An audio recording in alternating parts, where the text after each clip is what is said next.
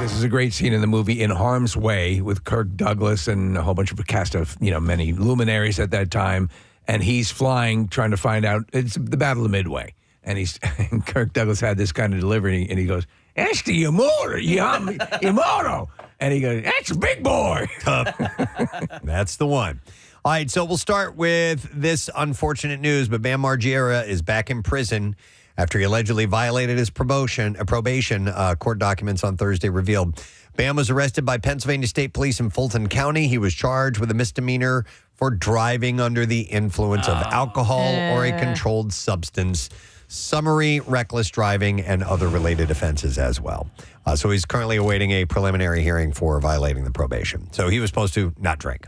And especially not drink and drive. Of course. But you're not supposed to. That's part of the condition under his probation. The most obvious of conditions. Yeah. Well, also, that's his issue. He should be sober. Yeah.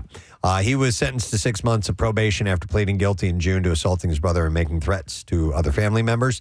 At the hearing in June, his attorney, William J. Brennan, said that he was clean, sober, and productive a year after the arrest, but court documents from Chester County say he has failed to comply with drug and alcohol treatment. Earlier this year, Bam had charges dropped against him following an incident at the Radnor Hotel, which took place in August of 2023. So he is back in some more trouble, unfortunately. The fallout from season 21 of The Bachelorette continues. Devin Strader put a long post on his Instagram story apologizing for the way he reacted after the final episode. I apologize. I'm glad he apologized. I'd like to apologize. Strader apologized for the video he released after the end of the season and said he was grateful for my time on the show and for getting the chance to know and love Jen. I'd like to apologize. His post wasn't just about Jen Tran and the sudden end of their engagement. Strader also said that many stories and misrepresentations put out in the media that he said have been brought up and severely misconstrued. I don't know. This one, so I caught a few episodes, or not full episodes, but parts of each episode. I wouldn't sit through the whole thing. But I don't know why this one is so volatile. This one seems to be, this whole dynamic here, they've had stuff like this before, but this story's holding on. Despite reports of an ex-girlfriend getting a restraining order against him, he says that it was never granted. He said... People says that they have proof that at People Magazine that a temporary restraining order was granted against him and he was charged. We should do The Bachelor with him, with Chris Gunn, right? With misdemeanor criminal trespass. The Bachelor franchise says the restraining order did not surface in any background searches for the show's participants. Am I talking to Chris Gunn or the Skull Sealer? I apologize. All right. Actor Michael Madsen and his wife, Deanna Madsen, are divorcing after 28 years of marriage. And to talk about somebody who's had a troubled recent history. Yeah. He's gone through the same situation. Now, Madsen cited... Did he apologize? He did not apologize. I apologize. Madsen cited irreconcilable difference as the reason for the split, but that's just scratching the surface. Wakey, eggs and bakey. At least he makes you breakfast. As he insisted, the irreconcilable differences that he listed did not adequately describe the divorce filing. Madsen also signed a statement and attached it to the petition as part of the legal filing that accused Deanna of driving their son Hudson to suicide by her neglect, drinking, and alcoholism. Doesn't he have the same problem? Hudson committed suicide in January of 2022. Madsen additionally requested a domestic violence restraining order per the documents and also denied the domestic violence charges brought against him by Deanna last month. So, wow, man. Yeah, it's ugly. It's a world of hurt. Absolutely. So here's another interesting story, and unfortunate. It's got some terrible conditions to it. Back in 2002, John Raymond was part of the season 5 cast of Survivor, being the first to be voted off the show that season. In 2024, he's not faring much better. And a trial that began on Tuesday, Raymond faces 3 felony charges of child cruelty after being accused of taping children's mouths closed as a form of punishment at Lakeside Christian Academy, the Louisiana school that he founded. Oh, my cousin's mouth was taped shut when she was a kid, in elementary school. Really? The principal taped her mouth shut. And did the principal get in any trouble? No, they Back then, people didn't raise a fuss about it. Times are wasn't changing. that- Yeah. My I had aunt- my mouth stapled shut. My aunt said, "You're lucky you just got your mouth taped. They should have really? stapled Wow. it." Oh, wow. Well, so Okay. speaking of staples, I had my shirt stapled to my underwear when I was in grade school. Because your Because butt my crack keep shirt, coming out? my shirt would always come untucked. If they had have stapled it to your Yeah. pelvis, that would have been the Who story. stapled it? My teacher. Your nun teacher? No, she was a layperson. Okay. But like not only that, but there was another time where it was a problem with me. My shirt always came untucked. Where she tucked my shirt in for me in the This wasn't the woman who had you smelling her foot in the parking lot. No. And I did that Wait, what? voluntarily. Did I miss this? No, he's making this up. Smell my foot. No, Club but as she was foot. tucking my shirt in, I just remember her going like, "Woo!" I Whoa. specifically, and I didn't think anything of it, and she wasn't like touching me, but like in a inappropriate way. But her going "woo," and then she like later on stapled my shirt to my underwear. There was a whole part of the. So what? It's not okay, but what can I'm they get not away with scarred now? by it. Yeah. As Nothing. far as Are you kidding me? Nothing. is there anything right? No. It's all off the table now. But I remember clearly getting smacked.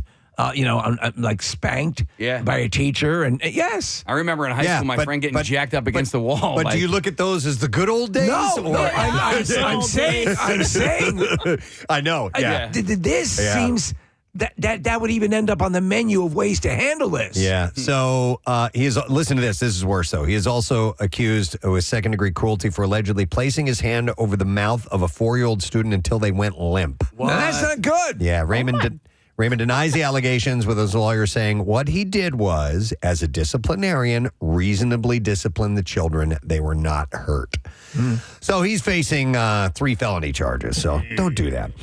Simone Biles got herself 2 new tattoos this week, including one in honor of husband Jonathan Owens. While on her Gold Over America tour, Biles visited the local tattoo artist and got some new ink. It was a Made in Heaven tattoo on the back of her neck and a small J on her ring finger in honor of Owens. The NFL player already had a corresponding tattoo, which he got back in July.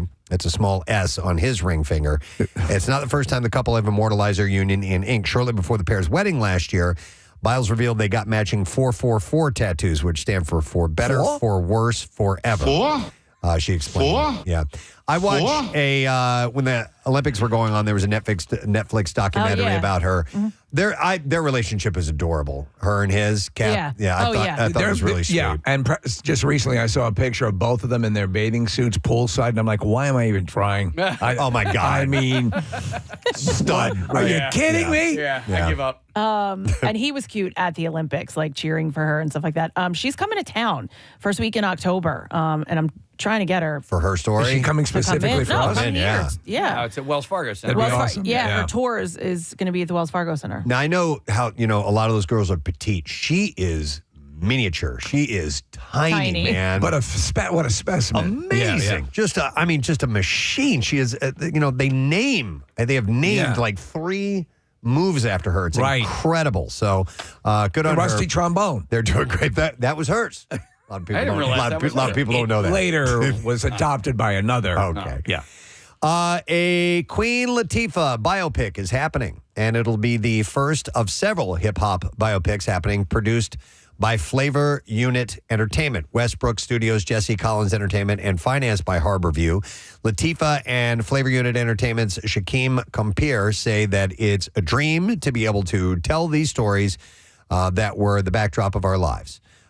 So Will Smith and Miguel Melendez will produce, And Jesse Collins Entertainment, it'll be Jesse Collins and Deion Harmon and Charlie Mack that will also be able. I like her a lot. I wish our interview had been better with it. And then there was that point in time where they were going to shoot a pilot for an HBO series, and they were interested in our studio. Yeah. So let me see what else we have here for you. Transformers 1, that's in theaters today, and a great story has come out about the recording process Chris Hemsworth went through to play Optimus Prime. Director Josh Cooley said that Hemsworth recorded all his lines at home in Sydney, Australia, and was in full dad mode during the process. He said that occasionally his kids would be running into the room while he is doing the recording sessions, and it'd be like, hold on, let me get lunch for them, because I guess they were working via Zoom or something along those lines. Chris said that he asked his kids if he should take the role, and they told him, you have to do it. The movie has an all-star voice cast, including Scarlett Johansson, Steve Buscemi, Lawrence Fishburne, John Hamm, and Keegan-Michael Key. In case you liked the movie, you saw it as over the a matter weekend. of fact, I'm posting about it right now. It is great. So I grew up with the Transformers. So it is. This movie is perfect for people like me. It's a great kids movie, And for beginners, and right? for beginners There as you well. go. Yeah. So Love in it. theaters today, awesome. Nice. There's some deck shuffling going on among the sharks of Shark Tank. Daniel Lubetsky, founder of Kind Snacks, who has appeared on Shark Tank as guest investor numerous times over the past 5 seasons, has been promoted to full-time shark for the upcoming 16th season. Yeah. And is it Cuban that's not returning?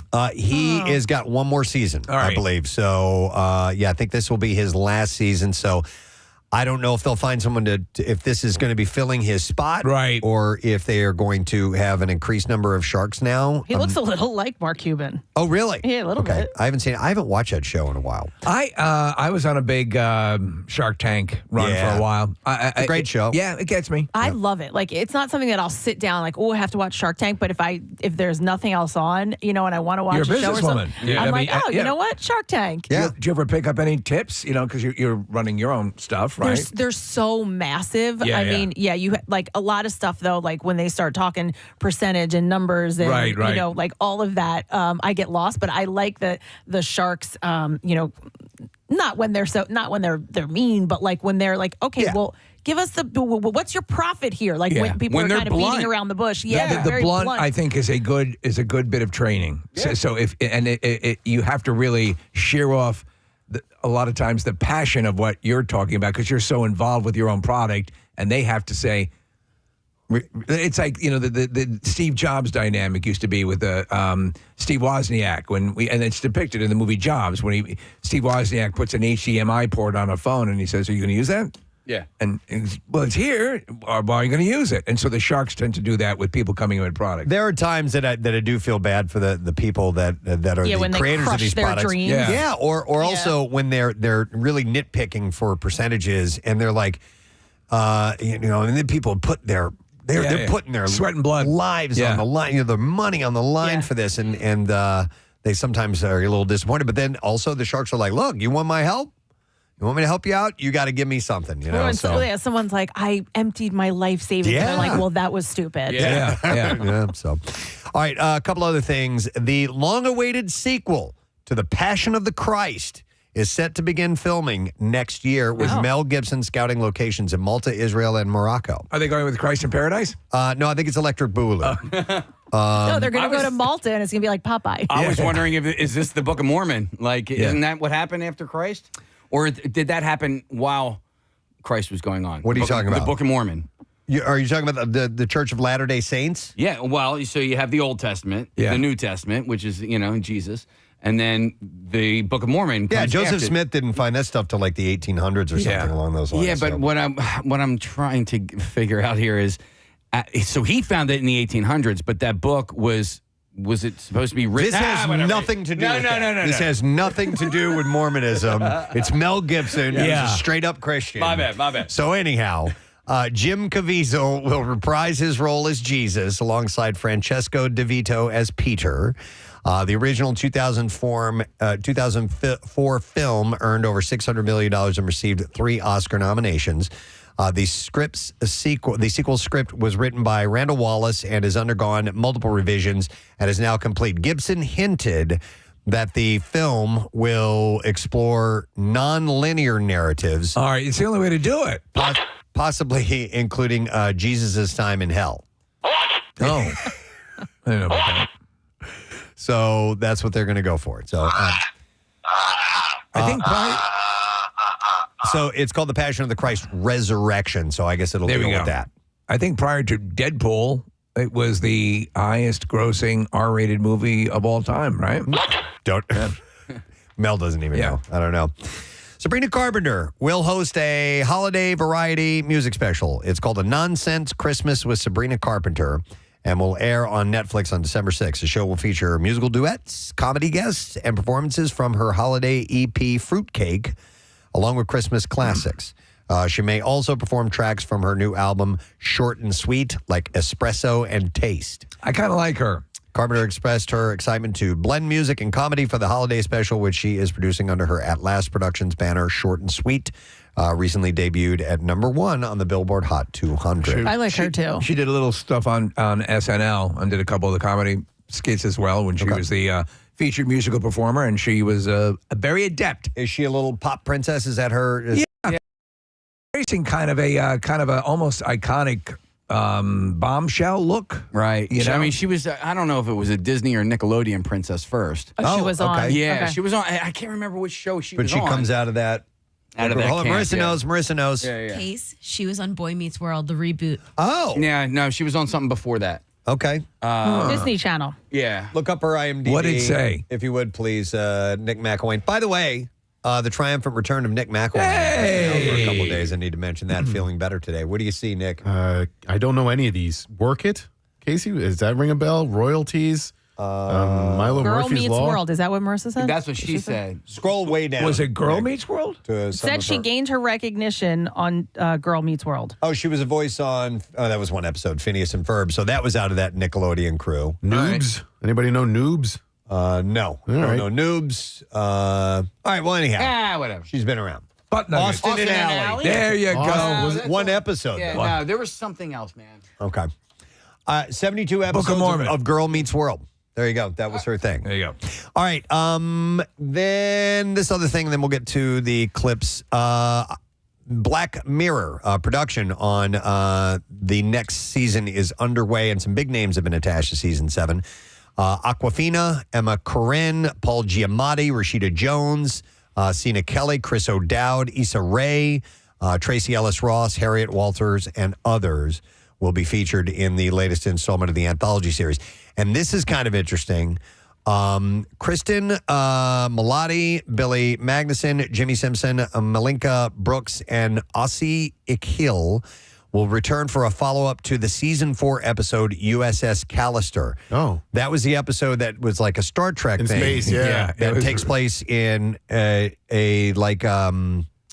in a digital form, Yeah. but real people are sent into it. It's kind of an interesting one. And so they're going to do a follow-up to that episode. Yeah, that's a great episode. I think that won an I think it was nominated or won Emmys, yeah. Jesse Plemons was the star of that one, right? Correct. He was the Kirk character. Yes. But I don't think he returns for this because his name wasn't mentioned. But season 7 will consist of 6 episodes and air on Netflix sometime in 2025. All right, we have some movies opening this weekend. All right. I'll tell you about those.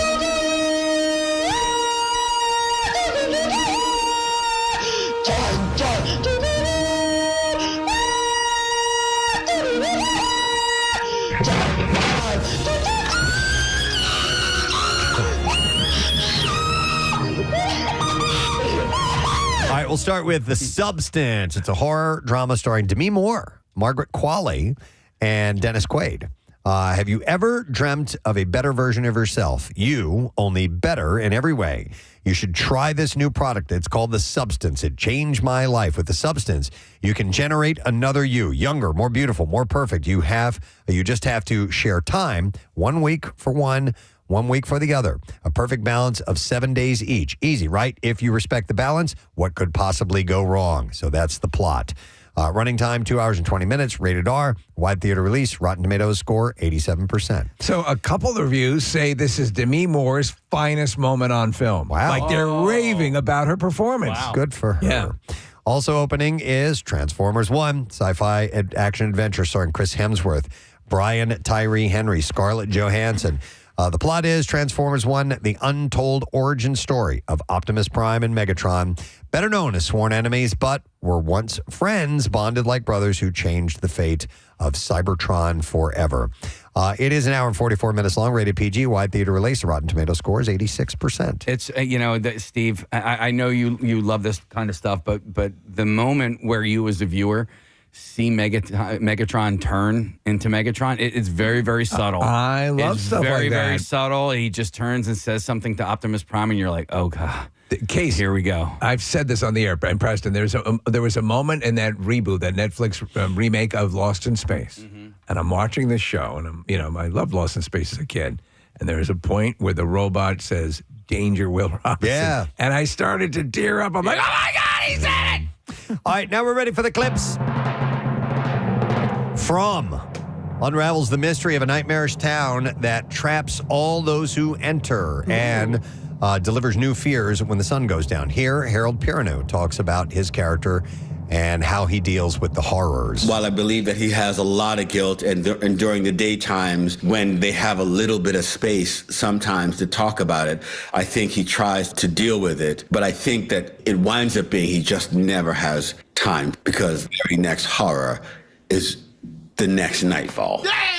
You still watching it? I love this show. I've been waiting for this premiere. Yeah, it's a favorite of Stephen King's as well, Preston. Yeah, it comes out on Sunday. It's the third season on MGM+. Here's our next clip. News recently broke that Kathy Bates is planning on retiring after her new Matlock reboot wrapped, but now she is clearing the air, and in this clip talks about wanting the show to last for a while. I was thinking about maybe going to semi-retirement until I got Johnny Erman's script for Matlock. And I read it and I was like, oh yeah, baby, I got to do this. It's amazing. It's not just an episodic. There's this overarching mystery that goes through the whole series. Big twist at the end of the pilot. Shut up, dummy. The Matlock pilot airs on Sunday on CBS if you would like to see it. Get out of the cock-a-doodle car! One of Kathy Bates' finest moments. Yeah. All right, that is the entertainment report. We have a lot happening today. We will have Metallica tickets this morning. Your chance to win tickets to both of the shows coming up in May. Listen for a song to be played by Metallica. If you want the cheat sheet and know when a Metallica song is going to be played 3 times through the course of the day, go to WMMR.com. You'll find out ahead of time. But you be the 10th caller when you hear that song. You win the tickets to both shows. We have thousands of dollars to give away with Good Money It. We have a great VIP package that we're going to give away for MMRBQ. We have the Connoisseur today, God. and chances to win some stuff, which we're probably going to have to do next because our guests are throughout Start the rolling rest of after that, yeah. Greg Warren is stopping by. He's performing at Soul Joel's, and we will have members of the Savannah Bananas baseball team. We're playing a game tomorrow night here in our studio as well. So a bunch to get to. Stick around, why don't you? We'll be right back. Don't nobody go nowhere. Preston and Steve.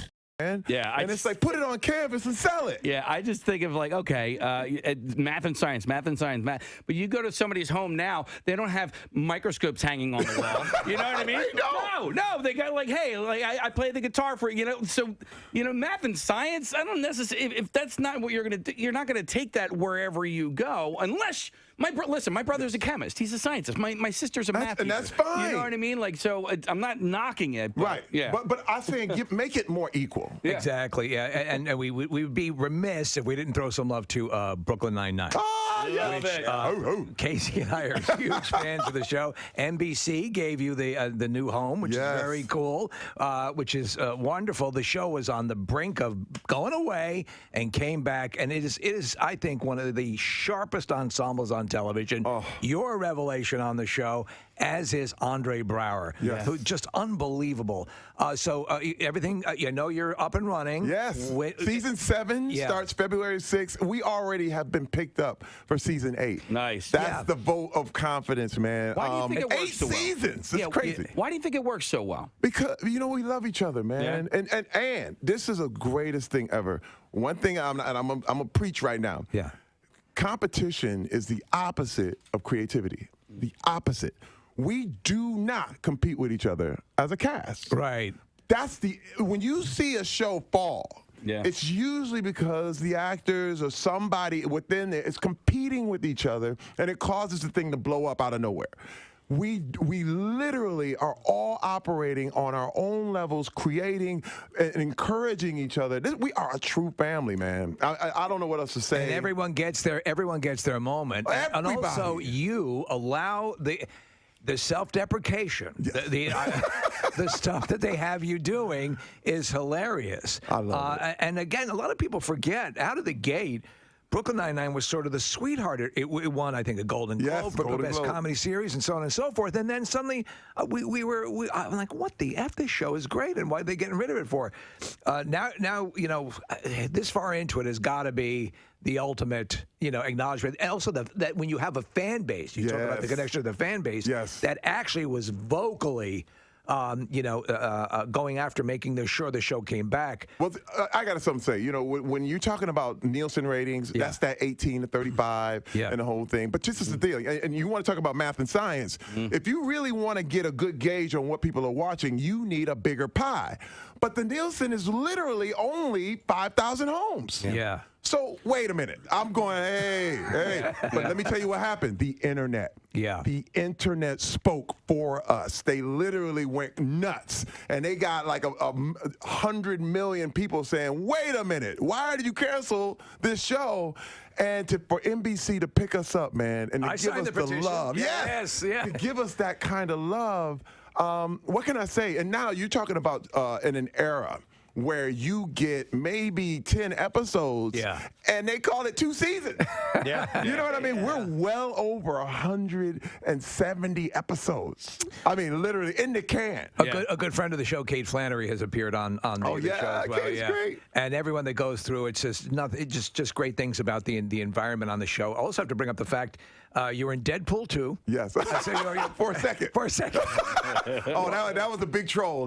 We trolled everybody on that one. What was that like? Because he is so talented, Ryan Reynolds. Oh my God. And we get the impression that there's just a lot of free lines going on right and left. What was the experience like working on that? It was an amazing experience because I love Ryan, but the big thing was the trick was we were going to troll everybody. Yeah, and you did. Because I knew instantly that I was going to die right away. Okay, but so I went on a whole press tour.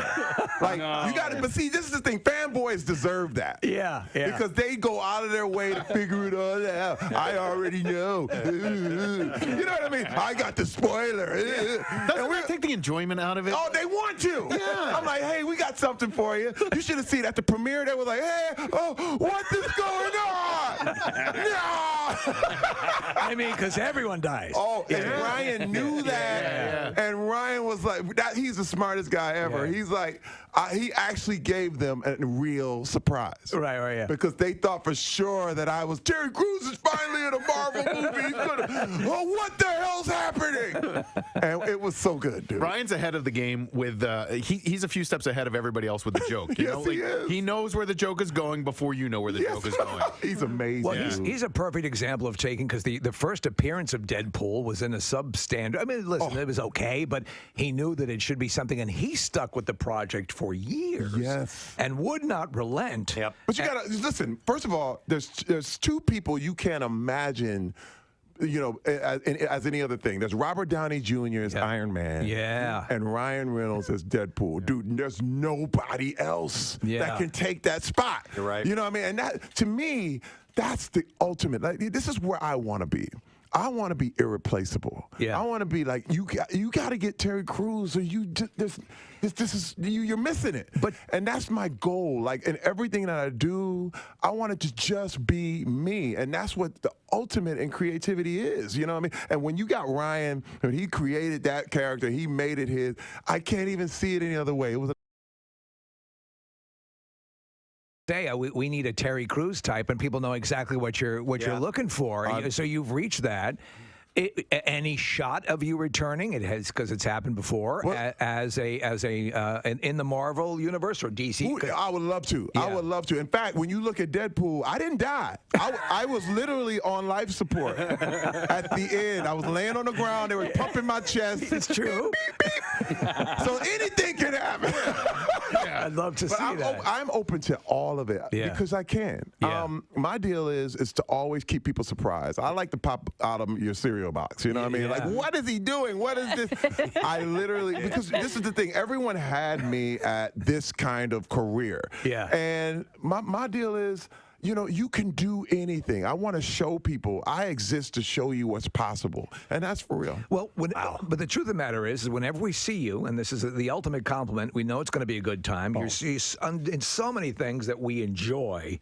That, you know, in our microcosm here, when people say, like, when they listen to the show and it gets into a tough time or something, that's the ultimate compliment. You're that exponentially with so much that you do in those projects. That's got to be, you know, that's got to be so fulfilling. But this is why, again, growing up in Flint, Michigan, and the whole log line was, you're going to hate your life. So, you know, you got to get ready to make the sacrifice right now. You know, and I was like, no. I am only going to do what I love. Yeah. If I make a little bit of money, fine. But I'm only going to do what I love. But you know what happens? Everything I'm doing now, I would do for free.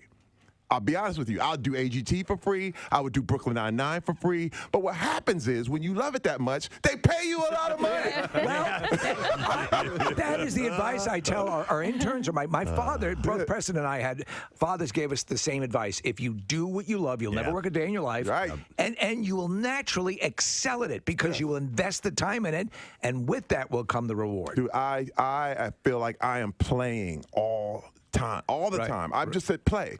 And when I get there, it's like, my God, who gets this? Yeah. Who gets this? You know what I mean? Well, you deserve it, man. You really do. Thank you, guys. Absolutely. America's Got Talent, Mondays, 8 o'clock, and it's the Champions that's going on right now. Yeah. So make sure that you check out. Dude, we loved you here last time you were here. We absolutely loved it. You got to come back anytime you're in Philly. We love having you here. I love coming You're here, such guys. a positive energy force. So.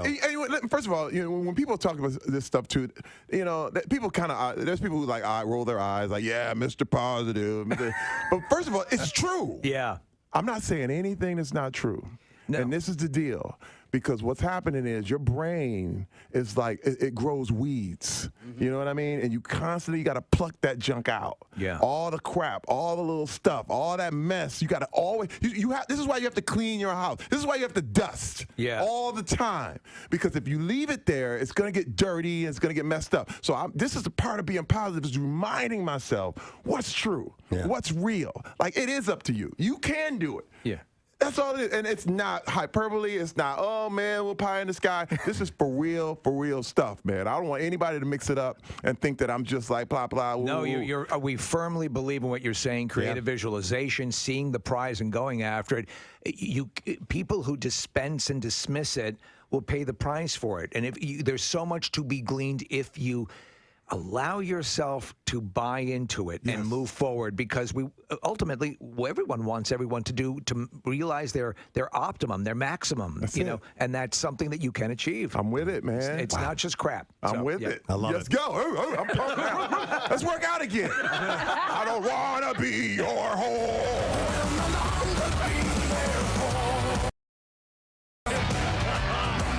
Perfect segue. Let's hear it for Terry Crews.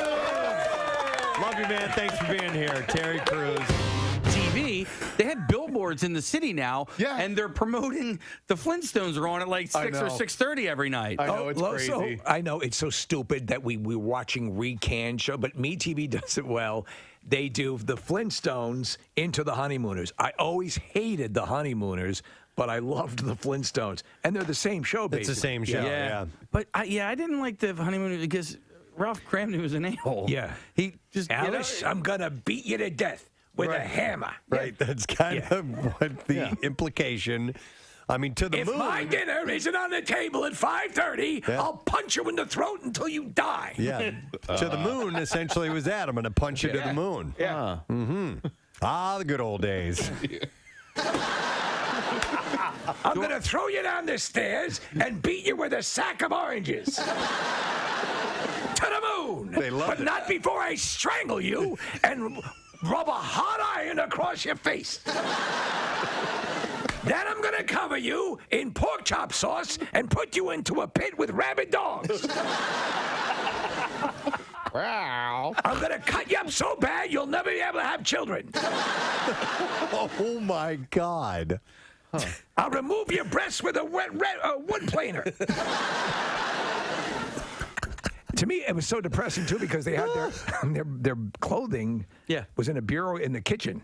Well, they were poor. I mean, they were just making ends meet. But I mean, there's Desi Arnaz used to beat his wife too, because I remember she spent too much. She spent too much money on like hats or something like that. And there was an episode he bent her over his knee and spanked her. Oh, and there was another episode one time, Casey. I kid you not. She had done something that was going to piss him off, so she decided to go and get a sunburn so that he wouldn't hit her. Jesus. Oh my That's God. what television programming was. Lucy, I'm going to throw you down the elevator shaft.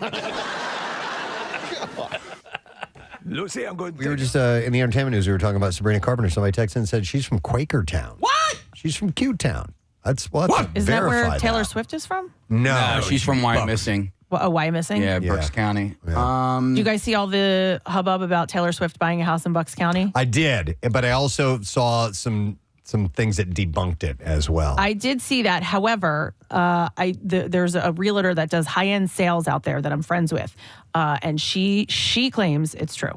Okay. Listen, the more high-profile celebrities that can move into the area and ignore us, the better. The better.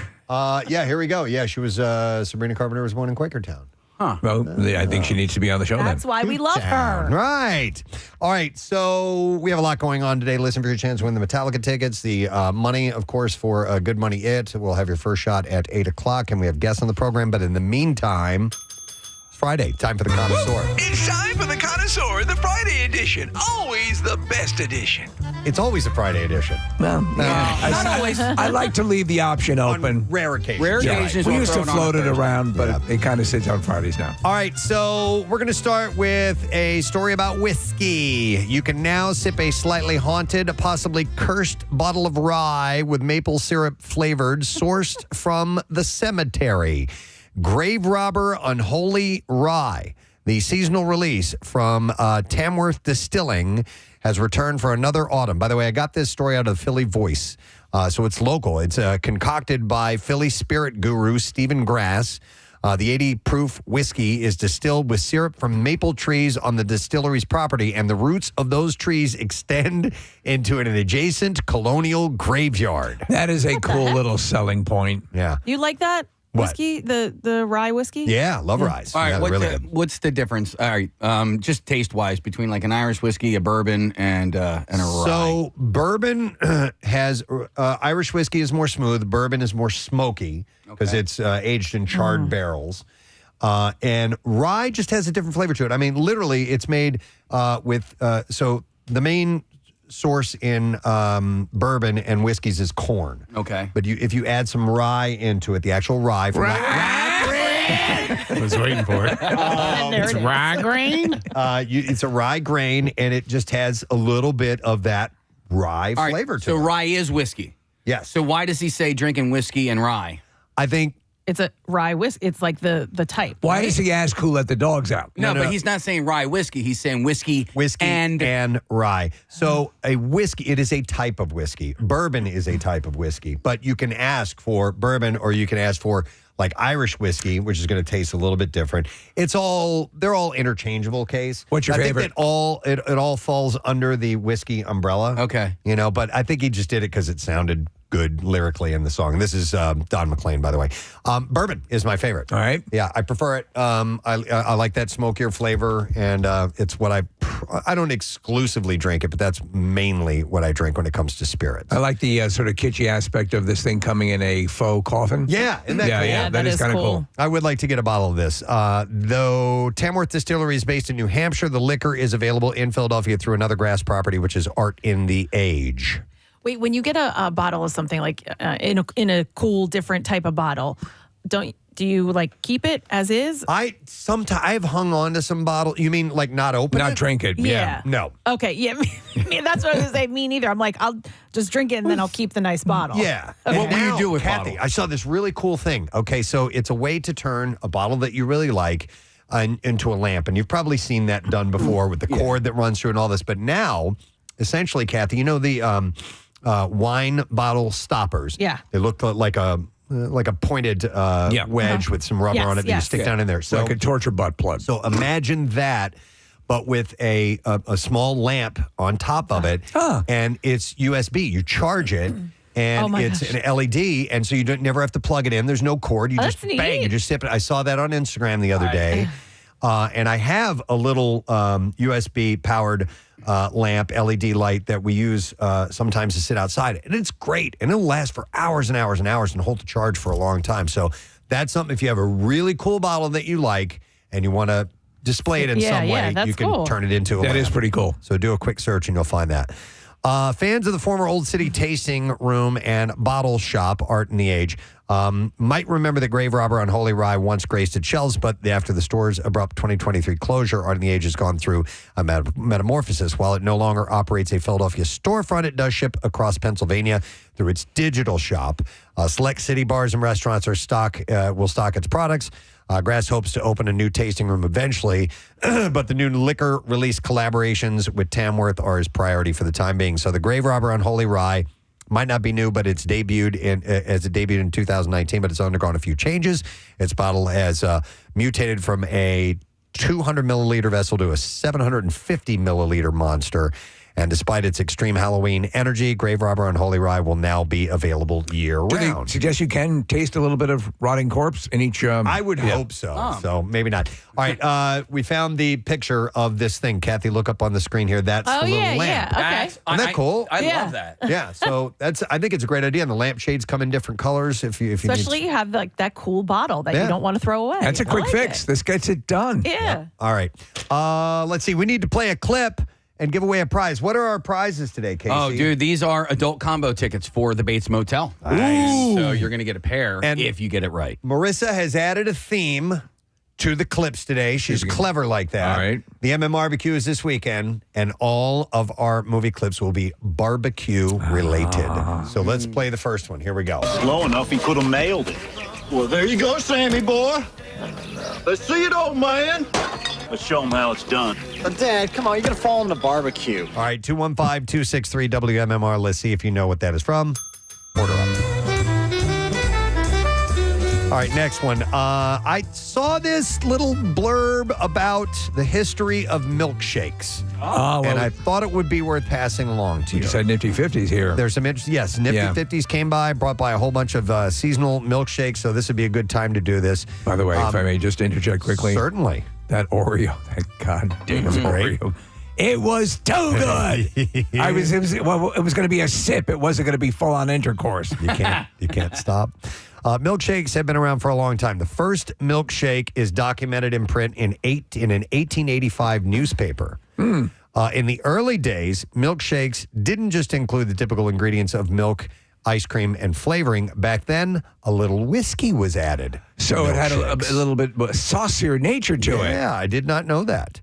And I've never had, I don't like mixing booze and dessert unless it's like a dessert wine or something like that. So I've never had like a milkshake with booze in it. They do sell them. Do you like what is it, rum cake or what actually has this? Yeah, rum cake. Yeah, so has many actual desserts rum in have it, rum does in it it. not? Yeah. That's good though. There's that line in Pulp Fiction where he gets the really expensive milkshake, and he's like, they don't put any bourbon in that or anything. Yeah. But I remember having bourbon in a milkshake, Preston, and it's not bad, but it's one of those things, Steve, like when you have a dessert, sometimes in a rum cake or whatever, you can really taste the alcohol. If you get a milkshake with bourbon in it, you can really taste the alcohol. It no longer, Steve, you would hate it because of the alcohol taste. I can't even do rum cake. Milkshakes became very popular when the electric blender was invented. In 1922, Stephen Poplawski had the brilliant idea to put a rotating blade at the bottom of a container. My latest invention will allow alcohol to be introduced to milkshakes. He invented the blender for the specific use of allowing milkshakes and malts to be made easily at home. Imagine milkshakes and malts right in your very own home.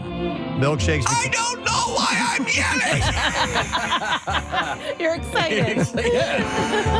Milkshakes became even more popular when the blender was improved by a different inventor, Fred Waring, and that was in 1937. Wow. So we jump forward with our music to 1937. Thank you, Casey. Hi, atop the cocoa room, everyone's enjoying milkshakes with alcohol in them.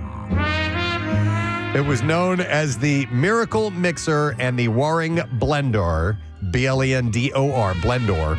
He just couldn't spell. And was sold for $29.75. It's a Blendor.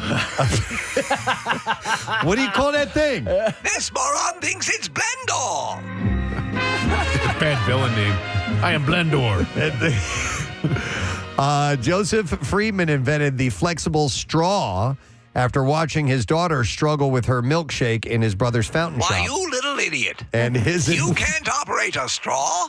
His invention was patented in September of 1937. I do love flex straws. It used to be a big thing as a kid. Yeah. I used to love crazy straws as a kid. Oh, yeah, I remember those. Yeah. Just because you may call them a milkshake doesn't mean that everyone will understand what you were talking about. And this is what I found interesting about this. In parts of Canada and New England, such as Boston, milkshakes are known as a frap.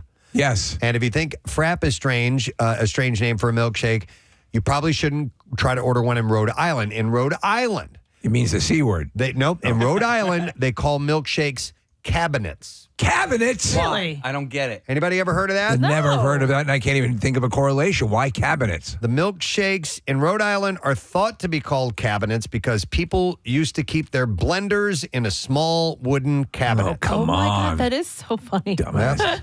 And Rhode Island's cabinets are not like the typical milkshake either. They do not contain ice cream. A cabinet is just milk and flavoring mixed together. Have this drink. I call it Mary's house because that's where I keep my blender.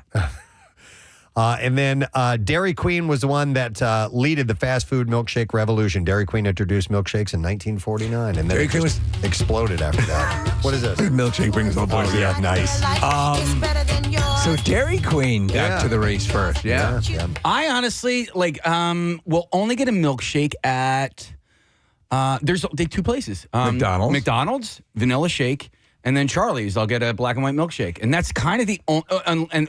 I'll make it at home. So I'll tell Those you, are the only two places. I love them dearly, and that's the problem. Like yesterday with I'm going to simply take a sip of this Oreo milkshake and then finish the whole thing. I'm sorry, Nifty 50s is the third one. Yeah, you're right. So, right. So, it's the malted milkshake that does me in. Me too. Yeah. Get a malt anytime I can. Yeah. I'd much rather have a milkshake than just plain ice cream. Like, Preston, I know you like your scoop of ice cream. Like, for me, I'd rather the milkshake. So that would you can't have like a little bit of a milkshake. Like Yeah, you can't I have know. just a little bit of ice cream. You know what I mean? I know. So there was a long one where we'd go to Carvel's. You know, my mother during the summer, we'd walk there, and it was within walking distance, great memories. And yet there'd be that decision in front of the counter, Preston, do I go with a cone or a milkshake? Yep. It's a tough one. So interesting milkshake facts for you. I did not know that. All right, let's see if you know what movie this is from. Slow enough, he could have mailed it. Well, there you go, Sammy boy. Let's see it, old man. Let's show him how it's done. But Dad, come on, you're gonna fall in the barbecue. All right, we will go to Lauren and see if she knows. Hey, Lauren, good morning. Good morning. All right, Lauren, do you know what movie that is? That's from the Oscar-nominated movie Varsity Blues. Yes, Oscar-nominated. Hang on, Lauren. I do not want to live. What we have for you. Oh, Lauren, you've just won yourself a pair of adult combo tickets for the Bates Motel, and you can prepare for Halloween thrills at the Bates Motel, one of the most frightening haunted attractions in the country.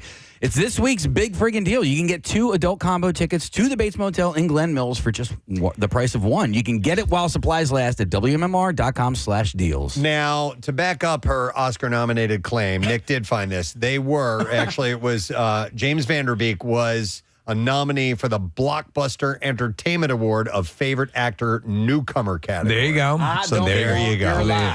All right, here's our next movie clip. What is this from? Hey, why don't you act like gentlemen and let these ladies eat first? Yeah, you act like you ain't never had no barbecue before. The ladies eat. Hoes gotta eat too. Hoes gotta eat too. I love that line. All right, 215-263-WMMR. Order up. Let's do a local story. Fishtown's largest street festival is back. Fishtown Fall Festival, Saturday, September 28th. An expanded footprint will be taking place. More restaurants, more vendors, and more family fun to be had. Over 50 of Fishtown's award-winning restaurants, bars, cafes, and eateries and other food vendors are going to head to Frankfort Avenue and serve street food, cold craft beer, and seasonal fall cocktails under the blue skies Frankfurt Hall will also have a special block party within the festival for a full day of Bavarian food, beer, decorations, music, and dance. Yeah, they've really grown this one. Yeah, it's gotten really big. Do you, if you see a festival going on, like a food festival or anything like that, will you check it out? Is it something that you will? Yes, I don't do that enough. Because I don't pay attention to when these things are happening, or especially in my area. You tend to just happen upon them, right? And then I'm like, let's do it. But I need to get over to First Fridays over in Phoenixville is great and stuff like that. And Skipback does theirs. Main Street does a great one. All of those. Yeah. So restaurants and bars will include a mix of big names, new businesses, and staple neighborhood favorites. By the way, I love this name, LMNO. That's such a great name. I wish I would have thought of that for anything. Walkworks, Evil Genius Beer Company, WM Mullerens and Sons. I'm getting some of these wrong, I'm sure. Butt Nuggets. Two Robbers, Sancho's Pistolas, Philadelphia Brewing Company, Jefe Tacos, Frankfurt Tiki Bar, Fiore Fine Foods, a whole bunch of places. So they're going to have face painting, balloon artists, carnival games, prizes, dunk tank, pop-up performance, inflatable axe throwing, and more. They will have artists, makers, shops, small businesses, just a giant event. It's no charge, open to the public, family and Fido friendly, and it is now in its 11th year. So that is taking place a week from tomorrow. I mean, just for the face painting. Yeah, alone. Come on. I want to look like a tiger. Let's see if you know what movie this is from. Hey, why don't you act like gentlemen and let these ladies eat first? Yeah. You act like you ain't never had no barbecue before. The ladies eat. Hoes gotta eat too. All right, let me go to Justin. Hey, Justin, good morning. Hello. All right, Justin, what movie is it, please? Is it Boys in the Hood? It is Boys in the Hood. Correct. And here's what we have for you, bud. Justin, you got a pair of adult combo tickets for the Bates Motel. You can prepare for Halloween thrills at the Bates Motel, one of the most frightening haunted attractions in the country. And it's this week's big freaking deal. You can get 2 adult combo tickets to the Bates Motel in Glen Mills for just the price of 1. Get it while supplies last at WMMR.com/deals. We had John Singleton in our studio. Remember that? Years ago. He's since passed. But yeah. All right, here is another food clip to see if you can identify this one. Why are we doing this? Didn't we already win? Remember bros before hoes, that whole thing? It's over. There's just there. There's beer cans on the lawn. They're barbecuing. Yeah. So? It smells delicious in here. Try living next to it. All right, 215-263-WMMR. Call if you know what it is. All right, actually, it is time for our fast food roundup. All right. I have a couple of fast food stories to share with you. We're going to start with this one. I have the healthiest and unhealthiest burgers from fast food chains. Oh boy. I bet you that's a circle. Researchers with PlushCare, a virtual primary care site, analyzed the nutritional value of 5 classic fast food items: a cheeseburger, a chicken sandwich, regular fries, regular vanilla shake, and a 10-piece chicken nugget from 24 chains. They used each chain's nutritional menu to find out the calorie, sugar, saturated fat, and sodium content in the items. And then the team used the Department of Health's nutrient profiling method to determine the relative unhealthiness of each item. And according to their research, the cheeseburger at Five Guys is the unhealthiest fast food cheeseburger you can have. Just so happens to be the tastiest. I believe that 100%. I can't eat there. Really? Oh, no. I'll eat there for you. It doesn't. Too fatty? It just does not make me feel good. I like a good Five Guys burger. I do too. Yeah. And their fries are sensational. So the cheeseburger will clock in at 984 calories. Just the cheeseburger. 26.5 grams of saturated fat, 8 grams of sugar, and 1,050 milligrams of sodium in each burger. What did you give the calorie count at? I missed that. 984. Oh, that's a regular But diet. you can smell the unhealthiness when you walk in. Oh, it smells so That's good. their doesn't slogan. it? Smell the unhealthy. But I'm wondering, is that because it's weird at Five Guys, the standard cheeseburger is a double. Yes. Like if you wanted just a single cheeseburger, you have to order it separate. Like you have to order the little. Well, can the case be made like at Wendy's or Preston or any of these places? The burgers that are going to taste the best have the highest fat. Yep. The fattier the meat, the tastier it is. Five Guys also has the least healthy fries of any chain. All right, 2 for 2. And I dig their fries. Popeyes is home of the unhealthiest chicken sandwich, as well as the unhealthiest chicken nuggets. And Fatburger has the unhealthiest shake. You would think with a name like Fatburger, they'd be number one up there. Yeah. Where is the Fat Burger? There's no Fat I'm Burger. not No, familiar. I think Yeah, it's a yeah. West Coast chain. So, so number 2 on the list for burgers alone. Okay, so Five Guys is the worst. Then you have Whataburger's jalapeno and cheese Whataburger, the Smash Burger Classic Smash, Carl's Jr.'s famous Star with cheese. Number 5 is Sonic's Cheeseburger. Number 6 is Wendy's Dave's Single. Number 7 is Shake Shack's Single Cheeseburger. Number 8 is Fatburger's Medium. Number 9, Steak and Shake Single with Cheese. And number 10 is In-N-Out's In-N-Out Burger's Cheeseburger with Onion. So these are the least healthy ones. Listen, thinking about all those burgers. They're all pretty damn good. Yeah, they're really good. It's the best of times for unhealthy burgers. So what is the healthiest burger? I don't have the healthiest, unfortunately. This particular list just went down the unhealthiest. So They need to sorry give about us that. an alternative, Yeah. man. One of the things I like about the In-N-Out burgers. I do have it. I'm sorry. Go ahead. I was just going to say around. There's no In-N-Out burgers around here, but it's a really limited menu, and sometimes Yes. I go, so I'll go in and I know exactly what I want when I go to In-N-Out Burger. And it's nice to have variety or whatever, but if you go into some of these places, like there are way too many damn choices. Okay, so a place called Culver's Butterburger. Oh, I heard of Culver's. They are the healthiest. 390 calories, 7 grams of saturated fat, 6 grams sugar, 480 milligrams of saturated fat. And coming in a close second, the McDonald's cheeseburger. Oh, wow. Which I still like a good McDonald's cheeseburger. Yeah. It's kind of, it's pretty basic, but something, I don't know, Scottish. comforting Yeah. about it when I have it. So, all right, let's see if you know what movie this clip is from. Why are we doing this? Didn't we already win? Remember bros before hoes, that whole thing? It's over. There's just there. There's beer cans on the lawn. They're barbecuing. So? It smells delicious in here. Try living next to it. All right, let's go to Jay. Hi, Jay. Morning, bud. Hey, good morning. All right, Jay, do you know what movie that is? I think I might be wrong, but I'm going to say it's Neighbors. No, you're right, bud. Well done. All right, Jay, here's what we have for you, bud. We have a pair of adult combo tickets for the Bates Motel, and you can prepare for Halloween thrills at the Bates Motel, one of the most frightening haunted attractions in the country. It's this week's big freaking deal. Get 2 adult combo tickets to the Bates Motel in Glen Mills for the price of 1, and you can get it while supplies last at WMMR.com/deals. All right, we might only have time for one more case. Wow. Well, I'm looking at the clock, and we have the good money yet. So in case we don't have time want for that 2 one? more, have this one ready to go. I got you, boo. This is the clip we're going to play. Let's see if we can identify this movie. Sometimes, Mama, she got on a Sunday afternoon, there's a grill with a charcoal biscuit. You want me to come to a barbecue? Yes, that's it. All right, 215-263-WMMR. Let's see if you know. Order up. All right, I told you guys I was going to try to give you some tips from time to time, a hack or tips. Do we have a hack? I'm going to give you one. This is a quickie, so we might have actually time to do another story. So when you have to do things like dicing an egg, it's a bit messy and it's a pain in the ass to Especially do that. if it's raw. No.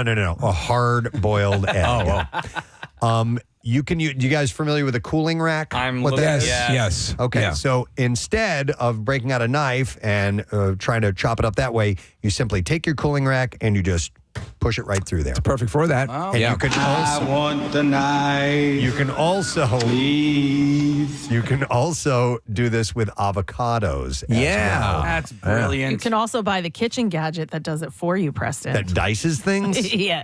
You've seen that thing? The chop slut, the egg whatever that's slicer. called. Chop slut. Yeah. No, not chop slut.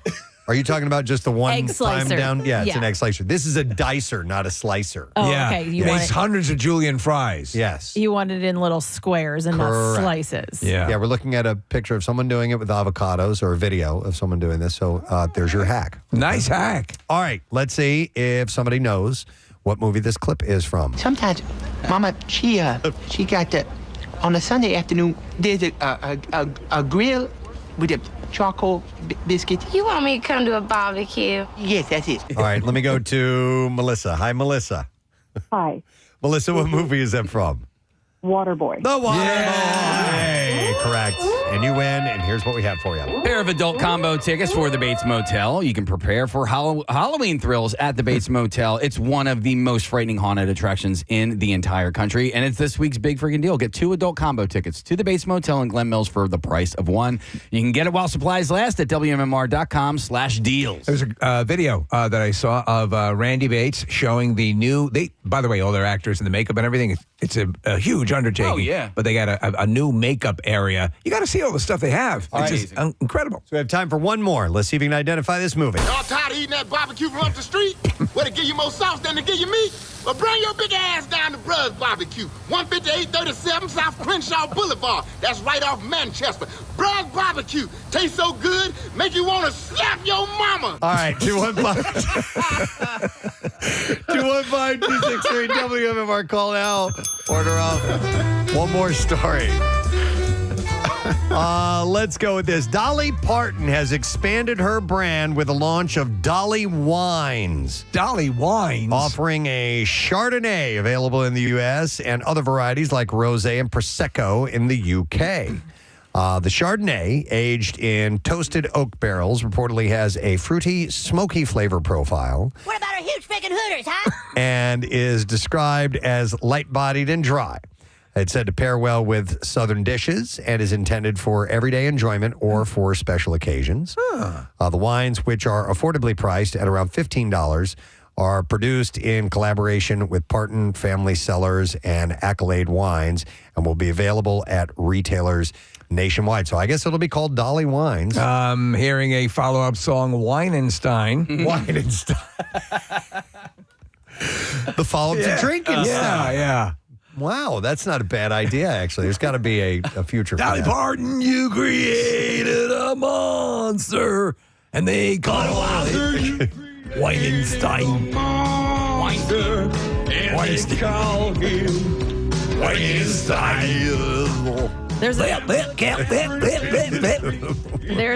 Dolly Parton themed bar in Nashville. It's a bit different than some of the others. Like, everybody slaps their names on them. I don't know if she has anything to do with it or not, but it's so cool. It's on the rooftop of a hotel, has a pool outside, but everything is pink and, velvet couches. Oh, and that sounds they fun. have like a Dolly Parton statue outside. It's really cool, but I don't know if she is actually connected to it or not because it's called White Limousine. It's not, her name isn't associated with it. So I don't know if they're just probably, using her likeness or what. They're probably just using her likeness, yeah. Maybe. All right, let's see if you know what movie this is from. Y'all tired of eating that barbecue from up the street? Where to give you more sauce than to give you meat? Well, bring your big ass down to Brud's Barbecue, 15837 South Crenshaw Boulevard. That's right off Manchester. Brud's Barbecue tastes so good, make you want to slap your mama. All right. I'll go to Mike. Hey, Mike, what's up, bud? Up? Hey, what movie's that from, buddy? Friday After Next. Yeah, Friday After Next. Correct. Hang on the line. We got tastes these. so good, make you want to slap your mama. We need to hang on to that. Yep, I'm doing that right now. What's up, Case? What does it got? All right, so for you, we have a pair of adult combo tickets to the Bates Motel. It's this week's big freaking deal. You can get 2 adult combo tickets to the Bates Motel in Glen Mills for the price of 1, and you can get it while supplies last at WMMR.com/deals. Tastes so good, make you want to slap your mama. All right.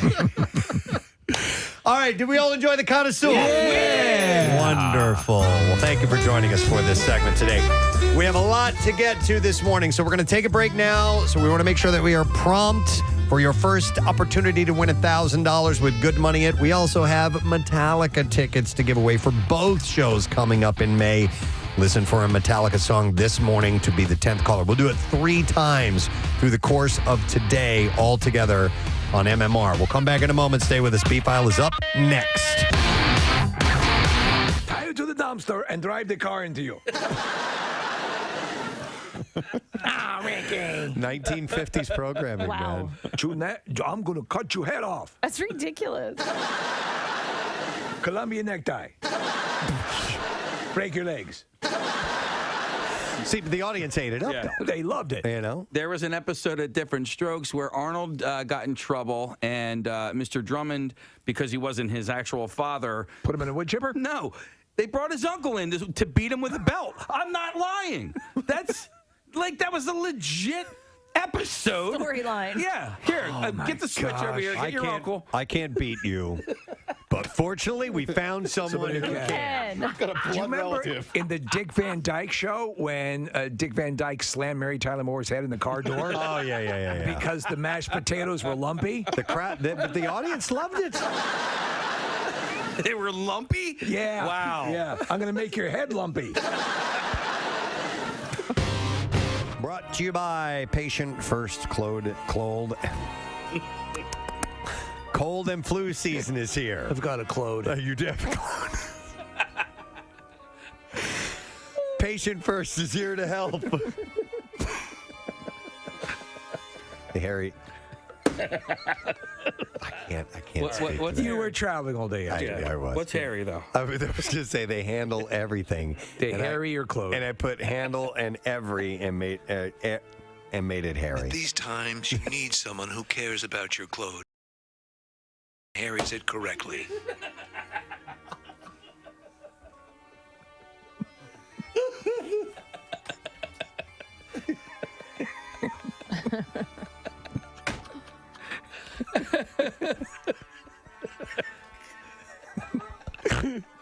I'm sorry. And I snorted too. Middletown man pleaded guilty Monday in federal court to trafficking protected turtles. 62-year-old David Summers of Levittown struck a plea agreement with federal prosecutors and pleaded guilty to one felony count of violating the Lacey Act and agreed to forfeit nearly 3,500 diamondback terrapin hatchlings, according to the U.S. Attorney Office for the Eastern District of Pennsylvania. Prosecutors said Summers admitted that he falsely labeled the trafficked turtles taken from the New Jersey marsh habitat between August 2014 and October 2017. He acknowledged sending a package containing 11 of them to Canada and mislabeling the package as a book to underreport its value. Officials from the Environment and Climate Change Canada intercepted the package of turtles and alerted American authorities. Today marks a major step forward in the treatment so and bizarre. care of turtles. Do you know Dude, where this guy was making a ton of money. I had no idea they were worth that much. He made $500,000 over 3 years. Oh, my God. Yeah. Oh, I got to go It's ship better than turtles. cocaine. Shipping turtles. Yeah. Shipping turtles. All right, so wait, Do you have my stuff? what did he get pinched for? Lying about it or just No, the shipping it in general? Yeah, the package. The Canadian government intercepted the package, and then they contacted the United States. So, yes, some of these endangered exotic animals can draw incredible money. All right, so I can't go do that as a cottage industry. No. As long as I ship it and package it correctly. No, you can't. It doesn't matter. It's just straight up illegal. Okay. Yes. Summers sentencing will take place on May 15th. The 62-year-old could be sentenced to as many as 5 years behind bars, 3 years of supervised release, a $250,000 fine, and restitution to New Jersey for the value of the turtles. Imagine you end up in a cell and the guy with you is a triple homicide. What are you in for? Turtles. I don't know where he's picking these things up at, but there is Turtle City in New Jersey. All right, but when you're going into Wildwood, right? Like North Wildwood, because I ride my bike there all the time. They have all these turtle crossing signs, which is great. Yes. But there's a huge wall barrier that is in the middle of the road, and I'm like, how do they clear that? They don't. Yeah, they don't. Like, so if you clearly know that turtles are crossing here, why did you put up a wall for them to just get smashed by cars? There's no opening in the wall? None. There's no sign. Turtles go through here. No, and I don't think they can read either. That's Case, so these turtles are protected under New Jersey law and by an international treaty. They are not found in the wild in Pennsylvania, but where Summers resided, but they have a dwindling habitat range in neighboring New Jersey. So there are some in New Jersey, but it's completely illegal. And this guy apparently he worked for numerous Republican candidates in Bucks County in recent years and was previously a reporter. He previously covered news for the Trentonian, Bucks County Courier-Times, and the News Network, and also wrote for LevittownNow.com between 2013 and 2014. Not another turtle story, please. Seriously. I like turtles. I love them. That's that little kid grew up to be. That's him. Oh my God, it's him. I love turtles. All that comes across my desk are goddamn turtle stories. I'm telling you for years. Couldn't you see the signs? You interviewed me when I was a kid. It was a cry for help. I was dressed as a zombie, and I said I love turtles. Why was no one listening? Looking good. Jonathan just got an awesome face paint job. What do you think? I like turtles. All right. You're a great zombie. And Oh my God. It's him. It's him later on in life. I love it. It never stops. But because my sons have been to dances, but without a date, and it's not odd. Like when I was in middle school, if you went by yourself, unless it was a dance where it's known, everybody just show up and we'll be at the school and we're having a party. Right. But for the most part, everybody went with a date. Yeah, and you got, I mean, at least for me, you would get asked to go to the dance. Your teacher would pick you up. Stop it! You ready to go, baby? I hate you. Hey, look, I put some Tinker toys in the back. Keep you occupied. Let's go to Maureen. Hello, Maureen. Our last song at our 8th grade dances was always Nights in White Satin. Nights in White Satin? Yeah, a bunch of 8. Yeah, how old are you? Breathe deep the gathering gloom. Right. Watch lights fade from every room. Maureen, what did you do in the poetic portion of that song? Bathroom break. Sway back and forth. They'd start crying. Maureen, did you kiss anybody that night? That's so long ago, I don't even remember. All right. Well, thanks for your call. That means appreciate it. We did like the, the butt hold. Oh my God! The butt hold. Like if you were dating. What did you do? You said the butthole. Butt hold. Oh my God! We would do the butthole. Do the butthole. Everybody, now it's time to do the stuff with your butts. You guys. We're talking about backside stuff. Casey nearly spit out all this. I don't understand why you In the jumped up. punch bowls, we have a whole bunch of lubricant. This should make it easier. Kathy? Do we have the hustle anywhere?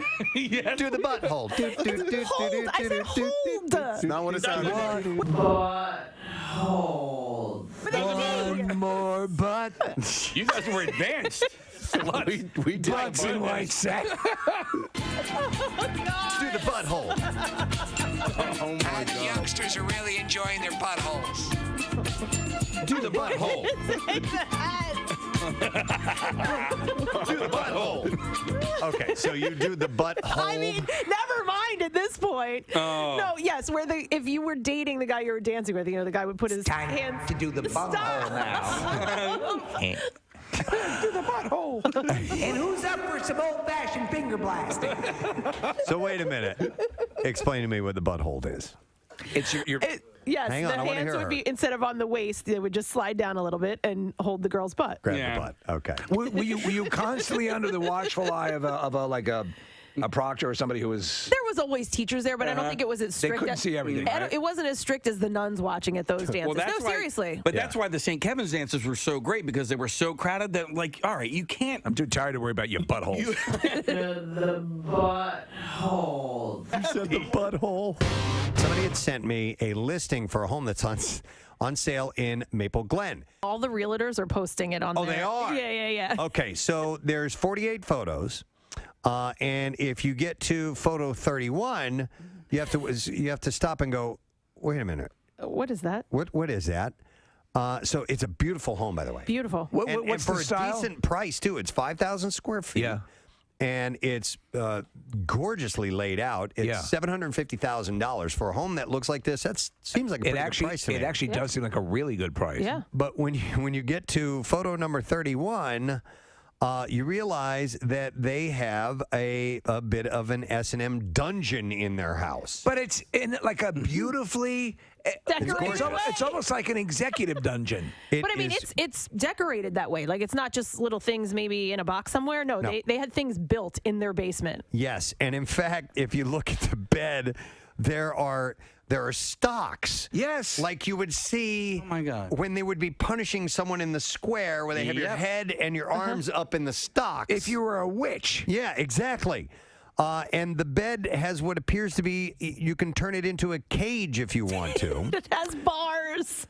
There's also some sort of a rack in another picture that has all kinds of chains and leather and swinging things. And is there Wait a minute. You know what? Do we even know intern Mars's address? Is this her home possibly? Is the Star of David? Is that a? I don't know what that is. That might be. No, it's just a regular star. It's wooden. Maybe those are little links on there that you can chain someone up to. But when you see the picture of the front of the house, it's a beautiful Oh my brick God. house with a pretty red door. Suburbia galore. And then you Upper get end. inside. But even the chambers It's like nice. It doesn't seem like a dungeon. It's brightly painted. Yeah. It's well lit. It's very cozy. There's there. It looks like recessed lighting. Listen, I'm sure they took out the clutter for the pictures. Well, it's called 50 Shades of Isn't it 50 Shades of Maple Glen? Maple Glen, yeah. Yeah. Real estate agents. Oh my God. You know they've seen a lot of stuff. Absolutely. Would I want that? Yeah. Hell yeah. Why not?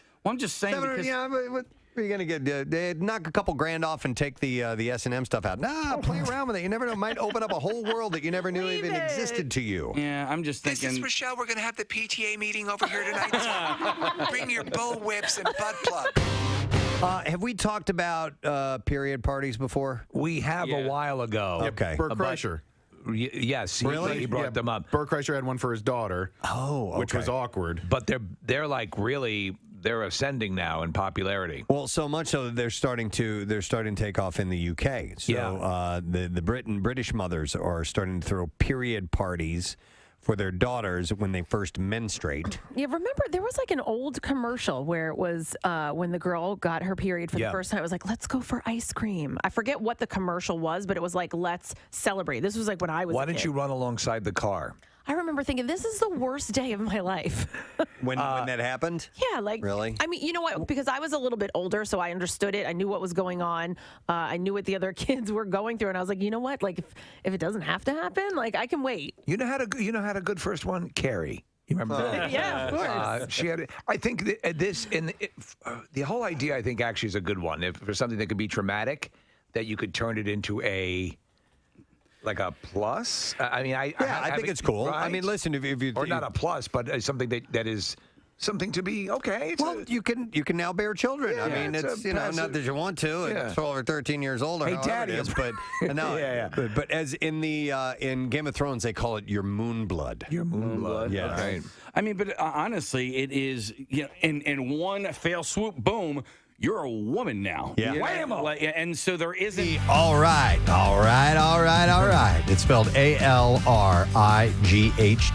You have until 15 minutes after the hour to enter that. 3 ways for you to do it. WMMR.com, via the MMR app, or you can text the word all right to our special contest short code number, which is 45911. One random entry wins $1,000 in our company-wide contest. And each winner gets a call from Beasley, so make sure that you do answer your phone. Contest rules are available at WMMR.com. And it is sponsored by Horizon Services, Heating, Cooling, and Plumbing. So enter it now. The word is all right. Good luck to you. Let's take a look at traffic. Kathy, what's going on this morning? It is not good. Schuylkill Expressway still stopped westbound now from University to Montgomery. So you're just crawling along. Now, this tractor-trailer accident here has 3 left lanes that are blocked. On the Vine, westbound, obviously here as well, you're jammed the length. 95 is being affected. So southbound out of the northeast, flowing from Cotman to the Betsy Ross Bridge. And then once you reach Girard, you're starting to back up already on 95, sitting across the Vine and then trying to get onto the Schuylkill Expressway, where westbound at Montgomery, 3 left lanes are blocked. There was a separate accident near City Avenue. It looks like they've gotten that one cleared. So some good news there. That was the overturned vehicle. So this is the tractor-trailer accident where the car rear-ended a tractor-trailer, and it was not a good scene. I actually just got text messages from Jackie, who must have passed by it, and he said it did not look good out there. Blue Route northbound jams from Broomall to Villanova, also McDade Boulevard to the Media Bypass. On 291 Ridley Park eastbound, you're jammed from Stewart Avenue to 420, and that's people bailing off of 95 to try to get around this. You can use Kelly Drive as well. That obviously volume building there as well. And then in New Jersey, looks like you're okay on 295, 42 northbound slows 41 to 295, 55 northbound slows Deptford to the 42 freeway. And actually, there is an accident on 295 northbound at Warwick Road. This traffic report brought to you by Whole Foods Market. Shop organics on sale at Whole Foods Market. Save on organic heirloom tomatoes through September 24th while supplies last. Shop in store or online. Terms apply. And that's your traffic on 93.3 WMMR. Thank you, Kathy. Before we dive into the bizarre file, we have to welcome him Friday. And just a reminder that this band will be performing at around 4:45 tomorrow on the Preston and Steve Show side stage. Yeah. Their second appearance at the MMRBQ. This is Froggy.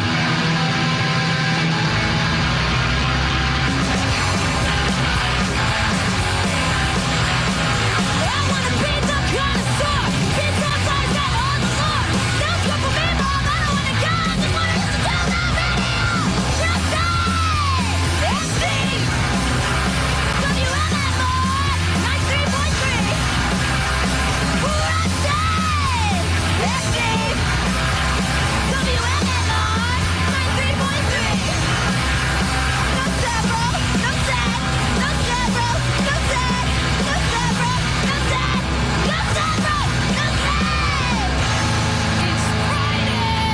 And I'm hoping we'll get a live version of that song tomorrow. I'm going to request. We will wait and see. All right, let's do this. WMMR presents Preston and Steve's Bizarre File. Brought to you by Pro Team Collision. If you find yourself in an accident, trust the pros at Pro Team Collision, your trusted auto body repair shop located in King of Prussia. Go to ProTeamCollision.com. A 64-year-old woman was preparing to do her evening dishes at her home outside of Bangkok when she felt a sharp pain in her thigh and looked down and saw a huge python taking a hold of her. Arunraj, I guess is how you say her name, said, I was about to scoop some water, and when I sat down, it bit me immediately. And when I looked, I saw the snake wrapping around me. So this 13 to 16-foot long python coiled itself around her torso, squeezing her down to the floor of her kitchen. She said, I grabbed it by the head, but it wouldn't release me. It only tightened. Of course, pythons kill their prey by gradually squeezing the breath out of it. What a friggin' nightmare. Propped up against her kitchen door, she cried out for help, but it wasn't until a neighbor happened to be walking by about an hour and a half later. Well, who did the dishes? And heard her screams, and authorities were called. Police officers said that an officer said when he arrived, the woman was still leaning against her door, looking exhausted and pale, with the snake coiled around her. Police and animal control officers used a crowbar to hit the snake on the head until it released its grip and slithered away before it could be captured. I'm amazed at the fact that it took an hour and a half. I would think they would be able to kill their prey quicker, you know? Yeah. I mean, they're known for being able to crush the life out of things. I guess maybe her arms were positioned as such that maybe it didn't get a good grip around her chest. Let go. In all, she spent about 2 hours on Tuesday night in the clutches of the python before being freed. What do you do in that moment? Yeah, she was treated for several bites, but appeared to be otherwise unharmed in videos of her talking to Thai media shortly after the incident. Maybe she couldn't wash the dishes, but she could have vacuumed. I mean, come on. Yeah. A 20-year-old's runny nose that had been he had been suffering for 6 years turned out to be his brain bulging through a hole in his skull. Oh, my God. The unidentified man from Syria had been suffering a chronic runny nose, headaches, and seizures after experiencing a head injury. Dude, why don't you finally blow your brain? What he thought was simply a cold symptom was actually leakage of cerebrospinal fluid, a clear fluid that protects the brain and spine. So he had fluid leaking from his brain out his nose. Yep. If you recall, George Clooney had something similar happen to him where he had his brain fluid leaking after, I think he had a fall during a movie. It might have been Syriana. And it was bad. Wow, Yeah. I don't remember this story. This happened to my grandmother. Hers was slightly different. It didn't come out of her nose, but she had a severe head injury when she was younger. And as she aged and her skin thinned, she had a metal plate in her head, and the metal plate started to shift, and it came through the skin and the brain fluid. We would see her. We thought she was sweating. We're like, why is she always sweating? And that's what it was. And it was brain fluid. It was brain fluid. Wow. After imaging was taken to the man's brain, doctors diagnosed him with traumatic encephalocele, a condition in which brain matter escapes through openings in the skull, such as Can you use that to repair holes on a pool? The nasal cavity, maybe, etc. Encephalocele. I use encephalocele. All I have to do is take the lotion out of my brain, rub it on it. So most often, an encephalocele, and I assume that's how you pronounce it, is a rare birth defect that results in the tissue that covers the brain and possibly portions of the brain itself to protrude through openings of skulls. And sometimes it can happen after some sort of trauma or injury. I guess you need a skull sealer? Just in I case? do. No. Right? Yeah. Yeah, you should. Finally, that's what that guy does. I apologize to anyone who's been offended by my fictional creations, Chrysagon, the philosopher of evil, and the skull sealer. That finally he's got a job. He's got a job. Yeah. You had The skull one sealer. job. Yeah. So this guy had been suffering from headaches and seizures for years, and eventually he went and got it checked out, and they found out that was happening. He initially passed on getting an operation, and then it continued, and he came back, and they fixed him up, and apparently he's fine now. I would have to imagine that when you're losing that fluid from your brain, something else bad is happening because of that. Yep. 2 Tallahassee residents have been accused of catching a baby alligator and keeping it alive in a cooler to eat later at home. Come on. Come on. You're not allowed to Listen do that? to these morons. Yeah. The men were charged with a second-degree misdemeanor for taking or possessing any alligator or alligator eggs without a license. A family member of one of the men complained to the Florida Fish and Wildlife Conservation Commission. I'm going to eat that. That's totally what it was like, Steve, saying that the relative had, quote, caught a baby alligator the night before and has been keeping it cooler in the yard ever since. When interviewed, the man said that he and another man were fishing on Lake Talquin when they saw the alligator. One of them caught the alligator, he said, and the other, quote, put a rope on the gator and dragged it to the house. And they each accused the other of wanting to eat that alligator. Hey, you gotta eat it! Yeah. I was not. You were. Yeah. He's a liar.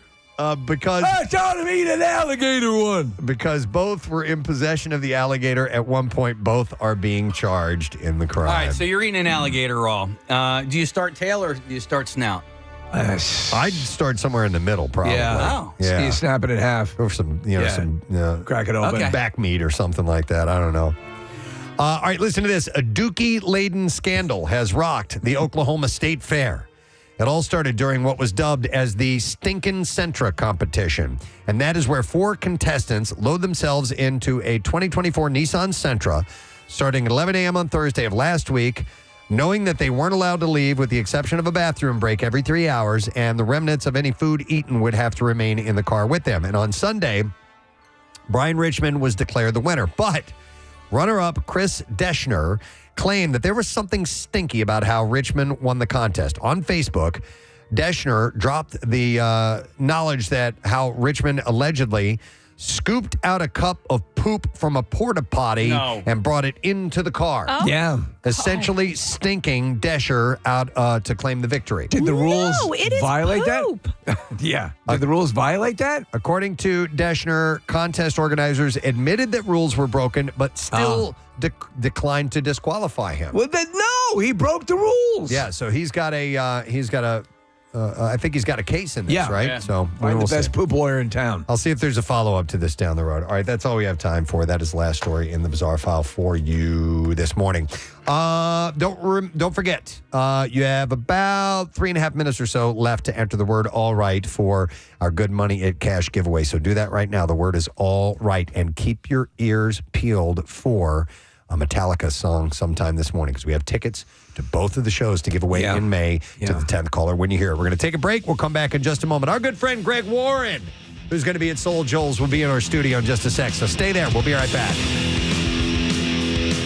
Equivalent for boys, you know what I mean? It's not like we go to sleep one night and then we wake up and boom, we have pubes. You know, like it's a pube party. It's a boner party. A boner party. But you're getting babies. I mean, it's the truth. It's a biological thing. It happens. What did you just say? I said I had, like, as if I'm the only guy here. No, we all got boners when we were You can't have boners in the womb. Yeah. Absolutely. You can. Fetuses have boners. Yes, there's proof. Picture proof. Let's continue talking about hygiene. Please. But we all need it. In a different orifice, we'll talk about your mouth. Oh, I thought you were going just on flipping us over. Oh, the butt. No, we're not going to talk about We'll go from butt to mouth. We could. I mean, I'm sure we could find something. I like that sense that the mouth, that the toothpaste and everything's been rinsed out and washed out and whatever I've dislodged is out. I haven't gone to the dentist in over a year. Oh. I knew you were going to find that repulsive, Kathy. Oh, I had probably so gross. I had an appointment and then something came up. Something suddenly came up. And then I had to cancel the appointment and I never rescheduled it and I just got lazy. And it usually they have a long wait usually. And I dentists. don't like going to the dentist. Even I just like for a my cleaning? dentist a lot. He's a really nice guy. What's that? Even just for a cleaning? No, because it's never just a cleaning. It's always, what's this? Or, let me pick at that for a minute.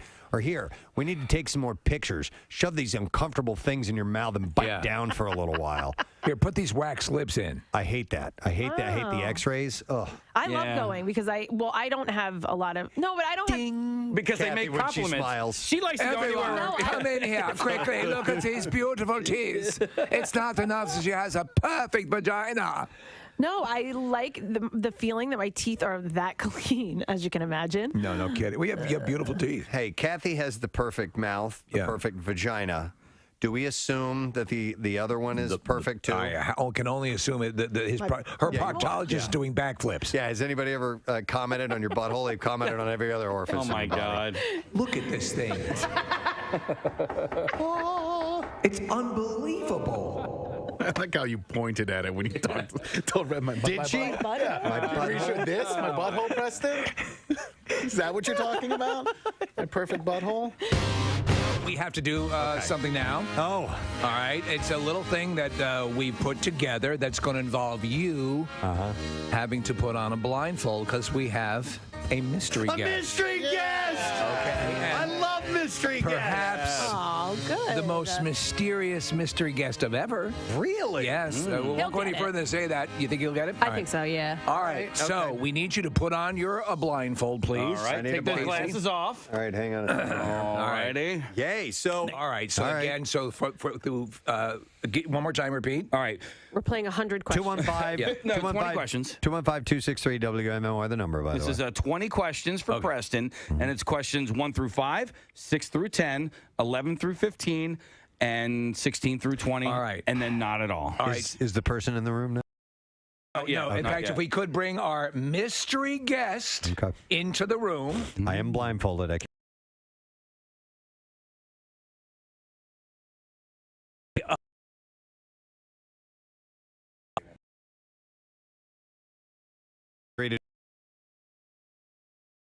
Interview.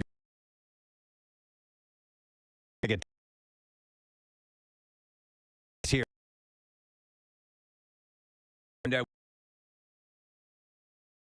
Okay, so I'm going to use the high pitch process to hide this voice, which I think the we'll do a nice masking job. So we're going to begin, Preston. Again, yes or no, and you're going to have enough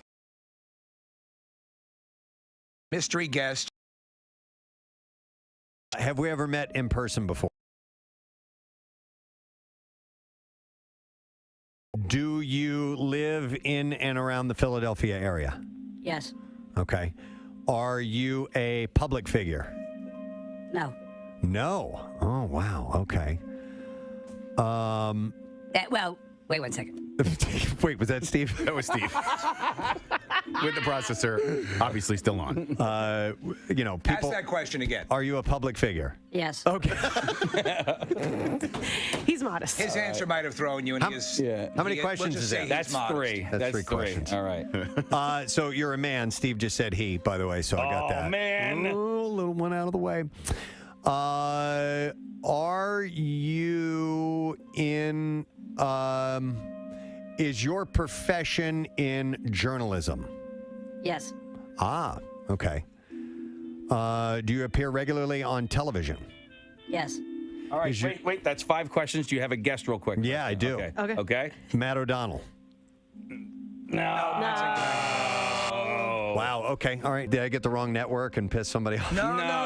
You're good. We wouldn't do that to you. All right. Mike Monsel's on line 4. Let me tell you, your mystery guest is very good natured. He's smiling. So. Okay. All right. So it's not Matt. It's someone I've met in person before. They're on TV. Journalism. You can ask more questions now. I'm going to. I'm just trying to figure out where that might lead me in my next question. Would we consider ourselves, or do you consider me a friend of yours? Yes. Oh, okay.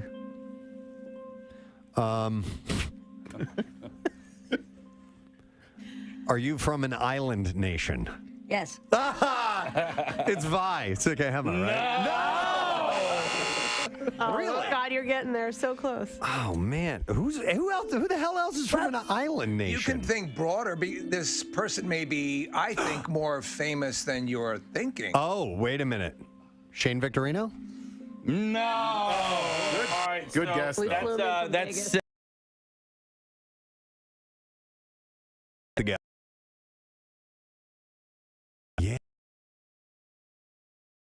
Research. Yeah. Wise. Yeah. I'll they live in and around the Philadelphia area.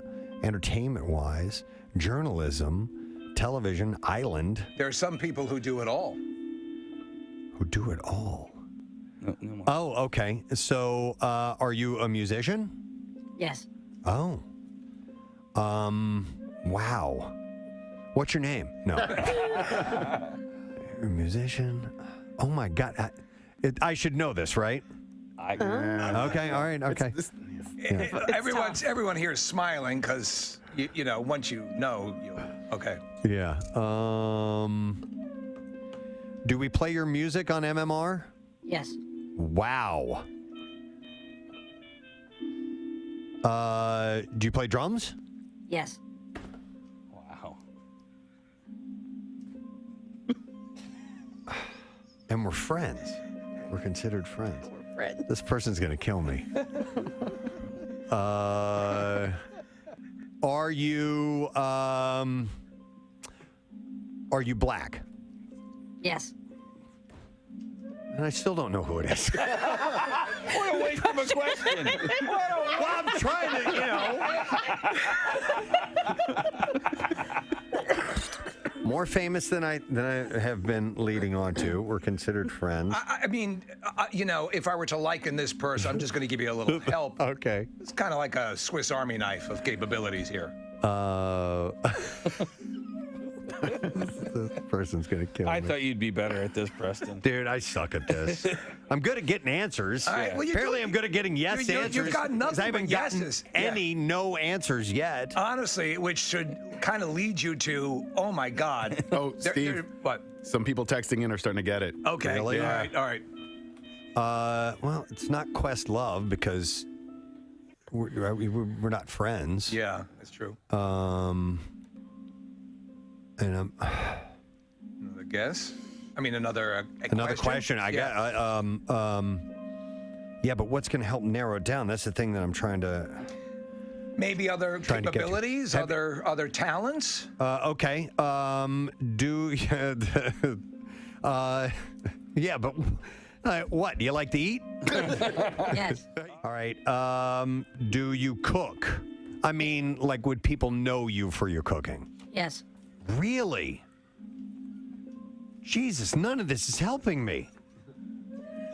Why are you don't know the wasting- cooking drummer? I mean, honestly, I journalist thought drummer. by this time. I know. But keep going. The island cooking journalist drummer. How could you? I mean, come on. Black How can I journalist drummer. not? How can I not get it? Yes. You are on the film board. I'm going to help you with that. Oh my God, you're right. Okay, I am on the film board. You're an actor as well? Are you an actor? Yes. Oh, okay.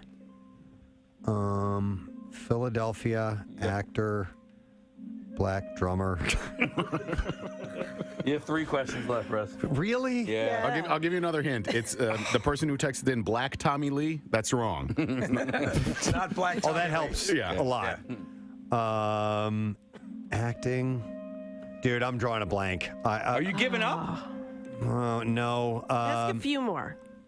Okay. Maybe some projects or styles of acting roles, movies. You guys are just trying to give this away, aren't you? Well, I mean, I not know helping me. he's dying because I know Preston knows it, but he just, go ahead. Acting roles. Do you do? Are you mainly known for comedy acting? Yes. Really? It didn't help. Dude, we didn't even use a voice processor there. Did that give it away? Tried to help him, Did you hear the voice? He's gonna know. It didn't give it away. No, it didn't give it away. Oh, man. Don't use the voice processor. Do you have a new movie coming out soon? Yes. Last question, Preston. Oh man, you got it. Man, I don't know. Come on, Preston. This is terrible. Is everybody getting it right on the text? Yeah. Everybody's narrowed it down. And have you been in our studio before? Yes. You have. That's your last question. You should know. I know. guess. I don't know. I don't You know. don't know? Wait till you see him. I have no idea. All right, Preston. Damn it. Take off your blindfold. Okay, let's see. Wait a minute. Preston, this is one of the construction workers in our building currently. He said yes to every question on purpose. You suck. I don't even know. What is your name? What's your name? Chino. Chino was good enough to do this. Oh my God. We had a whole bunch of stuff planned and it fell through. And at the last minute, Chino was good enough to agree to come over and be your guest. Was the actual answer yes to any of those questions? From the islands, right? Yeah. Nicaragua. Where are you from? Nicaragua? These guys are doing great work in the building sitting here here. going, I'm beating myself up. You guys are saying, oh, you ought to know. I mean, for crying out loud, a friend of mine. Nick's like, everybody's getting it. Preston, how many black drummer, actor, comedian, musician, journalist friends are there? Oh, my God. Good job. By the way, and then I take and you a-hole. Okay. Kath, our next guest is going to be performing at Soul Joel's tonight. There is an 8 o'clock show. You can get tickets at souljoels.com, and we always love having him in. Please welcome Greg Warren. Back to Philly. Hey, man. Nice to see you. Good to see you guys, man. And Kathy was wondering how the hell you got here. Did you get in that nightmare traffic? Or? I made my way through. I guess I got in a little early. Where were you coming from? Were you coming from the city? No, I was coming from out where Soul Joel's is. Okay. Yeah. Oh, all right. Okay. Out that way. Yeah. It's in Pottstown, by the way. Pottstown, So you didn't. You were free of that. Eastbound was fine. Yeah. Westbound a nightmare. But listen, welcome back, man. It's good to see you again. Thanks, buddy. How's life been? It's been really good. Barbecue on the way in. Yes, tomorrow, big station event. Yeah, a lot of bands, and it's all weather. You know, the weather's looking great, so we're very happy. Are you big? Well, you're a music guy, right? Yeah, I mean, I'm a barbecue guy. Huge. You're wearing a barbecue hat. I am. Yes, you are. I literally every town I go to, I try to go to like a barbecue place. Really? Yeah. Okay. Where have you had the best? What really stands out? Because you would think, like Texas has great barbecue. Austin. Yeah. Austin's really, really good. Okay. And then Nashville's got a little bit of good barbecue. Weirdly enough, Phoenix has like really good beef ribs. Okay. Yeah. And then our hometown, St. Louis. Believe it or not, now St. Louis has got a barbecue scene. Big time. Yeah. There's all in fact you were talking about it, Preston. All these different now parts of the country lay claim to a specific type of barbecue. Yeah. They used to be sort of, when somebody said barbecue, you pretty much knew what they were talking about. But now there are all these riffs. Yeah. And so, If you think of like North Carolina, you think of like vinegar, right? Vinegar Like, pork. All of them, though, I guess I have a couple of complaints. One, they're a little too proud when they run out of something at barbecue places. You know, I'll be like, hey, can I get some ribs? Oh, you want ribs at 1:30. You gonna come in here asking for some? We ain't had ribs since 11:05. They line up for these ribs. You can't just come in and get any ribs. Jimmy, there's a boy in here says he wants some ribs at 1:30. I don't know who's gonna bring them to. Maybe Santa Claus or the Easter Bunny. You know, I ain't gonna have no ribs at 1:30. Like, well, maybe you guys could make some more ribs. There's a sign there that says you've been in business since 1983. I would think in that time span, you would have gotten a little better handle on the demand for your product. You should have it. You know?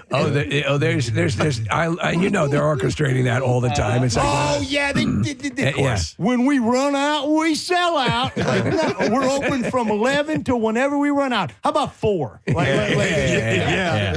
other thing is, and if you travel and you go to a place, which I do every week, like the locals they're almost like prejudice against proximity. You'll be like, hey, I'm going to go to this place I saw right by my hotel. You don't want to go there. That's not a good barbecue. You don't want to go there. Here's what you're going to do. You're going to get on the interstate. You're going to go about 40 miles, okay? And you're going to...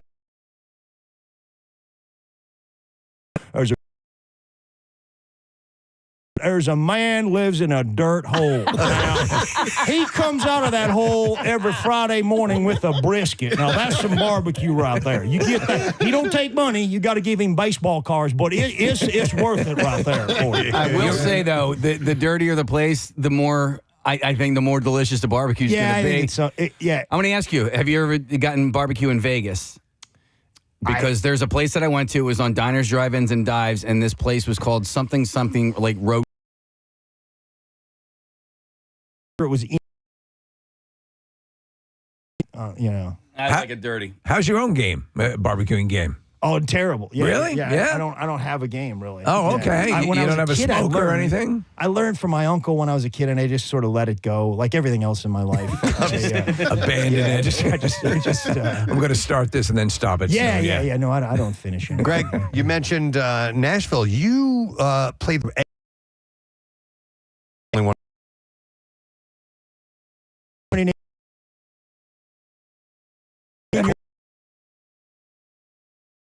He had he was great in the colleges, junior Sam. Oh yeah. So what was that like? I mean, it's legendary, obviously. Yeah, it was pretty cool. Yeah, you know, it was different because it's all musicians, and then I'm just in the middle, so I wasn't around comics, you know. And everybody stands on stage, right? That still happens. What do you mean? At the Great.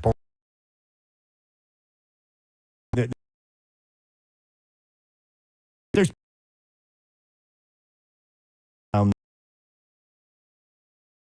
about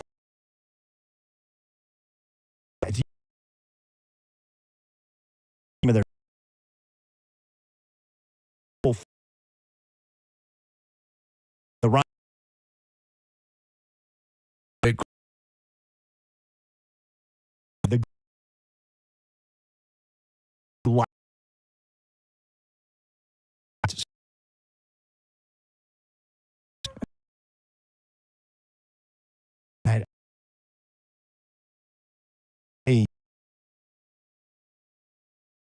I assume I'm supposed to stand in that circle. He's like, yeah, you might want to do that. You don't know the tradition. Yeah. I played the opera school. Have you ever played the Apollo?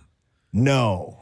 So the Opry, Grand Ole Opry has the tradition of being very familial and welcoming. The Apollo is a. I'm not so sure it's the same. Yeah. You're going into the octagon. I did. Yeah. I was on BET back in the early 2000s, so it's a different sort of vibe. But when you got the audience, a couple of my it's the best. In the world. The best in the world. Yeah. Black audiences, if you get them, it's it's the greatest feeling in the world. If you don't, I'm going to give you some advice if there's anybody out there doing comedy and you're starting. If you're in front of a black audience and you hear somebody boo you, what you don't want to say is, did somebody just boo me? Because they will double boo. That happened to me. Oh, sorry, you did hear that? I go, somebody just boo me? Yes, we did. Boo! I was just looking for clarification. Yeah. Absolutely. Yeah. What did I want to? Oh, yeah. We were talking earlier, and I just seen a bit of yours on Dairy Queen, and Preston brought up the fact that Dairy Queen. I heard that on the way. Was the creator of the first milkshake. Now, does Dairy Queen appears to loom large in your legend, correct? Well, I mean, here's the thing. There's they kind of stole from a St. Louis place that Preston and I... Ted Drew's? Ted Drew's. Okay. What is this? Invented what they called the concrete. Correct. Which is basically the first blizzard. And literally Dairy Queen, some like regional manager went into Ted Drew's and was like, oh, look what these guys are doing. No kidding. Yeah, and basically took the... You know, that being said, I'll eat a blizzard, but you're not proud. Yeah, I'm not proud. I don't have principles, but I don't think it's right what they did. Yeah, you frown when you eat it. That's where I don't know. When I was in high school, that's kind of where I would go and to Ted Drew's in the summers. It's like a legendary place. You guys are trading off places because you're both from the same general area. Yeah, and so and I think Panera started there as well, did it? It was the St. Louis Bread Company. Yeah. Is there that sense of pride, or it doesn't? I think it's you mean in St. Louis Bread Company? Or just in general? In general, yeah. I think it's also because I don't know. I've been thinking about this lately. I think high school is sort of the greatest time. I know I had a great high school experience. And I think it was like high school sports for me was the coolest thing I ever did, even though I played sports in college. But like high school sports, but they're changing. They're very different. We're from the Midwest. The state of Illinois has high school fishing.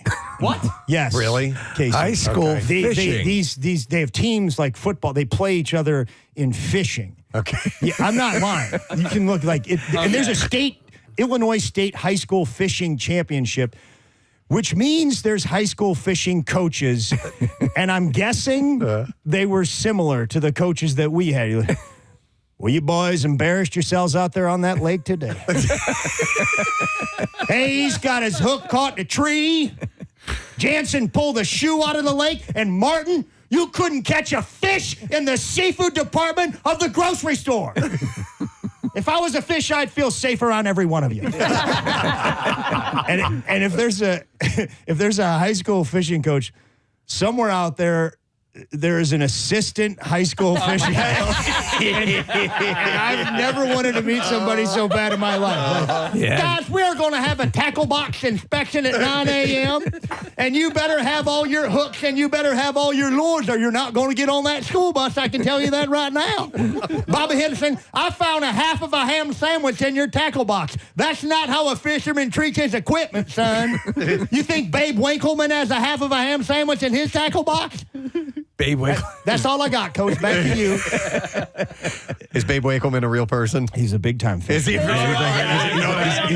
He's like him and Bill Dance are like I know Bill Dance. The guys. Yeah. Maybe I need to change that to Bill Dance. Yeah. Well, if you know Winkleman, so not much of a barbecue game. Are you a fisherman? No, I don't do that either. It started. Yeah. Another My failed dad- hobby. And back in Missouri, my dad was a big fisherman. There's Really? lots of lakes in Missouri. Lots of lakes and rivers. Streams and stuff like that. And yeah, so, but it never took with me either. No. I'd go with him.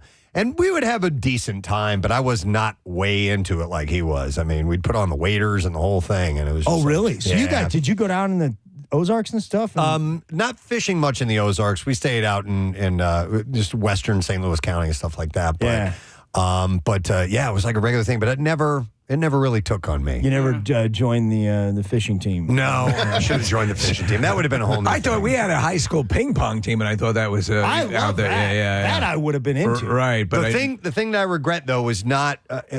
We had a golf team, and I thought, oh my god, how nerdy is that? You know, and I look back and I'm like, God, it was I should have joined the golf team, man. I remember, I wrestled at Missouri in college, and I remember literally going to wrestling practice, being suicidal. Like just being like, this is the worst. And then seeing the guys going to golf practice and they were just like skipping and happy. And I was like, if I ever have a kid, he's going to golf. I didn't do that either. Like the barbecue. You stopped that. Yeah. Enough of that. But you were an All-American wrestler, right? At Columbia. Yeah. In Mizzou. A while ago. Yeah. Wow. Yeah. Did you, did you have to go through all that drastic weight cutting and all that stuff? Brutal. Yeah. What was your secret? Was it like, was it Vision Quest? Man, it was just, there wasn't many really secrets in college at that level, because it was like just dehydrated. Like basically, you could do whatever you want. There's rules now, but like. Oh, really? You Yeah. would we'd seal off the showers. We'd put the hot showers on. We'd seal them off. We'd put a bike in there, and you'd put on like those plastic sauna suits. And I could drop. Then at the Nationals, my junior year, I dropped 9.5 pounds in 2 hours. That's just all water. Stupid. Wow. I mean, listen, Division I wrestling is no joke. I mean, that is your entire life. Yeah, and a bunch of them are from right around here, like sort of PA, Jersey is where, the best high school wrestling is. Yeah. So right across the river in Paulsboro. I mean, they're a dynamo every single year. An incredible record. Mm-hmm. Yeah. Yeah. I mean, it didn't start particularly well. I mean, I did okay. And college wrestling is like, my first match was against the University of Northern Iowa. Right. And this guy was really good. And like, I got tired, so fast. And they're all yelling at me. I'm like, guys, I agree. This is bad. But we're not going to fix it tonight. Like my coach yelled, get up. I was like, I don't know if you saw. I tried to do that 7 seconds ago. And this guy didn't want me to. Like, he threw me back down, coach. That's why I'm down here. Get up. Yeah. I'm like, I can't get up. They do yell that. They do, get up. I tried that. Yeah. It didn't work. I'm back down here. Oh my God. I remember, like, we watched video. Like, we would watch tape, just me, and it's a VCR, like a top load VCR, just me and Coach in this little room in Columbia, you know, and you don't watch the good matches. Like, you know, and he's like, look at you, Warren, just laying on the mat like a manatee. You're like, I'd put it on pause, but I don't need to because you're not moving. we watched this. He had this rule. So sometimes in wrestling, you're on your feet, you know, and if you're on your feet and you're wrestling a guy and you're near the out of bounds, you should never get taken down. Yeah. Never, because you can just step out of bounds and start over. I got taken down right on the edge of the match, and we watched it several times. And look at you just hanging around without a care in the world. Why didn't you get a cup of coffee and smoke a cigarette? You're obviously on your break, Warren. Show it again. I mean, come on. I'd say you went down like a sack of potatoes, but a sack of potatoes would have had the sense to get out of bounds. Show it again. I mean, you might as well have just sent him an invitation to take you down. Dear Northern Iowa, you are cordially invited to shoot a double leg as I have no ability to defend myself. Show it again. Show it again. Yeah. Well, you're obviously, so you excelled at that. You were West Point, were you not? Cadet? Yeah. For one, I quit. I went for 1 year. I didn't go for the first year. Physically speaking, you've had a life that is you've operated at a higher level, right? I mean, we're going back a long way. But still, you've set foundationally things in motion that could be revisited eventually. I guess. I mean, I can access some of it. Right. But, I wrestled at West Point. As a matter of fact, you wrestled at West Point as well. Yeah. Oh. And I was listening on the way, like the commercial for the guy running for governor. Yeah. He was my teammate at West Point. No kidding. He was the captain of the team. Wow. Yeah. Okay. Yeah, Dave McCormick. Yeah. He was the captain he was a senior when I was a freshman. Yeah. Wow. Yeah. That is wild. But I didn't stay. He stayed. He went into the army. He went ahead. I was what they call in the army a quitter. Well, you have the option of AWOL. Yeah. Did you ever end up coaching for kids or anything like that? Sometimes that's a natural path, right? Yeah. In fact, I almost went into it. Like I remember I took a grad assistant job at Miami of Ohio. Okay. And then Procter and Gamble called me like the next week and offered me a job, selling peanut butter. So you ended up not doing the but I did. coaching at all? I helped Okay. out with high schools and stuff like that. My dad was a high school coach. Okay. Was there any military application of the peanut butter? Other than, you know what, it's interesting you say that because they would give us those MREs. Right. Meals ready to eat. And I just didn't eat them except for the peanut butter and the crackers. The other stuff I was like, no, like SOS and all that stuff. Like I just didn't eat it. You know, it's funny. I was thinking of you. We were at Campbell's, which is they're a great part of the Camp Out for Hunger, and they're just wonderful. They're right over there in Campbell. I did that with you guys 1 year, man. Yep. And I kept asking the guys. I guess I'd seen a movie or something about corporate espionage and about all that stuff, and I was thinking about you because you were Procter & Gamble for a number of years. Yeah. And was that something that you in any big company like that has to be something that is of a concern, right? I mean, and were you? Yeah. Did you have to be research and development? Yeah. You don't want them to steal what you're working on, you know. Man, Did they send any honey literally pot? never have thought of this until you mentioned it. But I was a sales guy. I wasn't any. But still. But I remember one time I was, Cincinnati was the headquarters. And I was like, I'm an idiot. Like, they gave us laptops. And that was a big deal back then. I was like, they were real heavy. It was like, they issued laptops. And I think I just left my laptop in the airport, like just sitting there, and went to the bathroom. And I came back. And there's a guy that was like from P&G Corporate Security. What? And he was like, hey, what are you doing? And I was like, I just had to go to the bathroom. He's like, you have your corporate, I know I'm from Procter & Gamble. You have your laptop open with stuff there. And I'm like, God, I'm going to be fired on Monday. And I guess he didn't report me. Wow. He took pity on me. Oh, they're all, we get videos to watch and all that stuff about, now, because it's, I guess you're made more aware of that. But I mean, you told us you were doing pretty well for them, right? I was an account executive, Steve. I mean, I think I told you guys my peanut butter numbers a couple years were as good as it gets. Like you laugh it up. I sold 99-cent Jif in Columbus, Ohio. People still talk about it. It was a very big deal. Hey, Greg, a listener texted in talking about peanut butter. Said that you and Nate Bargatze are great friends and that you have a peanut butter bond. Is that true? He directed your special. Yeah, Nate directed my last special, which is primarily about peanut butter, and he's I'm shooting another one in a couple months, and he's gonna produce it again. He's one of those guys that's fascinating to me, just because he is like you, just sort of an everyman, and he's hosting SNL again. And he's just his star has risen. It's really impressive to see what he's done. Yeah, he's just like me. There's a few more zeros. Yeah. No, he's as cool of a guy. Like as you would think. He's an extremely nice guy and very, very generous. How long have you guys been friends? I knew him. We did a thing for country music television 20 years ago, and he was just a kid, and he was like probably 20 years old or something, and I was like, who's this guy? And he was funny then too. Yeah, the guys. I mean, and obviously, you're friends also with Mike Birbiglia, who is man. Yeah. We had a long relationship with Mike, but we haven't never heard from him in a while. In a long time. Yeah. I think we've been ghosted. I know he loves you guys. Yeah. We've talked about it several times. Yeah. Oh, cool. Yeah. I was telling Greg, by the way, if you're just tuning in, it's Greg Warren who's here, and he's going to be at Soul Joel's in Pottstown tonight at 8 o'clock. But I was telling him I saw a clip of him and Birbiglia together, and they were talking about peanut butter, and I guess Mike likes the organic kind. Oh, he lives in Brooklyn. He's a hippie. He said, it's garbage, man. Yeah. You have to stir it up, right? All right. And Greg, he said, it just cracked me up when you said it. Birbiglia goes, I don't mind doing that. And Greg goes, so we're supposed to make the peanut butter now. Yeah. Is that what we're doing? Yeah. We're making the peanut butter? Well, I'm the eater. You're supposed to be the maker. Why don't you just hand me a bag of peanuts and a hammer next time? I'll smash them up myself. I mean, you would know, right? You're the peanut butter guy. Yeah, I mean, right?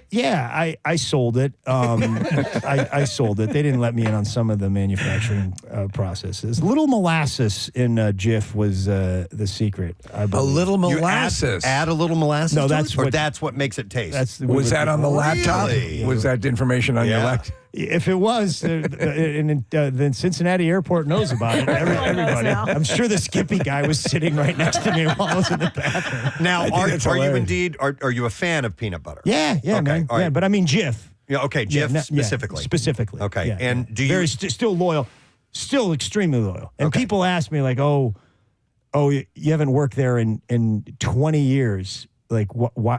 I mean, you ever heard a guy from the Marines, like once a Marine? Yeah. You know, Sure, always a Marine. Yeah, that guy fought the Germans for 4 years or something. I fought Peter Pan for 10. like it's it doesn't just leave you. You know?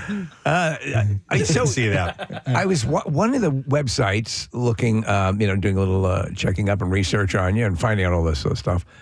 You do corporate gigs as well, right? Yeah. Now, when I was doing stand-up for the small amount of time I was doing it, the corporate gigs were primo. Oh, yeah. I mean, because they had lots of money to spend. Yeah. And you were usually the only guy on the bill, right? Yeah, it's really. Is it still? Is there? I wanted to ask you: is there a set of comedians that really kind of just stay in that realm that just do corporate stuff? I think there are some of those comics, but I think now, like the where you can make the most money, I think, or where you can is somebody that obviously, like if you're Nate, or Biggs, it's like they're big fans, and right, so those are the ones to get where they like you. But I think it's better to sort of like I think you learn that if you're just doing corporate gigs, you're not going to hone your act. Right. In the clubs, you can't risk and try out material when you're there at the stockholders thing. Yeah, or you could eat it, and I have. At corporate gigs? Preston, the one that I ate it the hardest at was in front of the St. Louis Cardinals, and Tony La Russa called me, the manager, to do the gig, and I literally, and I'm a lifelong Cardinal fan. Yeah, like a lifelong. Like I know everything that happened. I can't even believe I'm sitting in here after The last time we were in the playoffs, you guys put us out.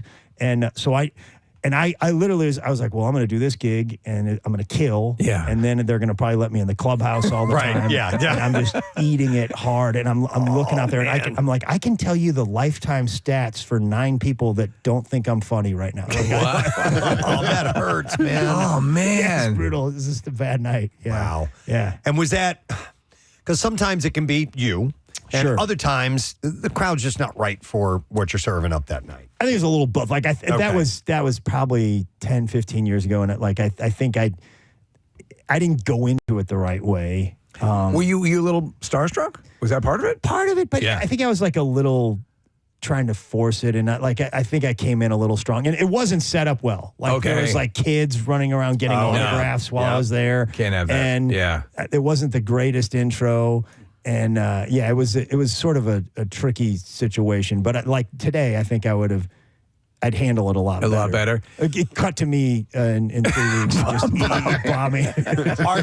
Because Steve has always mentioned that there are comedy clubs that have great layouts. They're lit properly. The width and angles of the room count. But when you go do corporate events, sometimes you're just like in a conference room, right? Yes. Yeah. That's got to be hard to pull off. Yeah. I think I was. I mean, it's and I've learned just hang in the pocket, and the sort of the inner monologue is like, hey man.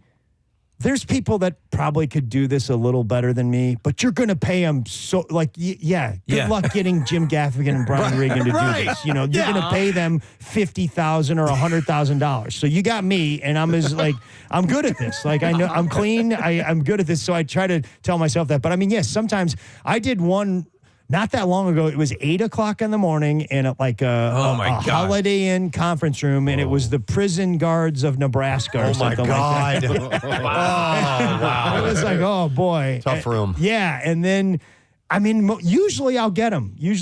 I did one up in Maine that didn't. Yeah, I didn't. I should just say I didn't. Yeah. And that's the one that was the one that bothers me the most because I was like, it wasn't set up that horrible. Like I don't know what happened. What was the company? It was like the Maine Trucking Association or something. I once did. It was on Long Island. I did the company. I guess it was maybe that was the home office where they were kind of the umbrella company that manufactured Drakkar and wow. All these different colognes and stuff. And they literally had, it was a holiday party, and they had baskets of cologne and perfume. No way. Yeah, it was insane. And they had asked me to roast a couple of people, and they gave me some information. Oddly enough, it worked out well. Oh, good. Yeah, because also they were drunk. It was the holidays. That helped. Yeah. Greg, if you're in front of a crowd like the Maine truckers, do you ever find yourself going, well, these are the people that I usually make fun of that are here right now? Yeah. And you've got enough material where you can pick and choose, I'm sure. But you probably aren't making fun of the fishing team when you're talking to the Maine truckers. You know what I mean? Well, maybe that was my mistake. Now that you mention it, I might have opened with that fishing joke. Actually, yeah. See, man, you're good at this. Thanks for the advice. A year later, we'll stay in touch. Thanks, we'll help you out along the way. Yeah. Well, listen, Greg is going to be at Soul Joel's tonight. It's an 8:00 show in Pottstown. If you haven't been to Soul Joel's, which I've not yet, and I need to get over there, you said it's a really interesting room, and it's got a lot of history to it as well. Yeah, it's like a complex that I think back in the day that like all the big band era. You said like Glenn Miller? Stan Kenton. Wow. Like, Benny Goodman. Okay. Like there's posters and stuff for them. So that's like a big room. And then they have a comedy room. And the comedians that we've had come through that have played it, that we promoted the show, say they have a great time. The bones of the room are perfect. Yeah, awesome. Yeah. Nice. All right, well, get your tickets now. Oh. At Soul Joel's. Going to see Greg Warren. Tonight, make sure you get your tickets, souljoels.com. Dude, it's good to see you. Great to see you guys. Thanks for stopping by. Awesome. We appreciate it. All right, we're going to take a break. I see members of the Savannah Bananas and the Party Animals and the firefighters who they're playing tomorrow a game in town, and we're going to get them in here. And they're at the big joint. So we'll be back in just a moment with those guys. Stay with us. Oh, and something very special that we'll play in a moment. All right. And here's the deal, man. What's your name again? Chino. Chino. Yeah. So Chino, I never remember anybody's name. Right. So when I took my blindfold off and I saw you, I felt horrible because I didn't remember who you were. Hey, Happy birthday, Preston! by the way, I want to point something out. Kat, I was giggling at the beginning of sports, and Kathy looks at me. She's like, "What's going on over there?" Ever since we got back from vacation, we do our sports intro is live. All those sound effects, it's not pre-recorded. It's Steve hitting buttons. We're Casey's artists. hitting buttons. Casey has forgotten the order of the sound effects that he normally plays, and he's off his game. That's why I heard a doorbell in there, and I'm like, all right. We never heard the Yesterday doorbell. there was something else. Do you want to too try it that played. again? We Like, have it's like to wind or like a hurricane yesterday, or because they've got hundreds of sound effects. All right, I won't scream. I'm going to configure to what I always have it set. Do you want to do it without the? I'll bring the music way down. I kind of need the music, right? All right, so go ahead. Well, hang on. And for those of you who hate the sports intro, Here it you're going to get it again. it is. But hang on. But I'll bring down the volume Before a you little hit bit. anything, By the way, I got to figure this out. The sports intro was born in purposeful excess. Just being ridiculous. Yeah. Of course. Yeah. You guys remember why it started, right? It's because we were so excited when the Eagles finally made it to the Super Bowl. This was at Y100 that Kathy was doing news, and we couldn't wait for her to get to sports. Nope. Okay. Don't remember that at all. Yeah, and so the anticipation was it was exploded in sound effects. Okay. All right, hang on. Let me know when you're ready. I just don't know. The problem is I don't know what my second. Like I know. Don't think about it. Just do it. Get in the zone. Auto zone. Nick and I were actually just talking the other day about how occasionally we'll call into the conference call and completely entering the same code to get into our conference call I for forget it. however many years now, and like occasionally we'll be like, "What you have?" It just your mind just goes blank, and you're like, "What is that?" Every once in a while, you sort of retrain yourself to forget it, and then you have to. That's why obviously jotting things down now and then is a good idea. But you think you have a case? Maybe. Do you know what you usually lead with? I know what I lead with. So let's start. In the last couple of days, I was hitting the wrong button. I was hitting 14 instead of 23. All right, you good to go? So I know I got 23 starts it all, bro. Kathy, give us the kickoff. Okay, and in sports this morning. He has to scream, too. I'll bring the music way down. Ball sacks are yummy. Ball sacks are yummy.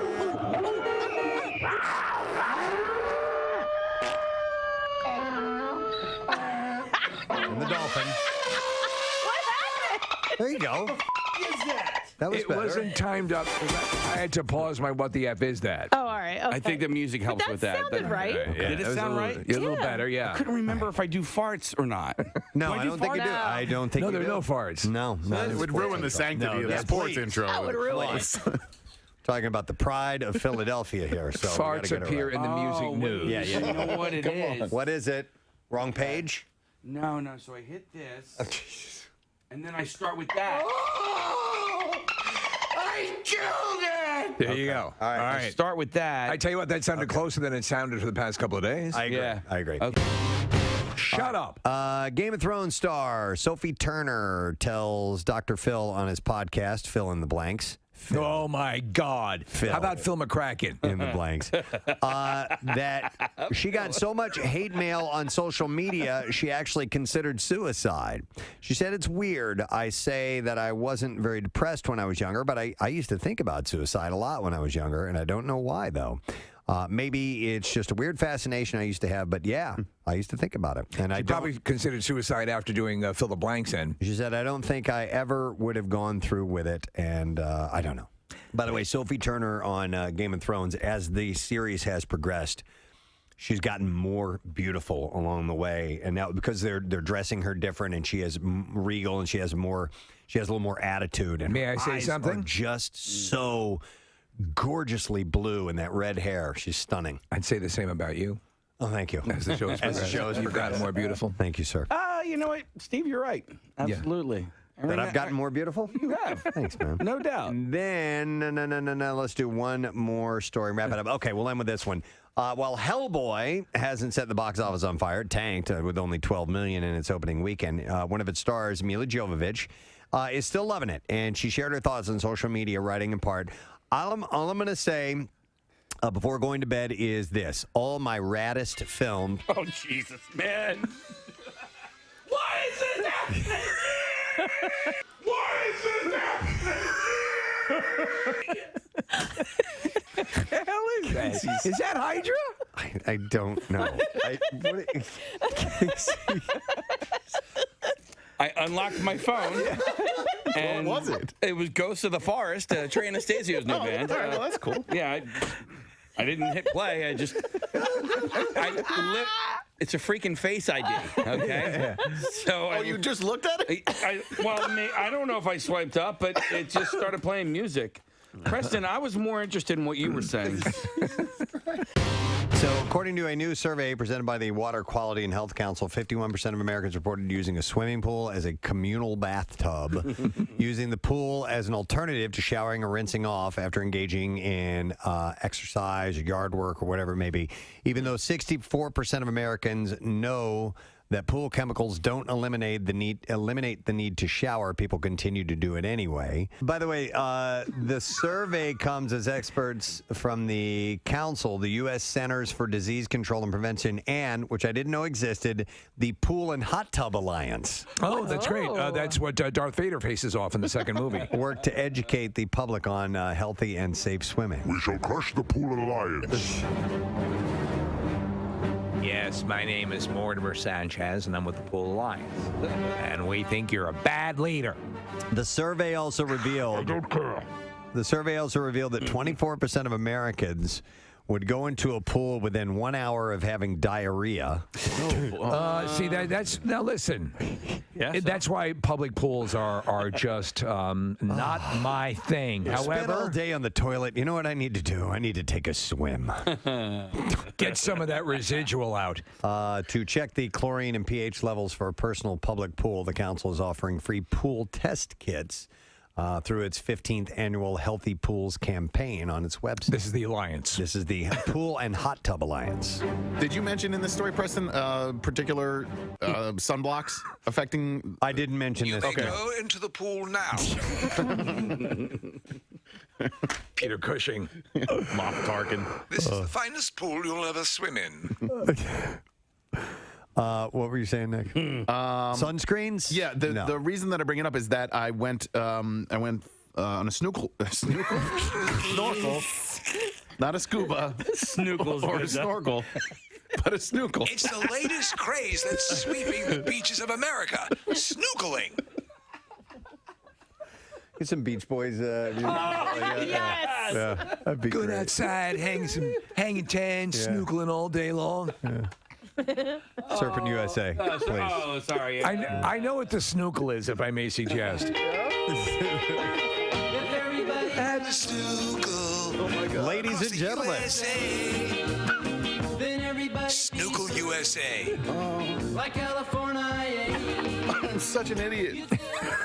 All right, anyhow. Snorkeling. Oh, yeah. I went snorkeling, and you weren't allowed to wear. Feel of a snookle at dawn. You weren't allowed to wear the sunblock that you brought. You had to use the sunblock that they provided for you, and it's because the sunblock that most people wear is pretty damaging to the reef. And I was wondering if it would be damaging at all to like a pool filter or to the saltwater. These are all good treatment or questions. whatever, Because some of the chemicals are pretty arch and can have that effect. Yeah, and I've been snorkeling many times in my life, but this is the first time ever on a snorkel trip where I had to do this, and you weren't allowed to wear what you had, what you brought. They provided. They provided it for Do you you, remember yeah. what it was? What type it was? I don't. It was like an industrial vat of It was stuff. called Reef Killer. Yeah.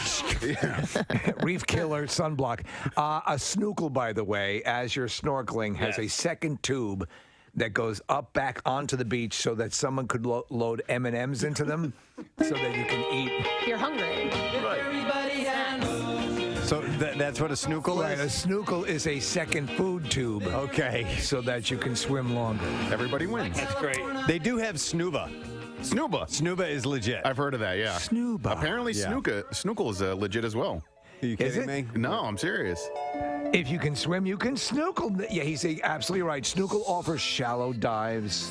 Approximately 10 to 40 feet without cumbersome tanks and no diving certification necessary. That looks like snuba. It does.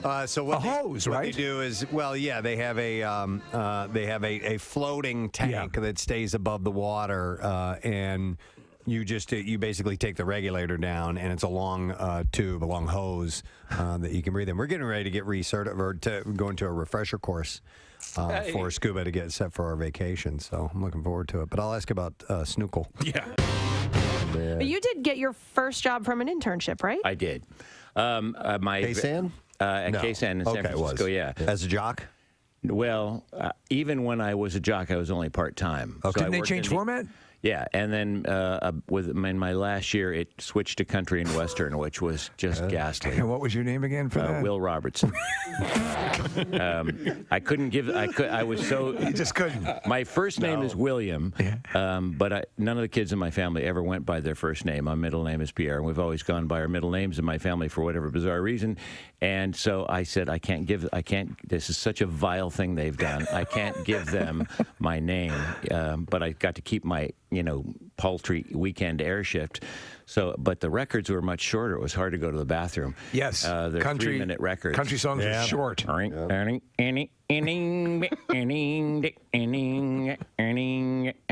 And divorces and cheating and trains and drinking and prison. Trains and divorces.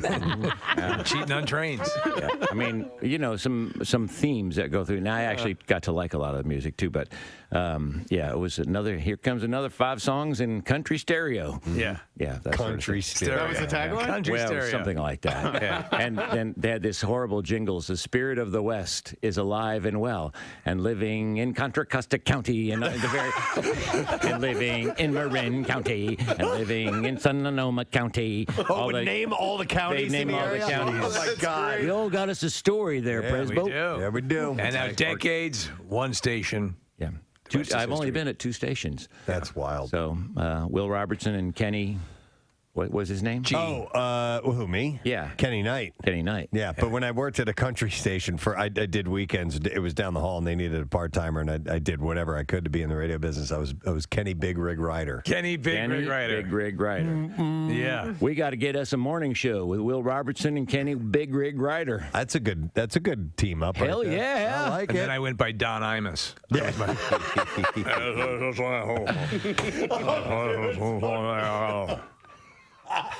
Fridays like this, so I begin the weekend long. He knows that kills me when he does that. Oh my God! Absolutely. Is he still even on?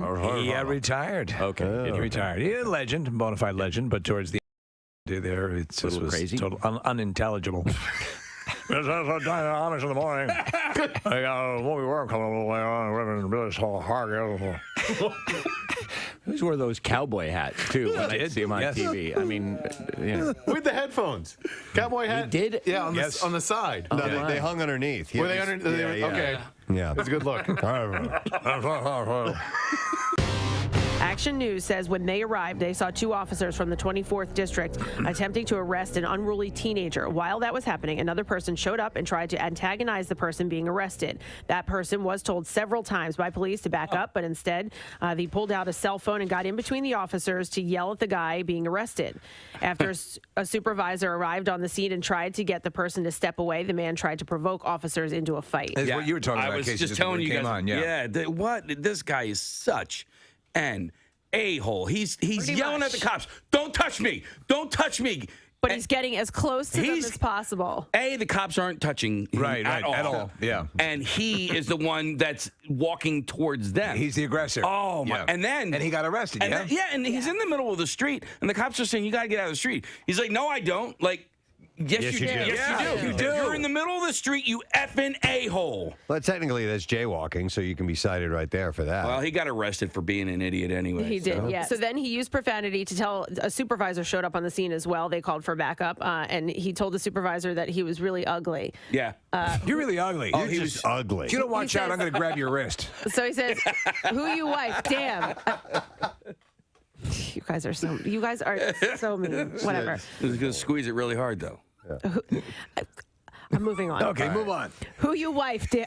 I need to focus on All this right, focus. because I don't She's know a if this, newswoman. I don't know if this is English. And we're distracting her. sorry. All right. Who you wife? Damn, I forgot he ain't got one. Damn. Back on 93.3 WMMR. All right, thank you very much, Kathy. Hold on a second. I want to talk to somebody named Dave. Dave, are you there? Preston, how's it going, dude? Good, buddy. I think you're doing better than I am because you, sir, are the 10th caller, and you win! Dude, we got tickets for you to go to both of the Metallica shows in May. Thank you guys so much. I cannot believe it. Yeah, these are going to be a hot ticket to have, and you, sir, yes. will be there on May 23rd and May 25th. And not only that, but on the 23rd, Limp Bizkit and Ice Nine Kills are going to be playing with them. And then on Sunday, Pantera and Suicidal Tendencies. Come on. I know. It's going to be an amazing. It's unbelievable. All right. Nice. Unbelievable. Excellent. Unbelievable. All right. Enjoy, Dave. Congratulations, bud. Thanks. See you guys tomorrow. All right. Thanks, man. Oh, nice. And he's going to be at the MMR? Yeah. Okay. So this is just stop number one over the next 10 days. We do this 3 times a day. For the next 10 days, it's 10 days of Metallica. So make sure that you are paying attention. If you want a little cheat sheet of when these are going to be playing, when the songs are going to be playing, you can go to WMMR.com and you can get that information and have a heads up on everything. All right, there is a baseball game tomorrow night at Citizens Bank Park. It's been sold out for months, and it's not the Phillies. It is not. We have 3 baseball players in our studio right now, and one of them smells divine. I don't know if you picked up on that scent. We will find out in a moment. But we have members of the Savannah Bananas, the Party Animals, and the Firefighters teams. Please welcome Connor Higgins, Ty Jackson, and Matt Malatesta. Morning, guys. Good morning. Good morning to see you. Good morning, it. Nice. All right, so Connor is It's from the one and the one that smells good. is from the Lehigh Valley, and you're the one that smells good? Yeah, that's Bad Boy Cologne by Carolina Herrera.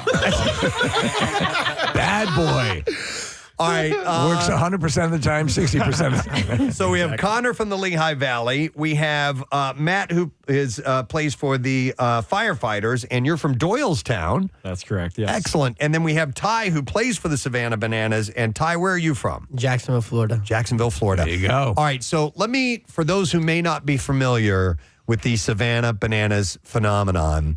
Because they live under a rock, apparently. Well, it may not, everybody may not know, but it is an independent baseball league that has decided to put a whole ton of fun into the game of baseball. And Kathy, how long have we been following them on social media? So it's been I a couple found of them years now, maybe? Years ago when Twitter was like the go-to social media platform. And I was like, what is this? Who is this? And I tried to get tickets down in Savannah. And I was like, oh, I can't get tickets. And I guess maybe you weren't traveling as much yet. And then I saw that you were coming to the Trenton Thunder Stadium. This was years ago. And I was like, oh, I'm going to get tickets. I'm going to take my son. Then I was like, why can't I get tickets? I don't understand. Right. And we have like some connections through the industry. So I was like, hey, I want to go to the game. They were like, yeah, good luck. And I was like, I don't know what's happening here. So if you're not familiar, they put on a show at these games. There are dance routines. There are comedy skits. And there's a baseball game going on. There are weird little rules, all kinds of stuff. Oh, great rules. Like if somebody in the stands catches the ball, it's an out. It's an out. Amazing. But did it come from a minor league team that was dissolved? Is that how it came about? Ty, take it away. Yeah, so in 2016, the owner, Jesse Cole, bought the stadium, and they previously were the Sand Gnats before that. And I think he just had this big idea of what he can become and what he can make, and he just became over. This was just 2016, right? I mean, they were a college summer ball team. And then did pretty well. And then just the social media took off, and then he's like, I need something bigger than college summer ball, and that's when it became professional around 2021. So, Connor, if I'm correct here, there's a thing. Was there the existence of what they call banana ball prior to that? He just kind of started messing around. It started out at Lander University. They tried a fall ball game, and then it started adding rules, 1 rule, 2 rule, 3 rule. It went up to 11 rules now. 2-hour time limit. Fan catches a foul ball, is out.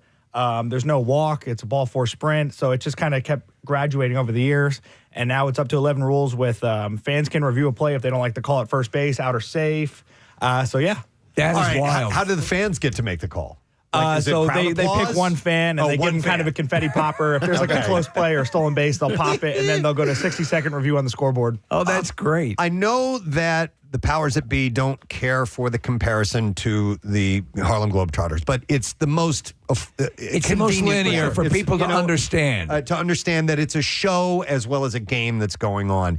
But what I was curious about is, do you, when you're auditioning for these teams, do you need to, you have to be able to dance. I mean, you've got to know how to dance, right? Mm-hmm. I mean, I got 2 left feet, and I never thought I did 6 years of minor league baseball, and I got here, and now I'm twerking on the mound at Fenway Park, and I just never thought I'd be in that situation. So yeah, you gotta kind of get in the culture of everybody gets to dance, so it's really cool. That's great. Connor, I have about a million questions, but I'll start with tickets because Kathy said tickets are really hard to get, but yesterday there were tickets that were made available. So are there any tickets available for the game tomorrow?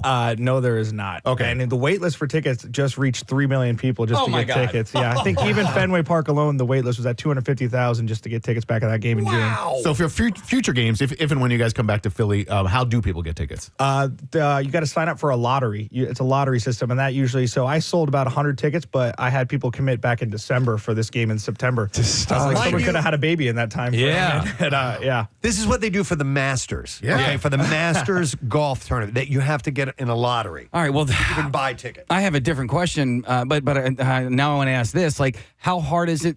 Like, people aren't leaving these teams. Do you know what I mean? Like, so roster spots, how often does a roster spot open up? I guess maybe injury is the most likely candidate for a roster spot opening?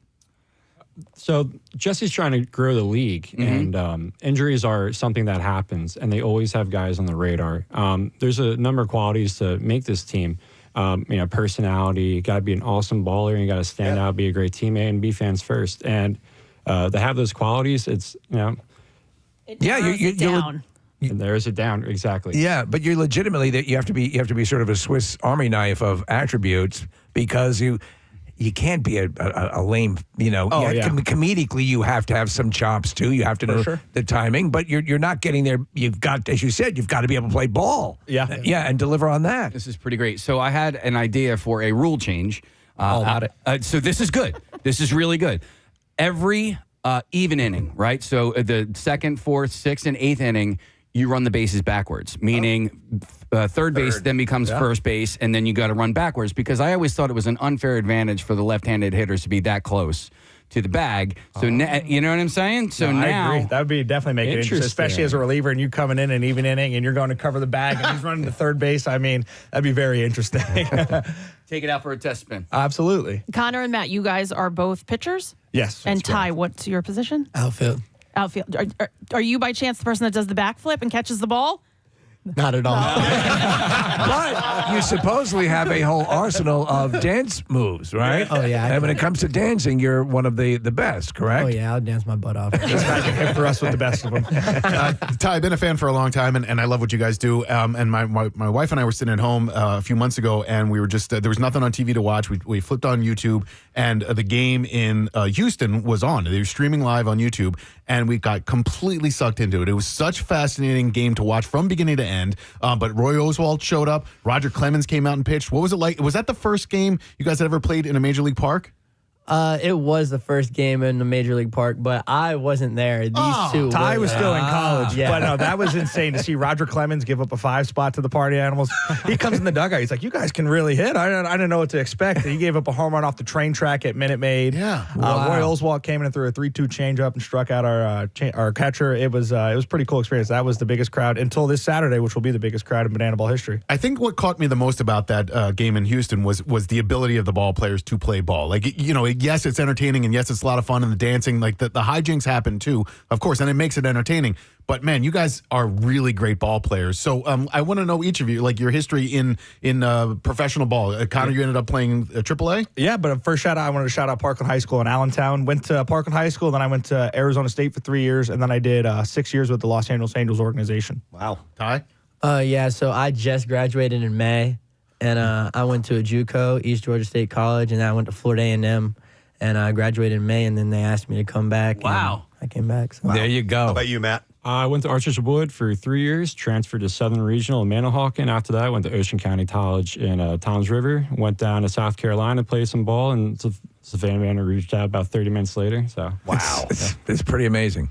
So our friend Shane Victorino, we saw did some stuff with you guys as well. Is there anybody or anything special for tonight? They haven't told us yet. I mean, so we'll be there for rehearsal around 1 o'clock today. But yeah, there's going to be some special guests, I think, but they haven't told us who's coming yet. Wait, did you hear that? They're going to be there for rehearsal, not practice. Rehearsal. And you know what? I love that. That's my question. So I know that you guys are actually playing baseball. Is it an actual game, or do you know who the winner is going to be? Oh, it's an actual game. Yeah, no, it's hard to script baseball. Unlike the Globetrotters, though, like a lot of people refer us to, the Generals win some games. Like last year, the Party Animals actually won the 2023 tour. So it's really hard to script baseball. The only thing that's really scripted is there's going to be a dance pitch in the third inning and a dance pitch in the sixth inning, but that's about it. I have to wonder, you talk about a complete sellout for you guys. I mean, and it's the biggest for you. And you do have all these actual, these ball players like Shane who are coming out and they're participating. But do you ever get a little bit of attitude from from players in different leagues because you guys are coming in and you're kind of a razzle dazzle thing and you're selling out their stadiums? I mean, there is a little buyback, but I had a bunch of buddies come out to our games in Arizona in February before MLB spring training started, and there's kind of a little skepticism. But after the game, they're still texting me when they're in their hotel rooms on the road. Dude, I just watched your game at Cleveland. It was unreal. But I think once you kind of see the show, you see the legitimacy of baseball and entertaining. You'll see a 95-mile-per-hour fastball cracked in the left center gap, and the center fielder does a backflip catch, and the guy's tagging up, and he throws 200 feet to the plate, and it's pretty special. Yeah, no, I would imagine that'd be the case. Somebody just texted in and said they're watching us on YouTube. Yowza, Connor Higgins is smoking hot. I mean, I'll take an early morning compliment. One of my favorite things I've seen as of late, because there's just video after video after video of you guys doing your performances, was the pillow fight that took place. Yeah, good. Somebody got a little chin music and gestured to the dugout and got a pillow and went after the pitcher. And the next thing I know, I thought it was going to end there. And then everybody grabbed pillows, and it was a free-for-all. There are so many fun, unique things that happen at these games. I mean, even you guys have to go, oh, that's a good one, right?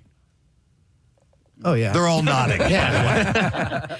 Well, I have to ask about the umpire because, I mean, I love you guys, but he is my favorite. Who is he? His name is Vincent Chapman, and he got found as like a Little League high school umpire who was just twerking, and this guy doesn't do a stretch. He does full splits. I don't know how he do it. We joke about it. Sometimes he's not looking because he's twerking to the crowd, and I'm like, was that a ball or strike? He's let's go ball. And but no, it's actually his birthday tomorrow, too, so it'll be a cool little birthday for him at Citizens Bank tomorrow. Speaking of birthdays. It's Matt's birthday! Hey, happy birthday, Matty. Matt Malatesta, did I say your name right? That's true. I guess you did. You have family coming out for the game since you're from Doylestown? I do have family coming out at the game, yes. Okay. Are you doing anything special for the birthday tonight, or is that going to be tomorrow night after the game? It might be tomorrow night. We're going to hang around tonight. They're over in Jersey, so I'm going to have to play something tomorrow. How old are you now? I'll be 28 years old. Wow. Oh, my God, me too. Shut up. I almost didn't recognize you. Was the bleach blonde hair just for the summer? Oh, yeah. So that's a beautiful thing. When I grow up the mullet, I only dye the back of it. So when the season's over, I can cut it. Okay. So I don't have to rock. That's smart. Yeah, that's smart. how you work a mullet. Yeah. So I want to ask for anybody who's going to the game, because there are thousands of people going on Saturday. I know a lot of your games, at least in some of the smaller stadiums, it's open seating. You just go in and you grab a seat. Do you guys know how it's working at Citizens Bank Park? They recently changed it to reserve seating because they tried doing open seating at Minute Maid, and it was just chaos with 41,000 people trying to find a seat. So it's reserved seating, and I think it's going to be crazy tomorrow, too, because I saw Temple has a game at 2 o'clock. Yep. So that parking lot is going to be wild tomorrow. Crazy. Well, not from Temple. Don't worry, you're good. So question, I mean, is this a career right now? I mean, it is? Okay. I'd say so. I was on the Bananas last year, and I was an off-season trade to the Party Animals, and I was kind of training a little bit in the off-season. I had a couple minor league teams hit me up, but I was like, I can make a full career of this. It's really cool making a difference and playing for a sold-out crowd everywhere you go, and it's a long year, too. We started January 15th, and then we don't end till October 20th, so it's longer than the MLB season. So it's kind of got to be a career. I only get about an 8-week off-season. Yeah. Yeah, Connor, I'm fascinated by professional baseball players in general. You know, we've done spring training a few times, and when you get to the ballpark in Clearwater and you look around, you'll see, the 28, 30 guys that are going to make the big league squad, but then there are hundreds of other guys that are just trying out for whatever level of team they can make, low A, high A, whatever. And at some point in your life, early 20s or wherever, and Ty, probably this is going through your head, but you have to decide, am I going to do this for a living? Am I going to try to make some money doing this, or do I need to stop playing a sport and focus on something else? So for all of you guys, when did you decide, you know what, actually, this could be a career, this could be a way that I can make a living, Matt?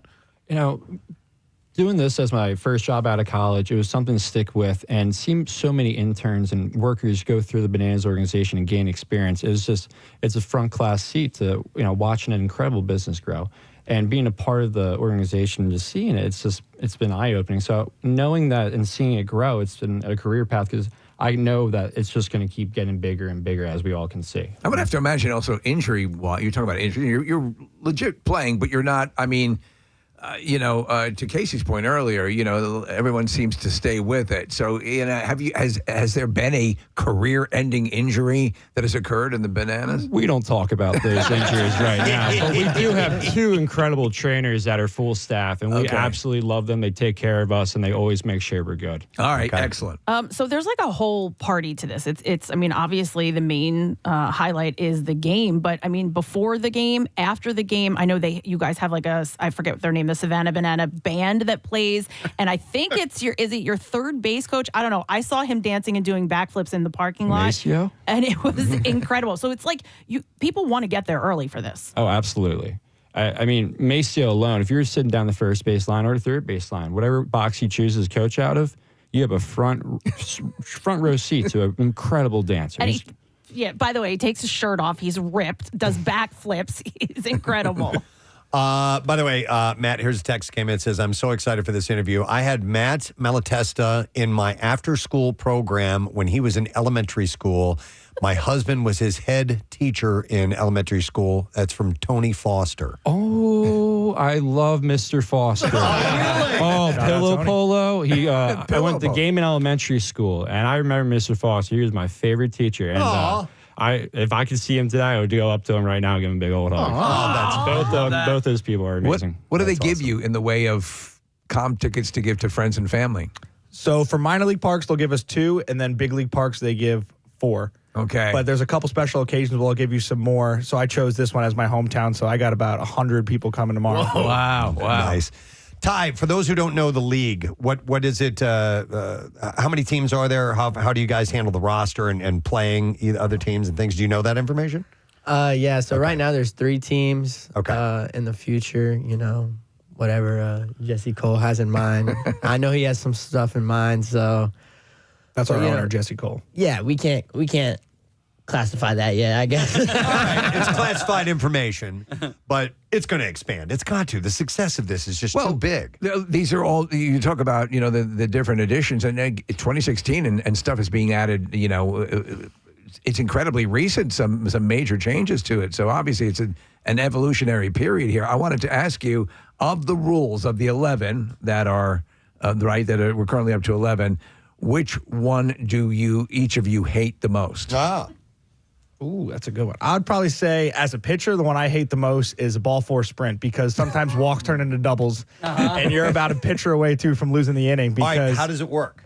So the walk? Yeah. So all 9 position players have to touch the ball. So pitcher touches the ball, catcher touches the ball, then he has to throw it to the shortstop, second baseman, third baseman first, and then left center. So it's kind of like a play at second base every single time. So it makes the walk exciting instead of just walking to first base. So we call it a ball 4 sprint. Okay. So they kind of all huddle by second base, they and make everyone's got to clump. touch the ball. Oh, okay. So everybody runs in. So if I walk a guy like Ty, he's usually getting to second base probably 95% of the time. But if I get a slow guy, sometimes you stay at first. But if you walk a guy like Ty, it's a double, and then you're really in trouble for losing the inning. Okay. What are some of the other fun rules? I'd have to say, it could be the 9th inning, bases loaded, down by 3. You hit a foul ball. Fan catches it. Game over. No chance in walk-off grand slams. Yeah. I also love the 2-hour time limit. Being in the minors, and you got some of those 4.5-hour games. The 2-hour time limit is fantastic. Yeah. All right, Matt, which one do you not like? Actually, I enjoy a lot of the rules. I think for the pace of play, it's awesome. My favorite's got to be the batter can't step out of the box. The pitcher's fully in control of the tempo of the game, and we basically dictate how fast the inning goes and on our speed. So I enjoy, the batter having to stay put and not doing his batting gloves. With the fans catching the ball rule, there must be more baseball gloves in the stadium than you've ever seen in any game. Oh, yeah. No, it's funny, too, especially when we hit a foul ball, everyone's trying to catch it. But if the Bananas are hitting, I've seen fans smack down balls so they don't get a banana out. It's pretty funny seeing the bias to who was catching a foul ball or not. So the Bananas are the faves. For sure. They're the home team right now, but all right. The Firefighters and Party Animals, we're growing, too, a little bit. All right. So some of the other aspects of the game, do they rotate or are they at every game? Like the Dad Bod Squad, the Nana Bananas, will they be at each game or do you kind of rotate them? Oh, yeah. It's like a traveling circus. I mean, we travel usually with about 150 to 175 people per weekend. It's incredible, the logistics. It's like a traveling rock star show. Yeah. But to travel with the band, the Man Nanas, the Banana Nanas, our grandma dance team. I mean, it's anything you can think of. Ticket team, merch, baseball. Yeah, it's a lot of people who travel to kind of make this thing go. How do you pick your baby banana? Apparently, there's a wait list for that. That's like years long already. So people are bit on the wait list for they don't even have a baby yet. So it's kind of crazy to get on that. What is the baby banana? So, go ahead. Before every game, they raise a baby like Simba on the mound to kind of signal the start of the game. Oh, my God. Yeah. In a banana outfit. Oh, my God. Yeah. So good. I love it. So, I mean, when you're talking literally years, there's years of wait time for that, right? Oh, for sure. Yeah, and the just banana in baby. general. Yeah. Oh, my God. So, Connor, you've played all over the country, playing minor league and now with this league. Tell me, in the minor leagues, your favorite stadium to ever play in and the biggest dump. Oof. Favorite stadium I probably played in was the Las Vegas Aces, that brand new stadium. And then I was on the taxi squad for one game at the brand new Texas Rangers Stadium. That thing's out of control. And then biggest dump, I hate to say it, but my low A team, I was in Burlington, Iowa, the Burlington Bees. It didn't make the COVID cut for minor league teams. And it was just that town was the stadium, an Applebee's, and a casino. So I learned a lot about myself as a young man, going from Arizona State to the Burlington Bees at that point in my life. How was the Applebee's? Yeah.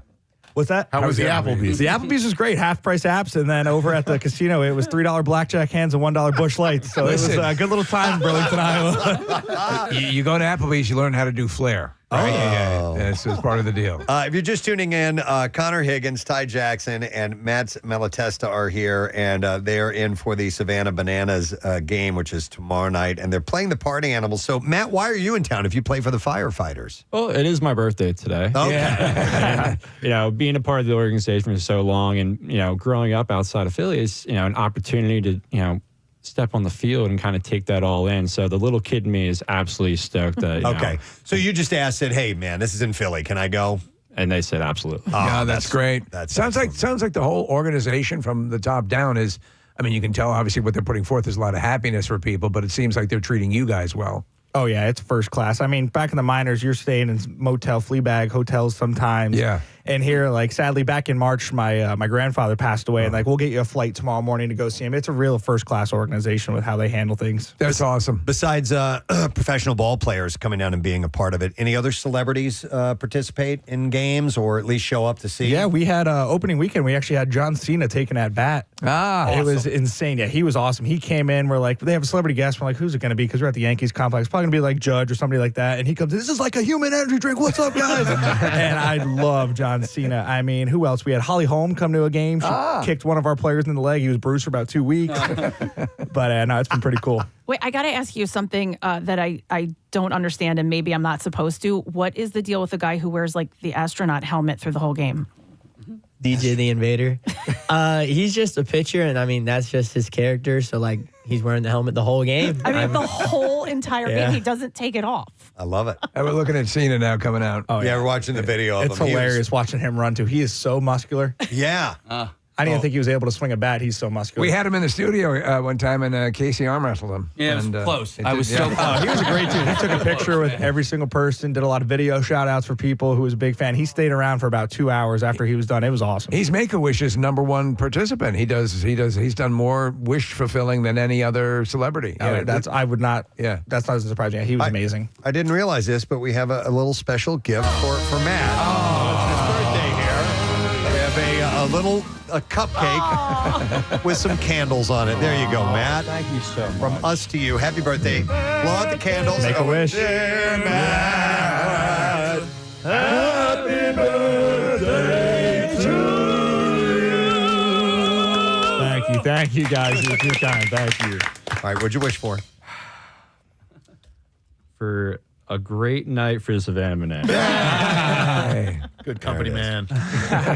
No, this is, it's really revolutionized. I mean, it's not going to change the game of baseball, but it is a form of entertainment that has not been seen until recent years. They created this. MLB adopted twerking. Yeah. I mean, could there be? Okay, so obviously basketball has had its run in this type of thing. Any other sports where you could pull this off? I don't think so. Definitely not football. Definitely not hockey. I think this lends itself to it. Yeah, this is perfect. I think judo. Judo. Okay. Start pulling some people in and throwing them out on Beat the mat. piss out of the audience. Man. No. There's what I think if you're talking about a synthesis, I think, and you talk about John Cena, and I know they demur from the Harlem Globetrotters reference, but there is a bit of the wrestling presentation to it, that makes it, and also the fan-friendly nature of what you do, I think, is a direct correlation. Absolutely. And, something different when, we're considered always being players, but we have to do something to stick out. And you brought up DJ earlier in the Invader, and a lot of these guys, when they come to the tryouts, we have tryouts all over the nation, they're encouraged to do something different to stand out. So a lot of these guys will show up in gear you never expected. Cool. They're not wearing baseball pants and stuff. So he showed up in a helmet, and they said, that's it. There we go. Oh, that's cool. He sold himself. I would imagine you guys have a choreographer that you work with for the dance parts of it. How often are you learning new routines? Every day. Yeah, so we have basically a choreographer for each team. So, I mean, normal day at the ballpark is 1 to 2, we'll say dance rehearsal, 2 to 3:30 batting practice and bullpens, and then 4:30 is VIP meet and greet, and then 5:30 the gates open. So it's a full day, and we kind of learn it just that day. Wow. So that'll be kind of today since it's a bigger game tomorrow. So we'll be learning all the stuff for tomorrow today. So it's pretty easy to miss some steps and get things wrong, right? For sure. I know. Like I said earlier, I got 2 left feet, so sometimes I'm at a hotel room the night before. I'm like, all right, I keep messing that up. I can't look like an idiot on TV. Did they give you a video to watch? Or Sometimes we'll get like a TikTok, like, hey, you got to do this dance in the 6th inning and then throw a pitch. And like, oh boy. So I'll be practicing in my mirror for about an hour the night before. I think the sort of clumsy guys trying to do, you're not the, Russian ballet. So, and I think that's part of the charm. So, Connor, do you ever do the sucker pitch? Sucker pitch. Okay, so we always called it the sucker pitch when we were playing hardball. It's where you throw the ball really high up and then it drops down. I mean, I've seen some guys try it. Like I've seen it go for a long way too, though. But no, I do not do the sucker pitch. What about the old hidden ball trick? Well, none of you guys are on the bases, so that's where you pretend like you throw the ball back to the pitcher and do the quick tag out. The party animals were very guilty of that for a while. Really? They were huge. They're middle infield. I love those guys, but man, they're very good at fake throwing the ball back, and our guys were sleeping. And I like this one. I saw this guy do it before. So he's got the glove here and he's got the ball here, right? So when he starts his windup, he puts his hands behind his back, and then he puts the ball behind, like, I guess he secures it to the back of his glove with his finger, right? Okay. So he goes like this, holds the glove up, holds his hand up, okay? And the batter sees that there's no ball in his hand, and then when he comes, and then he just takes the ball real quick. Have you ever seen this? Do you know what I'm talking about? Yeah, no, there's some crazy stuff. And there's guys who have struck out batters in about 9 seconds with quick pitches because there's no balks in banana ball. So hitters just got to be constantly ready to go. So it's catch fire, strike out. I'm like, did he just strike him out in 8.75 seconds? So there's some stuff you'll never see. Every game, there's something I've never seen in my entire life. That's pretty wild. I played in the wooden bat, men's league. This is years ago, and they needed me to pitch. That's how desperate we were. So first pitch, right down the middle. Oh, perfect. Second pitch, plunk the batter. All right. Then I walked the batter, and then I balked 3 times. Okay. And then I was like, I was like, I can't do this anymore, guys. I took myself out of the game. The game speeds up on you. It really does. It really does.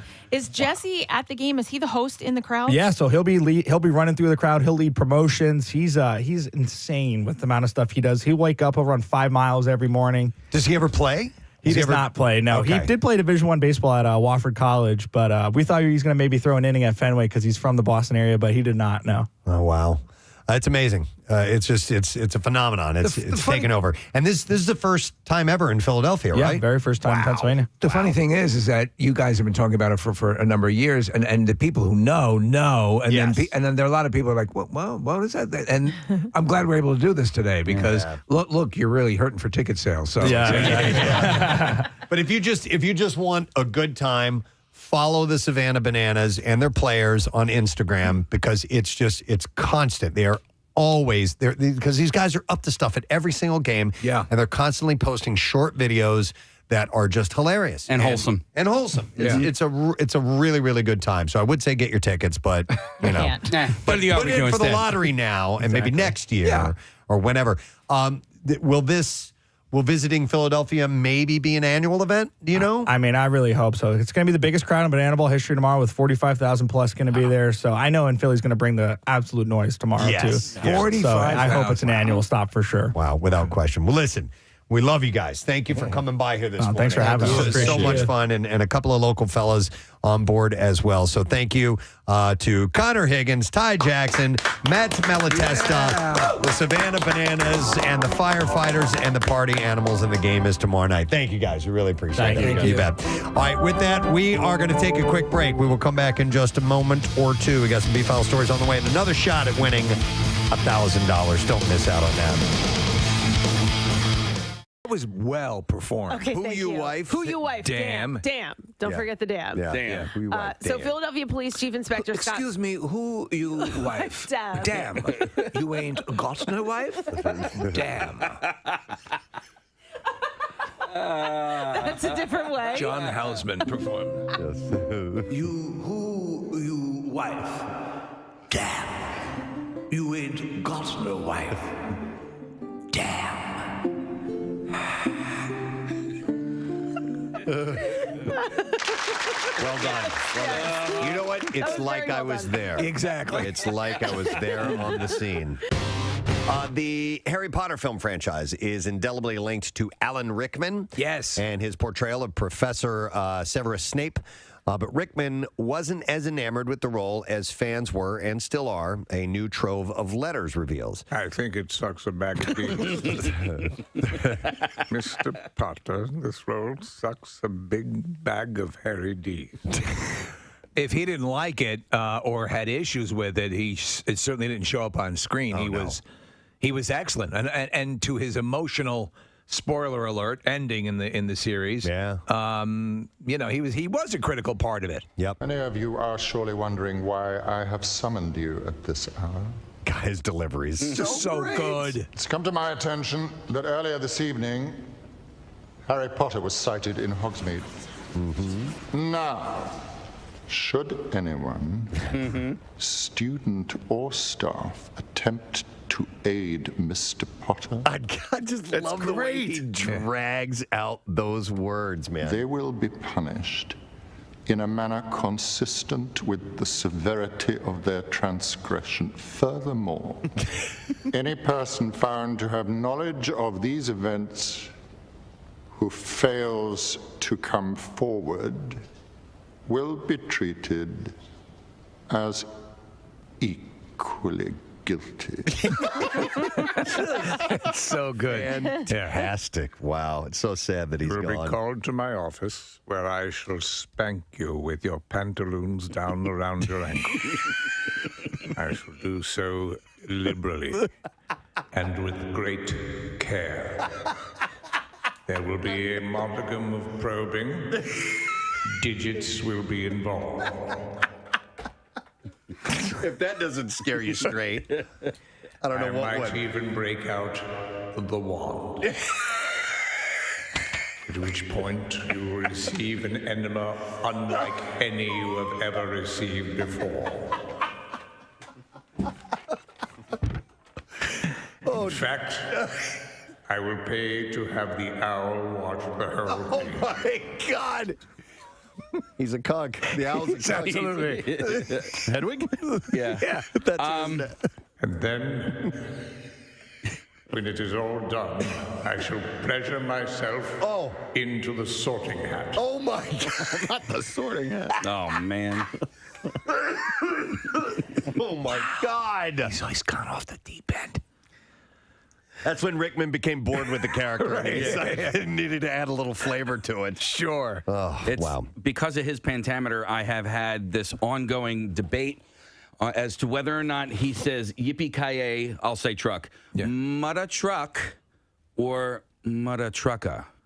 And that haunts you? Well, I mean, I've talked about this ever since the movie came out. Does he put an ER at the end of I don't think Bless he me, does. Father, for I have sinned. Yes.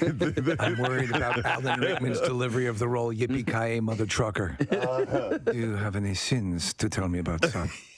No. I just thought I'd talk about I just this. wanted to seek your counsel. Yeah. I don't know. I don't think there's an ER. I think it's Me neither. question you just raised Yeah. is easily one of the most imbecilic things I've ever heard. I want you to come to my office, where I shall lock the door and spank your buttocks. zombie raccoons. That's my thing. Yes. That clumsily walk on two legs and show their teeth are staggering around suburban Chicago, and authorities are warning locals to hide their pets. A spike in raccoons testing positive for distemper in Riverside, Illinois, is to blame for the bizarre sightings of contaminated animals that the disease causes to appear zombie-like. While zombie raccoons don't eat brains, distemper is highly contagious. If you're feeding wildlife and that raccoon ate out of your bowl, or cat food for your stray cats, and your puppy goes over, the saliva can be contagious. They sent in a Negan raccoon to take care of everything. Well, oh, well, oh, well. Looks like we got ourselves a problem in Chi-Town. Leaning back high. Looks like we got some trouble. Some trouble in Chi-Town. Going deep dish on this bitch. It's got a little leather jacket he wears. Yeah. Leaning back, way far. Ooh, hey. In the home of Oprah. There we go. We had mentioned this earlier this morning, but it's definitely worth bringing up. The restaurant named Cadence, which is a BYOB on Girard Avenue, was named the best new restaurant by Food and Wine. That's a super well respected journal in the world of the culinary happenings. Yeah. And so this is a big honor. But in the order, you have Cadence is number one, in Austin, Texas, Suerte. Frenchette in New York, Conby in Los Angeles, Kumiko in Chicago. These are all one-word names. Manny's Chili Dogs. Ah, that's on there. No, Pat's Chili Dogs. Pat's Chili Dogs. Yes. Definitely the best theme. Yeah. Number one in Food and Wine magazine. Yeah, baby. That was from the band Cinderella when they were big in the area. They did We're Warren. We were in town. We want some good chili dogs. We always read through Food and Wine magazine to see who won. They did a commercial for Pat's Dogs. That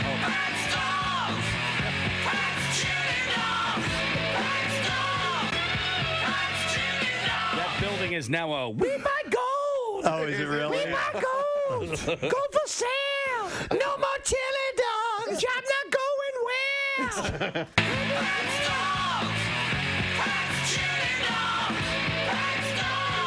Next step, selling blood. Yeah. So number 6 on this list is Ada, which is Ada Indian Canteen. Ooh, I love canteens. When you go in that, you need water. Fox and the Knife in Boston. Boston sucks. Hey, we beat Boston. Love me some good Fox. There you go. Suck at Boston. How's the Fox at this place? Indigo in Houston, Nightshade in Los Angeles, and in New Orleans, a place called Piece of Meat. There you go. You know, it's I think one of the most difficult parts of a restaurant would be a name that means something and pops to people. Yeah. You know, like Pat's Chili Dogs. Right. That's.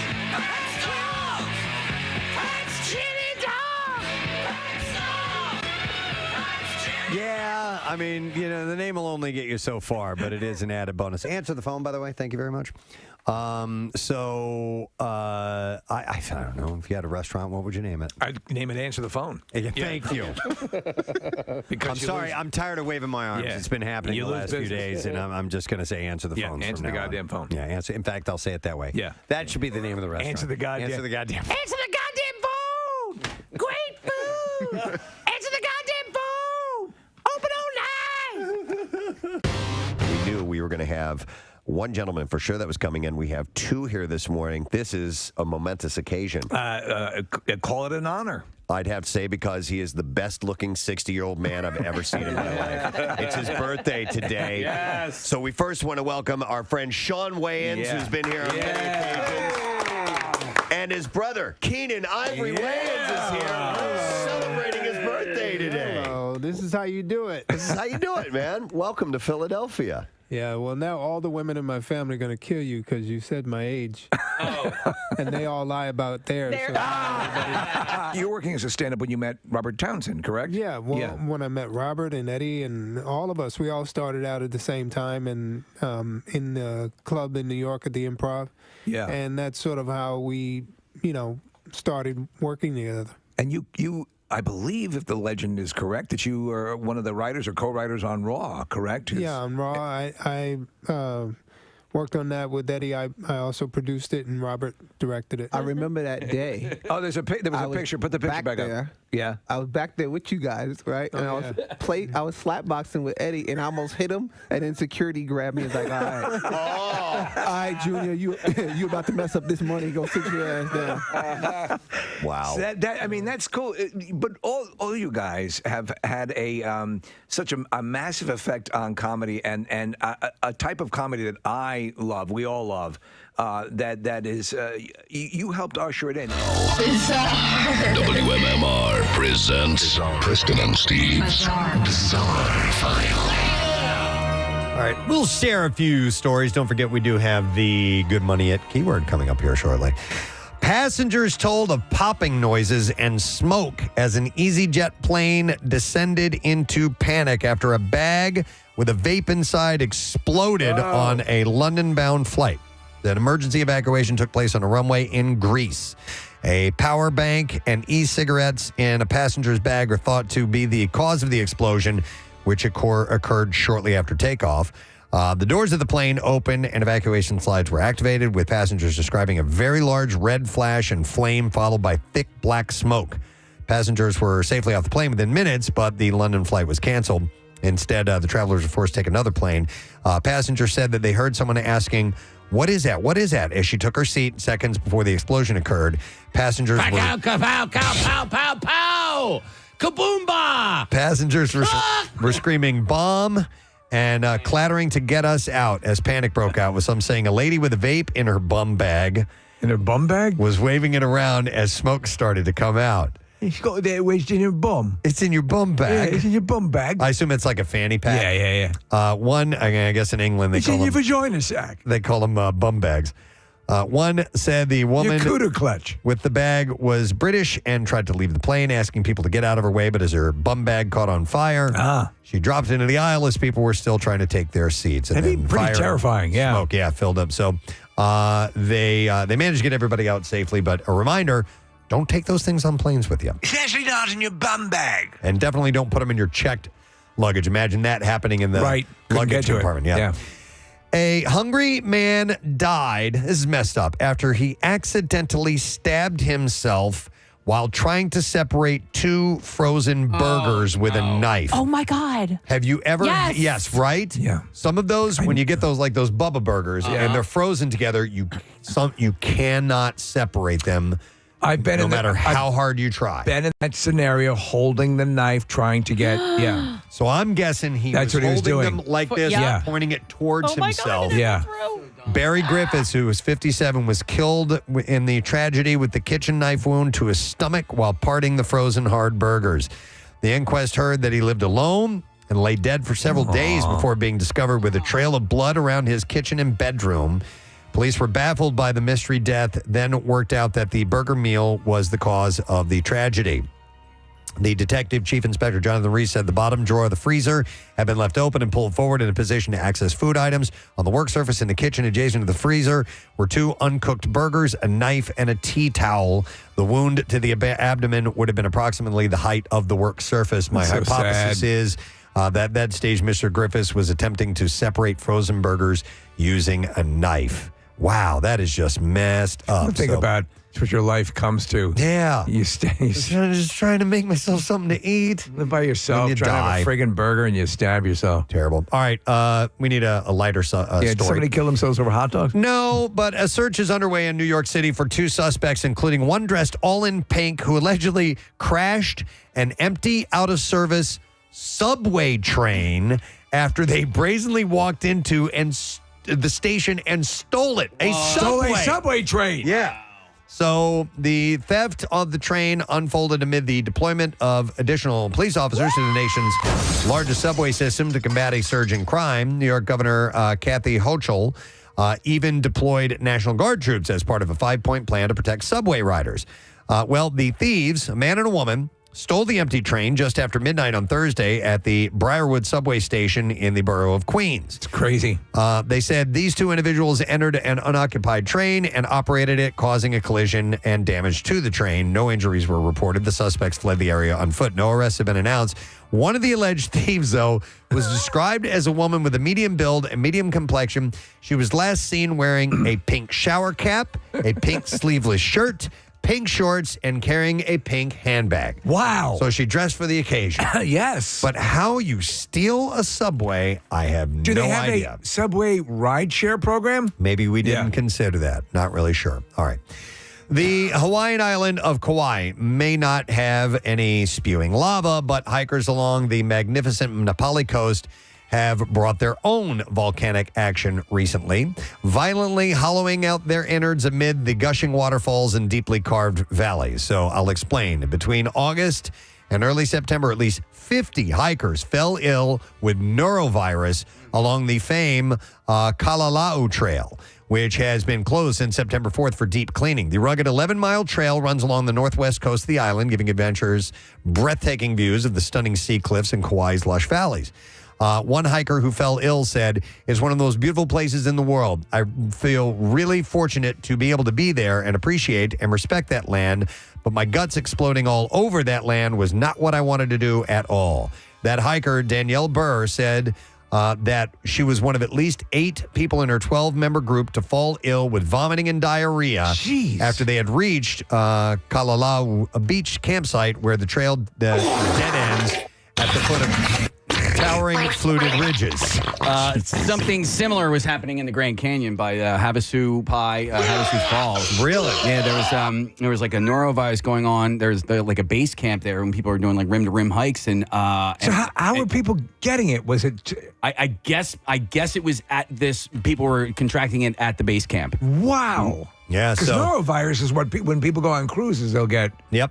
You know, you usually hear them coming down with something like that. So they actually had to fly a few people out by helicopter because it was an 11-mile return trip, and they were so sick that they were dehydrated, and you can't do that. You could easily die. Yep. So at first they thought that the hikers had picked up leptospirosis, a bacterial infection, but testing determined that neurovirus, a germ notorious for igniting diarrhea and vomiting, was to blame. So. All right, and then we'll do one more story. Actually, maybe 2. We'll see, because we got a little time before we do the $1,000 keyword for you. But how about this? This has happened before, but it's happened again. Visitors at a zoo in Shanhui, China, were outraged to discover that the pandas that they had been admiring were actually dogs painted to look like the bear. And Kathy, you can easily tell they're dogs. Oh my God. That's awesome. The trick was uncovered when one of the supposed pandas began panting and barking. You can easily tell. Are you kidding me? But I kind of want to paint my dog like a panda now. With video footage showing the disguised dog lying on a rock. Another dog sporting a long curly tail was also seen strolling around the enclosure. Oh my God. Right? The zoo. Not fooling anyone. The zoo initially defended the deception, claiming the animals were a breed of panda dogs. Panda dogs. And look, it's a pandakeet. But later admitted they had simply died to chow chows.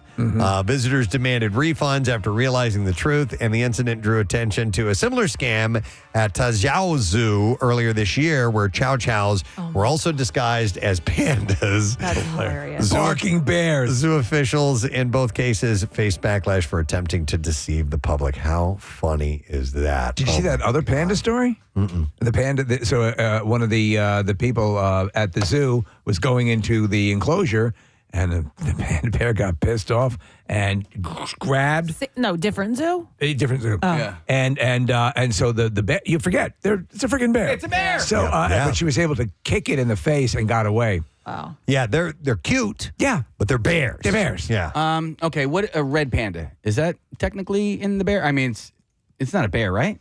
A red panda? Yeah, the red They panda. have them at Elmwood Park Zoo. I know I that. think I want to grab one as a pet. They're adorable. I don't know. I don't think they're bears. Kate. Nick is pulling up their domain, kingdom, phylum, class, order, genus. But that doesn't say bear in any of those. No. They're a carnivora. Carnivora. That one is the lesser panda. The lesser panda.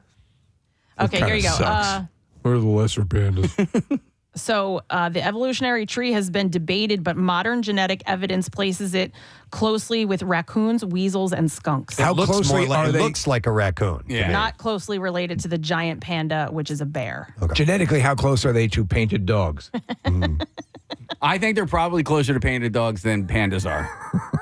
Fair enough. Fair enough. Fair enough. The mighty painted dog. All right. I need to mention a couple things. We do have about a minute and a half before we get the special word for you to win $1,000 with a Good Money It promotion. But a reminder of the big friggin' deal right now, which is Bates Motel. You can get a 2-for-1 combo, 2 adult combo tickets for the price of one, and it'll cost you $52 as opposed to, like $104. It's a great deal. Prepare for Halloween thrills at the Bates Motel, one of the most frightening haunted attractions in the country. And, of course, you'll find that in Glen Mills, PA. We got our information about the barbecue for tomorrow. We have a schedule that we, as the members of the air staff, have to follow, and where we're going to be. There's a broadcast tent if you want to come by and see a little live radio action. So Jackie's going to start at noon. Then we're going to do an hour shift at 1:30. Sarah and Ryan are going to be on at 2:30, and Brent is going to be on at 3:30, and then Pierre takes the helm at 5 o'clock. We're going to be bouncing around all over the place, so we'll be in that broadcast area, and then right after that, we're supposed to have the warning on for an interview, which I'm excited about. Then we head over to the side stage. Jackie has got a set on the Preston and Steve Show side stage as a DJ from 1:30 to 2. And then we jump on with the first live band karaoke set at 2:30. Then we do another one at 3:30.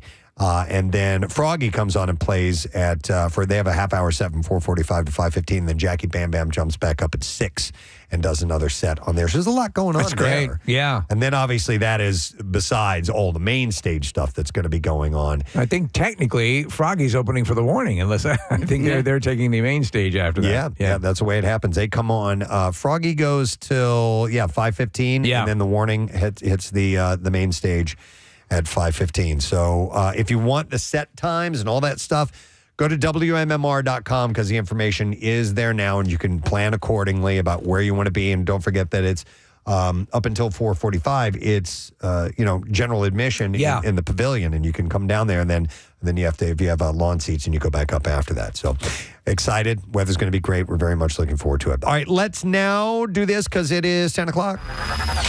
93.3 WMMR Philadelphia. It's time for a Good Money It keyword. All right, the word's an easy one. It's 3 letters. Yes. Y-E-S. And you have until 15 minutes after the hour to enter it.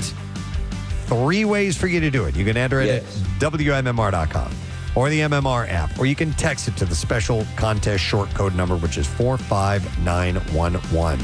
One random entry wins $1,000 in our company-wide contest, and each winner gets a call from Beasley. So make sure that you do answer your phone. Contest rules are available at WMMR.com. And it is sponsored by Horizon Services, Heating, Cooling, and Plumbing. So again, the word is yes. Yes. Make sure that you enter that now. We're going to take a break. We'll get back and we'll do the lesson question, the trash, and the music news as well. Stay with us.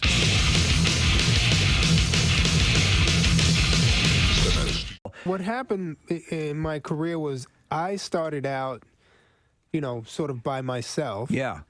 And then as my family started getting into the business, I kind of realized that it was either going to be all of us or one. So I decided to make it about all of us. So I kind of stepped away from acting and started to cultivate. Yeah, exactly. So, and Sean, we were talking earlier about how you were first on the show as the DJ. Yeah. And you'd already been doing comedy. You're doing stuff like that. But so from your point, Keenan, as you're seeing family member after family member, I want to do this. I want to do this. Is it a double-edged sword, or what do you first say to them when they come to you and they say you as sort of the default patriarch? I want to do this. He nurtured us. Yeah. My thing with them was as long as you're willing to work. And I always wanted them to know that it wasn't easy, and I would give them small opportunities in the beginning. I never gave anyone a starring role who wasn't ready, and like I said, I made sure that they all put in their work, and it is the fact that they're where they are in their careers now is testament to the everybody fact that they came in the right way. Did anybody ever get mad at you saying, "Hey, I'm ready for my starring role"? Always. When Damon first started, I was the DJ, man. And you were a damn good DJ. I could play sketches too and scratch. Hey, the guy right behind you is really talented. Well, when Damon first started, I told him, I said, "Give yourself 10 years." Yeah. And he looked at me like I was insane, and he was like, "It's gonna take me 10 years." Well, 10 years later, he was ready. We say the same. I tell like the interns and people who are coming up in the radio business, and now we've been, it's the 20th anniversary of the show, and I say, trust me, if you were to jump 5 years into the future and look back, you wouldn't believe where you were or how things have changed. Yeah. So that's very sage advice. But when you're young and hungry, it's hard to perceive that. It is, and the thing is, youth is something that people think everything is supposed to happen when you're young. Right. And they're disappointed if it doesn't, because youth is when, you make the money, you chase the girls, you do. And that's the experience that everybody wants, as opposed to being great at what you do. Yeah. And being great at what you do takes a lot more time than that. And sometimes, youth passes you by. And I tell people all the time, if your goal is to be a CEO of a company, it doesn't matter if it happens at 20 or 60. Yeah. You still accomplish your goal. Yeah. All right. So you have to be a really good talent scout, right? So within Living Color, were you the sole decision maker as far as who was on the cast and who wasn't? Yeah. All right, so it was because you did an amazing job with that, and you did, look at all of the people that came out of there. Well, they were all people that I knew. That you knew. Right? So we were all in the clubs together. Okay. So when I got an opportunity, it was like, who's the funniest guys I know? Like, it wasn't really like a hard thing to do, because I knew they were funny. You were working with people like Jim Carrey and all those guys were paying their dues. And he knew what to do with them. Right. Yeah. But that's a key. That is a gift. There's Lorne Michaels has that that ability, and also who's going to synergize well with each other. But your show aired at 8:00 on Sunday, and so you had a younger audience in myself. Right. And I loved it. You know what I mean? Like Ace Ventura came out, I was like all over that. And it got moved to 8. Started at 9. Did it start at 9? Yeah. Parker Lewis Can't Lose? Was that your lead? The Ferris Bueller ripoff? I love that show too. Fox wanted to make it an anchor show. Okay. So they moved us to 8. Okay. Did they initially, or because would it first really, because it kind of hit the ground running, if my memory was, and did they go, whoa, we need to bump this up? Yeah, well, initially they were very afraid of the show. Yeah. Like they had no idea what was going to happen. But once the show was successful, then it was like, every network strategy is going to be, how many other shows can we launch? Right. So, they ended up moving us. In this day and age of reboots, we're seeing TV shows rebooted. What's the likelihood? We don't have a good sketch show. SNL's the only thing going right now, as far as I know. I think there's absolutely a new generation. Yeah. So it would just, I don't think that the guys from the past would step forward. Yeah, want to do that again. But there's absolutely, a new generation out there, and it would be fun. Yeah. We're in a time now where I think a show like In Living Color is needed, but at the same time, it's the sensitivity. Can you do it? Yeah, no, can that's you a do good it? question. We were wondering about that, about the. Preston and I were having a talk earlier about the comedy club or the theater. When you guys are there, that's your realm, and all bets are off. You should be allowed.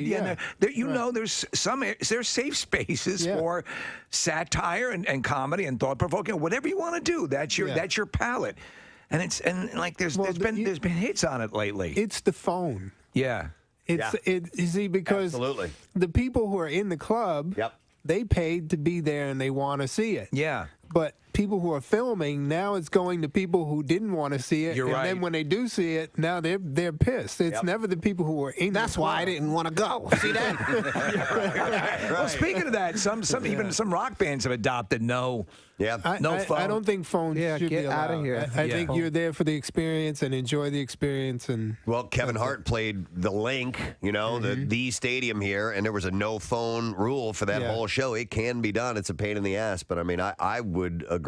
Yes, you lift a clip out, you lift a soundbite out of context, and people are going to go ape. It's just crazy. I heard somebody, and I don't remember who the performer was, saying recently though that it's really easy to see from the stage when somebody does get on their phone. Have you guys noticed that? Like if you're up on stage, you can tell immediately. If the light is on, you can tell, but you just don't want to stop. You got to understand. You got people in the palm of your hand. Yeah. You got momentum going, right? And you're thinking about your next thing, and you're trying to be physical, and you're trying to be in the moment, and then someone has their phone up. Do you stop your whole show to deal with this guy with his phone up, and then kill the people's? No, show? you're right. So you're going to ruin it for other people. That makes total sense.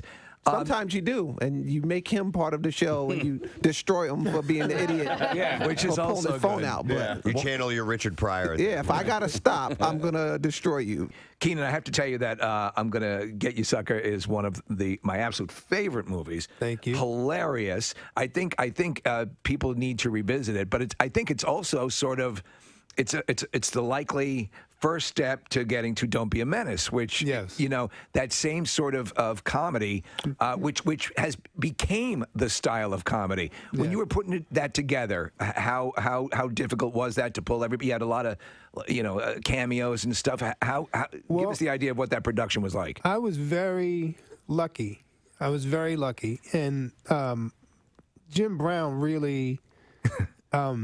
He and Bernie Casey, once they came on, got it done. That got it done. Then everybody else was like, "Well, if they'll do it," and they were essential. Yeah, they were what Leslie Nielsen was. Yes, they were the icons of the era, and so once I was able to bring them on board, it went really smooth, and it really was. It was an homage to them. So and the blaxploitation movies of the 70s. Those are the movies I grew up watching, and so did I. They were enjoyed awesome. them. Yeah. So, when I was writing it affectionately. So that's why I think that they responded to it. And then these guys did the same thing for their generation with Don't Be a Menace. Yeah. So I was on the set of I'm Gonna Get You Sucker, 17-year-old boy watching his big brother do his thing and just taking it all in and going, man, one day I want to do a movie just like this. Yeah, and you did. A couple of years later. Yeah.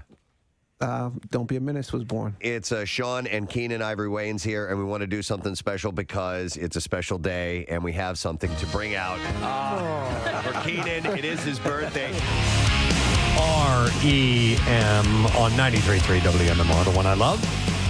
11 minutes after 10 o'clock, the Preston Steve Show. You still got a couple of minutes left to enter the word yes. You have until 15 minutes after the hour to do that.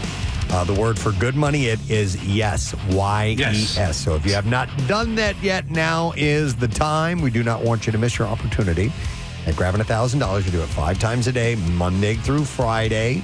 So today's our last day for this week. Get ready for it. And we will now ask you a lesson question to give something else away. We are going to give away a $50 Botto's Italian Market gift card if you correctly answer this. What's Dolly Parton's Chardonnay-based follow-up hit to Drinkenstein? What is Dolly Parton's Chardonnay-based follow-up hit to Drinkenstein? 215-263-WMMR. If you heard that earlier, we would ask you to call in now to try and win. Good luck to you. We'll do the trash now. The trash business is a gold mine. 93.3 WMMR with Preston and Steve's Hollywood Trash. Brought to you this morning by Live Casino and Hotel Philadelphia. Kick off your game days at Live Casino and Hotel Philadelphia. Just steps from Philly sports excitement. Game days start here. Visit livecasinophilly.com for details. What's up this morning, Steve? Well, singer-songwriter Charlie Puth is a married man tying the knot with Brooke Sansone at his family home in Montecito. The singer-songwriter denied rumors that Brooke was a deranged mega fan, saying he can smell a Puthie a mile away. Oh, my God. Cher will be performing at the 2024 Victoria's Secret fashion show in October. In fact, the 70-year-old pop icon will reportedly be wearing lingerie co-manufactured by Tupperware. Oh, my God. And finally, Jennifer Lopez and Ben Affleck putting on a unified front for their kids, attending back-to-school night on Tuesday. Both Lopez and Affleck told reporters that it was important for their kids to see them together hating each other's guts. And that's all you got. Let's go to the phones. Try and get ourselves a winner. We're looking to someone to identify what Dolly Parton's Chardonnay-based follow-up hit to Drinkenstein was. And it is Nathan, whom we will test. Hi, Nathan. Good morning. Good morning, Nick. All right, good morning to see you, Nathan. All right, what is the follow-up to Drinkenstein? Weinstein. Weinstein. Hang on, Nate. We're going to set you up, bud. You got a $50 Botto's Italian Market gift card. Find your own Little Italy at Botto's Italian Market and Restaurant in Swedesboro. Botto's serves all Italian specialties and homemade prepared foods. Complete information at bottos.com. Now, Preston and Steve's Music News on 93.3 WMMR. Yeah. Brought to you by the Bates Motel for a limited time only. Bates Motel is offering buy one, get one free tickets, and this will not last, and tickets are limited, so buy today at WMMR.com/deal. So another person has weighed in on Emily Armstrong, the new vocalist for Linkin Park, and it's Chester Bennington's mother. In an interview with Rolling Stone, Susan Eubanks said the band had promised to let her know if there were any plans to continue the group, but apparently they never did. And she said, "I feel betrayed," adding that they probably knew that I wasn't going to be very happy, and I'm very upset about it, she said. Eubanks said she found out about Armstrong joining the band on Google. As to Emily's performance, Susan said that she watched the live stream where Armstrong was introduced, but not on purpose, and told Rolling Stone she didn't want to hear it. But she said, but it was her, and I'm just going to say it, screeching her way through a very high note, and I got out of there as fast as I could. Wait, so she thinks she should have been consulted? Yeah. I could see maybe that a little bit, but I really, I don't, you know. It's sad, but It's a little, it's sad. I mean, it's too bad that she and his brother are taking this way. This is a band with multiple people in it. They also had another singer. Yeah. And, you know, you can't put everybody out of work. No, and I mean, what if and it can live? His memory can live on still at their shows, and you know, I don't know. Yeah, this is It's too a bad. sticky wicket, as they say. Yeah. All right, there was no band quite like Sublime. Speaking of bands who lost a member, but Justin Cohn thinks that he found his Bradley Noel for his biopic about the group. It was announced yesterday that Riverdale star KJ Apa will be playing the late Noel in the 3,000 Pictures movie. I can kind of see that. Just a few months ago, the surviving members of the band reunited at Coachella with Bradley's son Jacob filling in on vocals. I believe he's Archie. He played Archie? Yeah. Okay. The group disbanded in 1996 after Bradley Noel died of a heroin overdose. Yeah, Nick just pulled it up, and he indeed is the guy who played Archie in Riverdale. So he is now going to be performing as Bradley Noel, which should be pretty interesting. That is cool. And just one more quick story. Our good friends and MMRBQ alums, Larkin Poe, have announced that they have a new album coming out. It will be out on January 24th, and it is available for pre-order now. Each of the 11 songs on this album they wrote represent a waypoint on the winding journey of finding oneself amidst the noise of the world, embracing what is and accepting the flaws and idiosyncrasies that make us real along the way. And they said the first offering from this next chapter, If God is a Woman, is out now. So you can be able to check out that song, If God is a Woman. They're RBQ alums as well? Yeah, that's what I said at the top. Yeah. They were great. We had a moment where during an interview, it was Rachel. I'm sorry, not Rachel. She was wearing a sleeveless shirt. Not Rachel. Damn it, Rebecca. And Jackie goes, well, Rebecca's here topless. Oh, my God. And she's like, sleeveless. It was so funny. It's so great that you would be topless. Yeah, I loved it. And they love Jackie. Oh, yeah. Absolutely love him. All right, and there you go. That is what I have in music news. We'll take a break. We'll come back. We'll wrap up our program. We'll get the letter of the day, word of the week prize. And speaking of the MMRBQ, that VIP package that somebody's going to win, let it be you. We'll be right back. Stay with us. We got a cake for you, Kaden. Yes. He don't eat cake, though.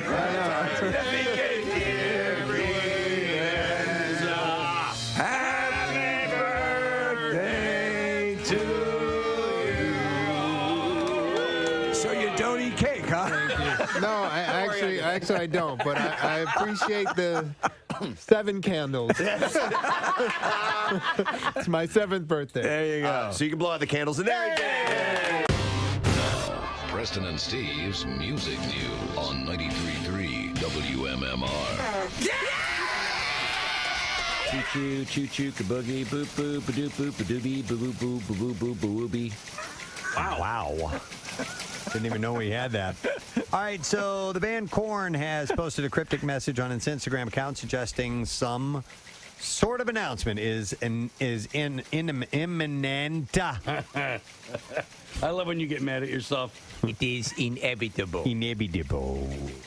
The post shows a black and white image of what appears to be a tangle of cables with fans asking to visit the band's website.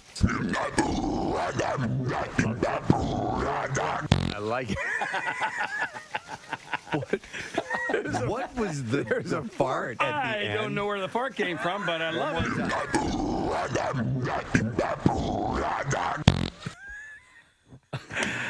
Play that at regular speed, right. please.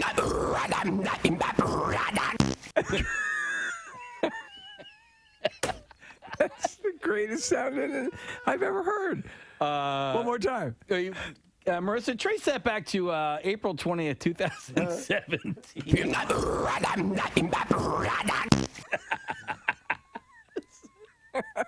Kathy thinks this is hilarious. Not even. It boggles my mind how you still find it this funny that the three of you can't contain yourselves. It's great. It's everything you want to say. Sometimes the words don't come to you. I play it again. Which speed? Slow. Let's do it slow.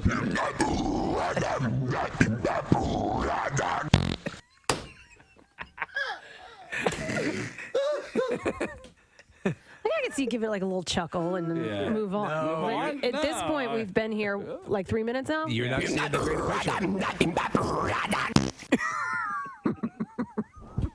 So as it's gearing up in classic Korn fashion to be this aggressive sort of war chant, it's completely undermined by the childlike poot.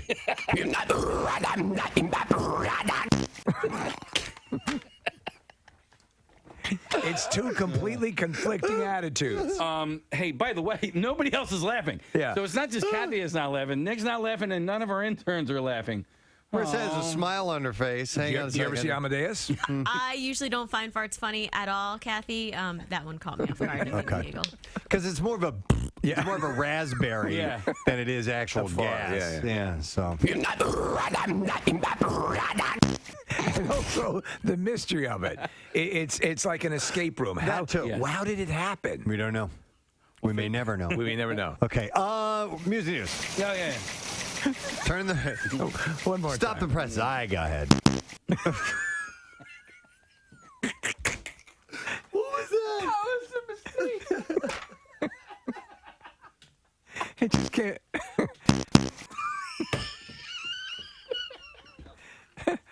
can't be. There can't be more of these gems. Can you do that more than twice?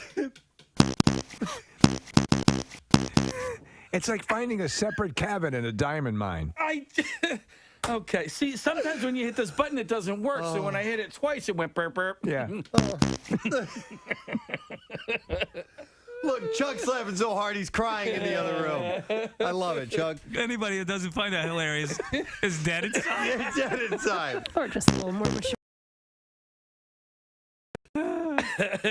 Oh, God. I wish the button was What is better. great is that you have a massive company, a media company, Beasley, who's currently paying us to do this. Dude, they took us down to D.C. last They week did for some award. big award in front of senators. Yeah. That's how stupid we are. Or They're bad. genius. Or we make pulled a living. fast one. Yeah. We make a living out of this. There you go. follow your dream. 2 is funnier than 3 or 4, I think. Yeah. Yeah. Wait. It sounds like a wrong answer type of thing. Is it Sputnik? Ah, man. 1 for yes, 2 for no. Or double A. Triple O. MCO. Let's stick with rumors. Viewers, will they want to keep up with the Kardashians if Kourtney leaves? And we might find out for months now. Oh, please. Tension between Kourtney and her sisters have been rising. Last summer on Keeping Up, viewers saw Kim and Kourtney reach an almost breaking point over their differing priorities in terms of family and work. And in a recent interview with Paper, Kourtney confessed that she'd love to leave the show in the dust. She said, I will always say I want to move away someday and just be away from it all. Sail away. Sail away. No one will ever see me again. I keep throwing up different places. I'm going to throw up. I keep throwing up in different places. I keep throwing up. Puke. I keep throwing up different places, but then I'll go there and visit. And she's going to sail away. She's going to sail away, just like Sticks. But then I'll go there to visit, and I'll be like, nope, this isn't it. But I'm glad I came. She's just afraid of Chloe coming after her. Yeah. She said, we've just been to Finland. And I was like, check. It's great for me to visit, but I'm not going to move there. Maybe Norway, Switzerland. I've got lots of ideas. She does have a lot of ideas. That's according to Kourtney. They're all annoying. On Sunday, producer Ryan Seacrest was put on the spot by an ET reporter who brought up the subject. Do you think that Kourtney is gonna leave the show? You think Kourtney's gonna leave Keeping Up with the Kardashians? ET is a reporter, mind you, so yeah. I'll always be right here. Seacrest seemed taken aback. Why? Because I'm from another planet? Are you a xenophobe?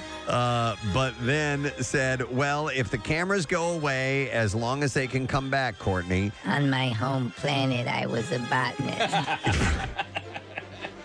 He said, they can go away for a little bit, but bring them back so we can do another season or 2. Honestly, I don't know how they do it. He said, I couldn't do it no matter what they were paying them. I can make things levitate. Just thought I'd throw that in. He said, I could not do it, so I give them a lot of credit for having those cameras in their lives all the time. And I love you, Kourtney. Love her. He loves her. He loves her. Well, that show has made millions for him. Oh, my God, yes. Honestly, I have to say, I thought that meteor would have crashed Earth long ago. And they still keep renewing it. It's very resilient. I wonder if it's like don't get it. Alcoholism or something. You're just addicted and you just do it out of routine. Maybe. You know what? American audiences always need, though, that super rich family to watch. True. And there's what no. They do. Well, I guess there are a few of those. In fact, maybe even Dynasty itself is on. But I think that kind of covered the bill for a while. Then now we get reality TV, which takes over for that. So that's like the Real Housewives and all that stuff. Maybe you're right. So, I don't know. It's annoying. I don't watch any of them. None of it? I'm a botanist. Okay. No interest. Yeah. All right, so this is interesting. Haven't heard this name in a little while. All eyes were on Val Kilmer as he took center stage Sunday night at a benefit for his Twain Mania Foundation, created to impact the iconic writer Mark Twain's legacy to children. The 59-year-old posed on the carpet with a pair of binoculars around his neck. How's he looking, by the way? I have not seen the photos, Steve. I'm not really sure if we have any. If you guys To be honest, I find any, that'd be great. There was a point there. Huh? Yeah, he looks okay. He had throat cancer, some sort of variation I've got a of little throat information cancer. You got it? All on right. that coming up. But we're looking at a picture of him right now. He looks. Now he was heavy for a while. He was very heavy. He got pretty hefty. Looks like he's lost the weight, but man, has he done some work on his face. He's Mickey Rourke-ified. Yeah, he's aged clearly, but you can tell that there's been some work around the eyes and the cheeks. And that just, I couldn't tell you. If you showed me that picture and said, who is this? I couldn't tell you that's Val Kilmer. It looks like a drag queen pretending they're Val Kilmer. Yeah, kind of like that.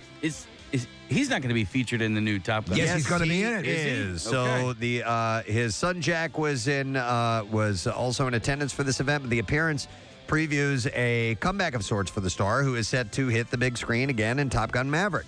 Last summer, Cruise said of Val Kilmer that he was doing really well. Well, it's unclear what prompted Kilmer's hiatus from Hollywood. It became apparent that he was struggling with health issues during the hiatus. In 2015, a spokesperson told People magazine he was rushed to the hospital for a possible tumor. In 2017, he admitted that he had throat cancer and had recovered after a 2-year fight. He told the Hollywood Reporter that the procedure on his trachea made his voice raspy and left him short of breath. I really like Val Kilmer. He's been in some really great stuff. Top Secret. Third Eye Blind on 93.3 WMMR, bringing to us a musical close on this Friday morning, of which has been a lot of fun. I wonder what Bill Weston would have given us as a grade for today. He checked in with a pretty positive review a couple days ago. He did. And then I got in trouble. And then Kathy, as usual, got in trouble For something Nick said. that Nick did, or that's. I'm glad Bill hasn't changed. Bye, get off. Wait, I have to read this one to you guys because he texted me yesterday. Oh, okay. In response, he just texted me, Kathy, separately from the group text. Oh, no. Let me pull it up. He says, because he spelled dessert wrong. Oh. And I called him on it, and he says, just saw your wedding pics on Hawaii till today. Very happy for you both. Oh, that's great. So thank you, Bill. That's excellent. Man, I tell you, I commented, he's doing retirement to its fullest. It appears to be. Yeah. He's having a good time. Living a life. That's it, bro. Yes. I wasn't allowed to say this the day after I saw him at the gym, but I did get to see him fully frontal. There you that go. was kind of cool. So you're allowed to say it now. Go ahead. He's You like, can don't touch talk it. about this on the radio tomorrow. I'm like, or you can just put your pants on, and we don't have to have a conversation. We're guys. Don't just stare at it. Touch Go ahead. You can touch it. I know you want to. Sorry, Bill. Did he have silver pubes? I'm not saying anything about what it looked like. Except that it has a lightning bolt on the side like Harry Potter. Oh, God, I don't want to know. So wait a minute. He stood there just naked, casually? Yeah. Come on. I mean, he does that. I don't do that. Yeah, okay. You should return there. Hey, take a look at my butthole. Yeah. Dude, That's a keeper. Send him a picture of your butthole. All right. Well, anyhow, thank you for joining us today. Today has been a blast, man. We did all kinds of stuff. We gave away the first of the Metallica, 10 days of Metallica tickets. 2 more chances happen today. So go to WMMR.com and you can find out what hours that's going to happen in and get yourself set to win. We also want to thank Greg Warren for stopping by today. Greg is performing at Soul Joel's. He's extremely funny. 8 o'clock is when the show is. You can go to souljoels.com to get the information. And then we had 3 members that are part of the Savannah Bananas organization. We had Ty Jackson with the Bananas. We had Connor Higgins from the Party Animals, and he's from the Lehigh Valley. And then Matt Malatesta, who's with the Firefighters, which is the 3rd team in that group. And he's from Doylestown. That's great. And the game is tomorrow night. It is way oversold out. And they didn't have to come by here. And it was really cool that they spent some time talking to us because it's a blast. Yeah. The Bananas. I hope one day to be able to go to a game. It'd be really, really cool. We need to do the letter of the day, and I understand, Casey, you're going to handle that? I'm the dude. Here we go. Preston and Steve on 93.3 WMMR. Now, the Daily Letter. All right, the Preston and Steve show is brought to you today by the letter H as in hailstorm. Excellent. We will take caller number 10 at 215-263-WMMR, and we will set you up with that Word of the Week prize if you can tell us what the word is, of course. So give us a call right now, and we'll see how you do, because we've got this cool VIP package for the barbecue tomorrow, which we can take a moment to kind of service that one last time before we get out of here. Just chuckling because Nick did make the official inquiry as to what color Bill's pubes are. No, that's for Chuck. That's for Chuck? Yeah, Okay. Chuck's a little offended because we don't make fun of him enough. So if we'll make fun of him if we find out what color his pubes are. Yeah, right. Get the ball rolling. Or we'll make fun of him if he actually can learn how to take a joke. You know what I mean? Wow. Dude, he does get mad at you. Yeah. Why does he get mad at you? Because he's a big baby. Dude. Like a big, giant, hairy baby. So this should go well. Yeah. Is that what you wanted, Chuck? Is that what you wanted? He gave it to you. Giant hairy baby. Big hairy baby. Big hairy baby. In any other arena, can people talk about their boss this way? I don't think so. Okay. No. Well, how about in our meeting, I sent him a screenshot that said, if you tell your boss to go F himself, you don't have to go to work tomorrow. Yeah. Right. But like I scrolled past it and I was like, if I scroll past this, I'll never see it again. So I just screenshot it. And I should have saved it and sent it to him, but I sent it to him in the middle of a meeting. He was like, well, What's why? this mean? Yeah. All right. Well, we'll spend plenty of time with Chuck tomorrow because we will be at the barbecue, and it's it's all hands on deck, and we're all very, very busy throughout the day. We got lots of stuff to do, and we look forward to it. It's very exciting. It's a very exciting event. We get to see you too. Not you too, but you. Oh showing my up. God! You too is at the barbecue. Well, instead, we got Froggy. It'd be awesome. But we love Froggy. So we're gonna go to the phones. We're looking for caller number 10, and it is Chris who is on. Hi, Chris. Good morning. Hey, how you doing? Awesome, Chris. Do you know the word of the week? Watch. Somebody going to say great day? That is correct, Chris. And you, sir, have got the hookup for the barbecue tomorrow. So we're going to give you, first of all, a 4-pack of tickets and a suite. We're going to give you parking and VIP club access. The tickets also come with in-seat wait service and dedicated VIP entrance, my man. So congratulations. Awesome. We will see you. You'll be the most smiling mother effer at the place tomorrow. Right. All right, buddy. Hang on the line. We'll get your information, and you will be good to go. Don't forget, tickets are on sale now. Ticketmaster, starting just $25 on the lawn. Come on out and join us. We would love to see you there. I'm going to take this moment to thank our sponsors. The Preston and Steve Show has been brought to you today by Dunkin', and the Preston and Steve Show runs on Dunkin', and Acme Markets, fresh foods, local flavors, plus Trinity Rehab, locations all over. That's trinity-rehab.com. Case, what are a couple things All right, coming up? well, You can first tell of all, on Monday, Kathy, you're doing fall activities, right? Yay! All right, so that is going to be unveiled on Monday morning. Also, we're going to have a gentleman named Aaron Manger from Disco Biscuits in our studio. We will also have, of course, my calendar's not working, Brandon Marsh. Nick got Brandon Marsh, who's going to Zoom with us next week, as well as Oscar Budigen, Philly Spanish radio broadcaster, and then we'll have comedian Noel Miller in studio. And obviously more stuff to come as well. So that is it. We are done. Rage on. Have yourself a great weekend, and we'll see you tomorrow at the barbecue. Bye-bye.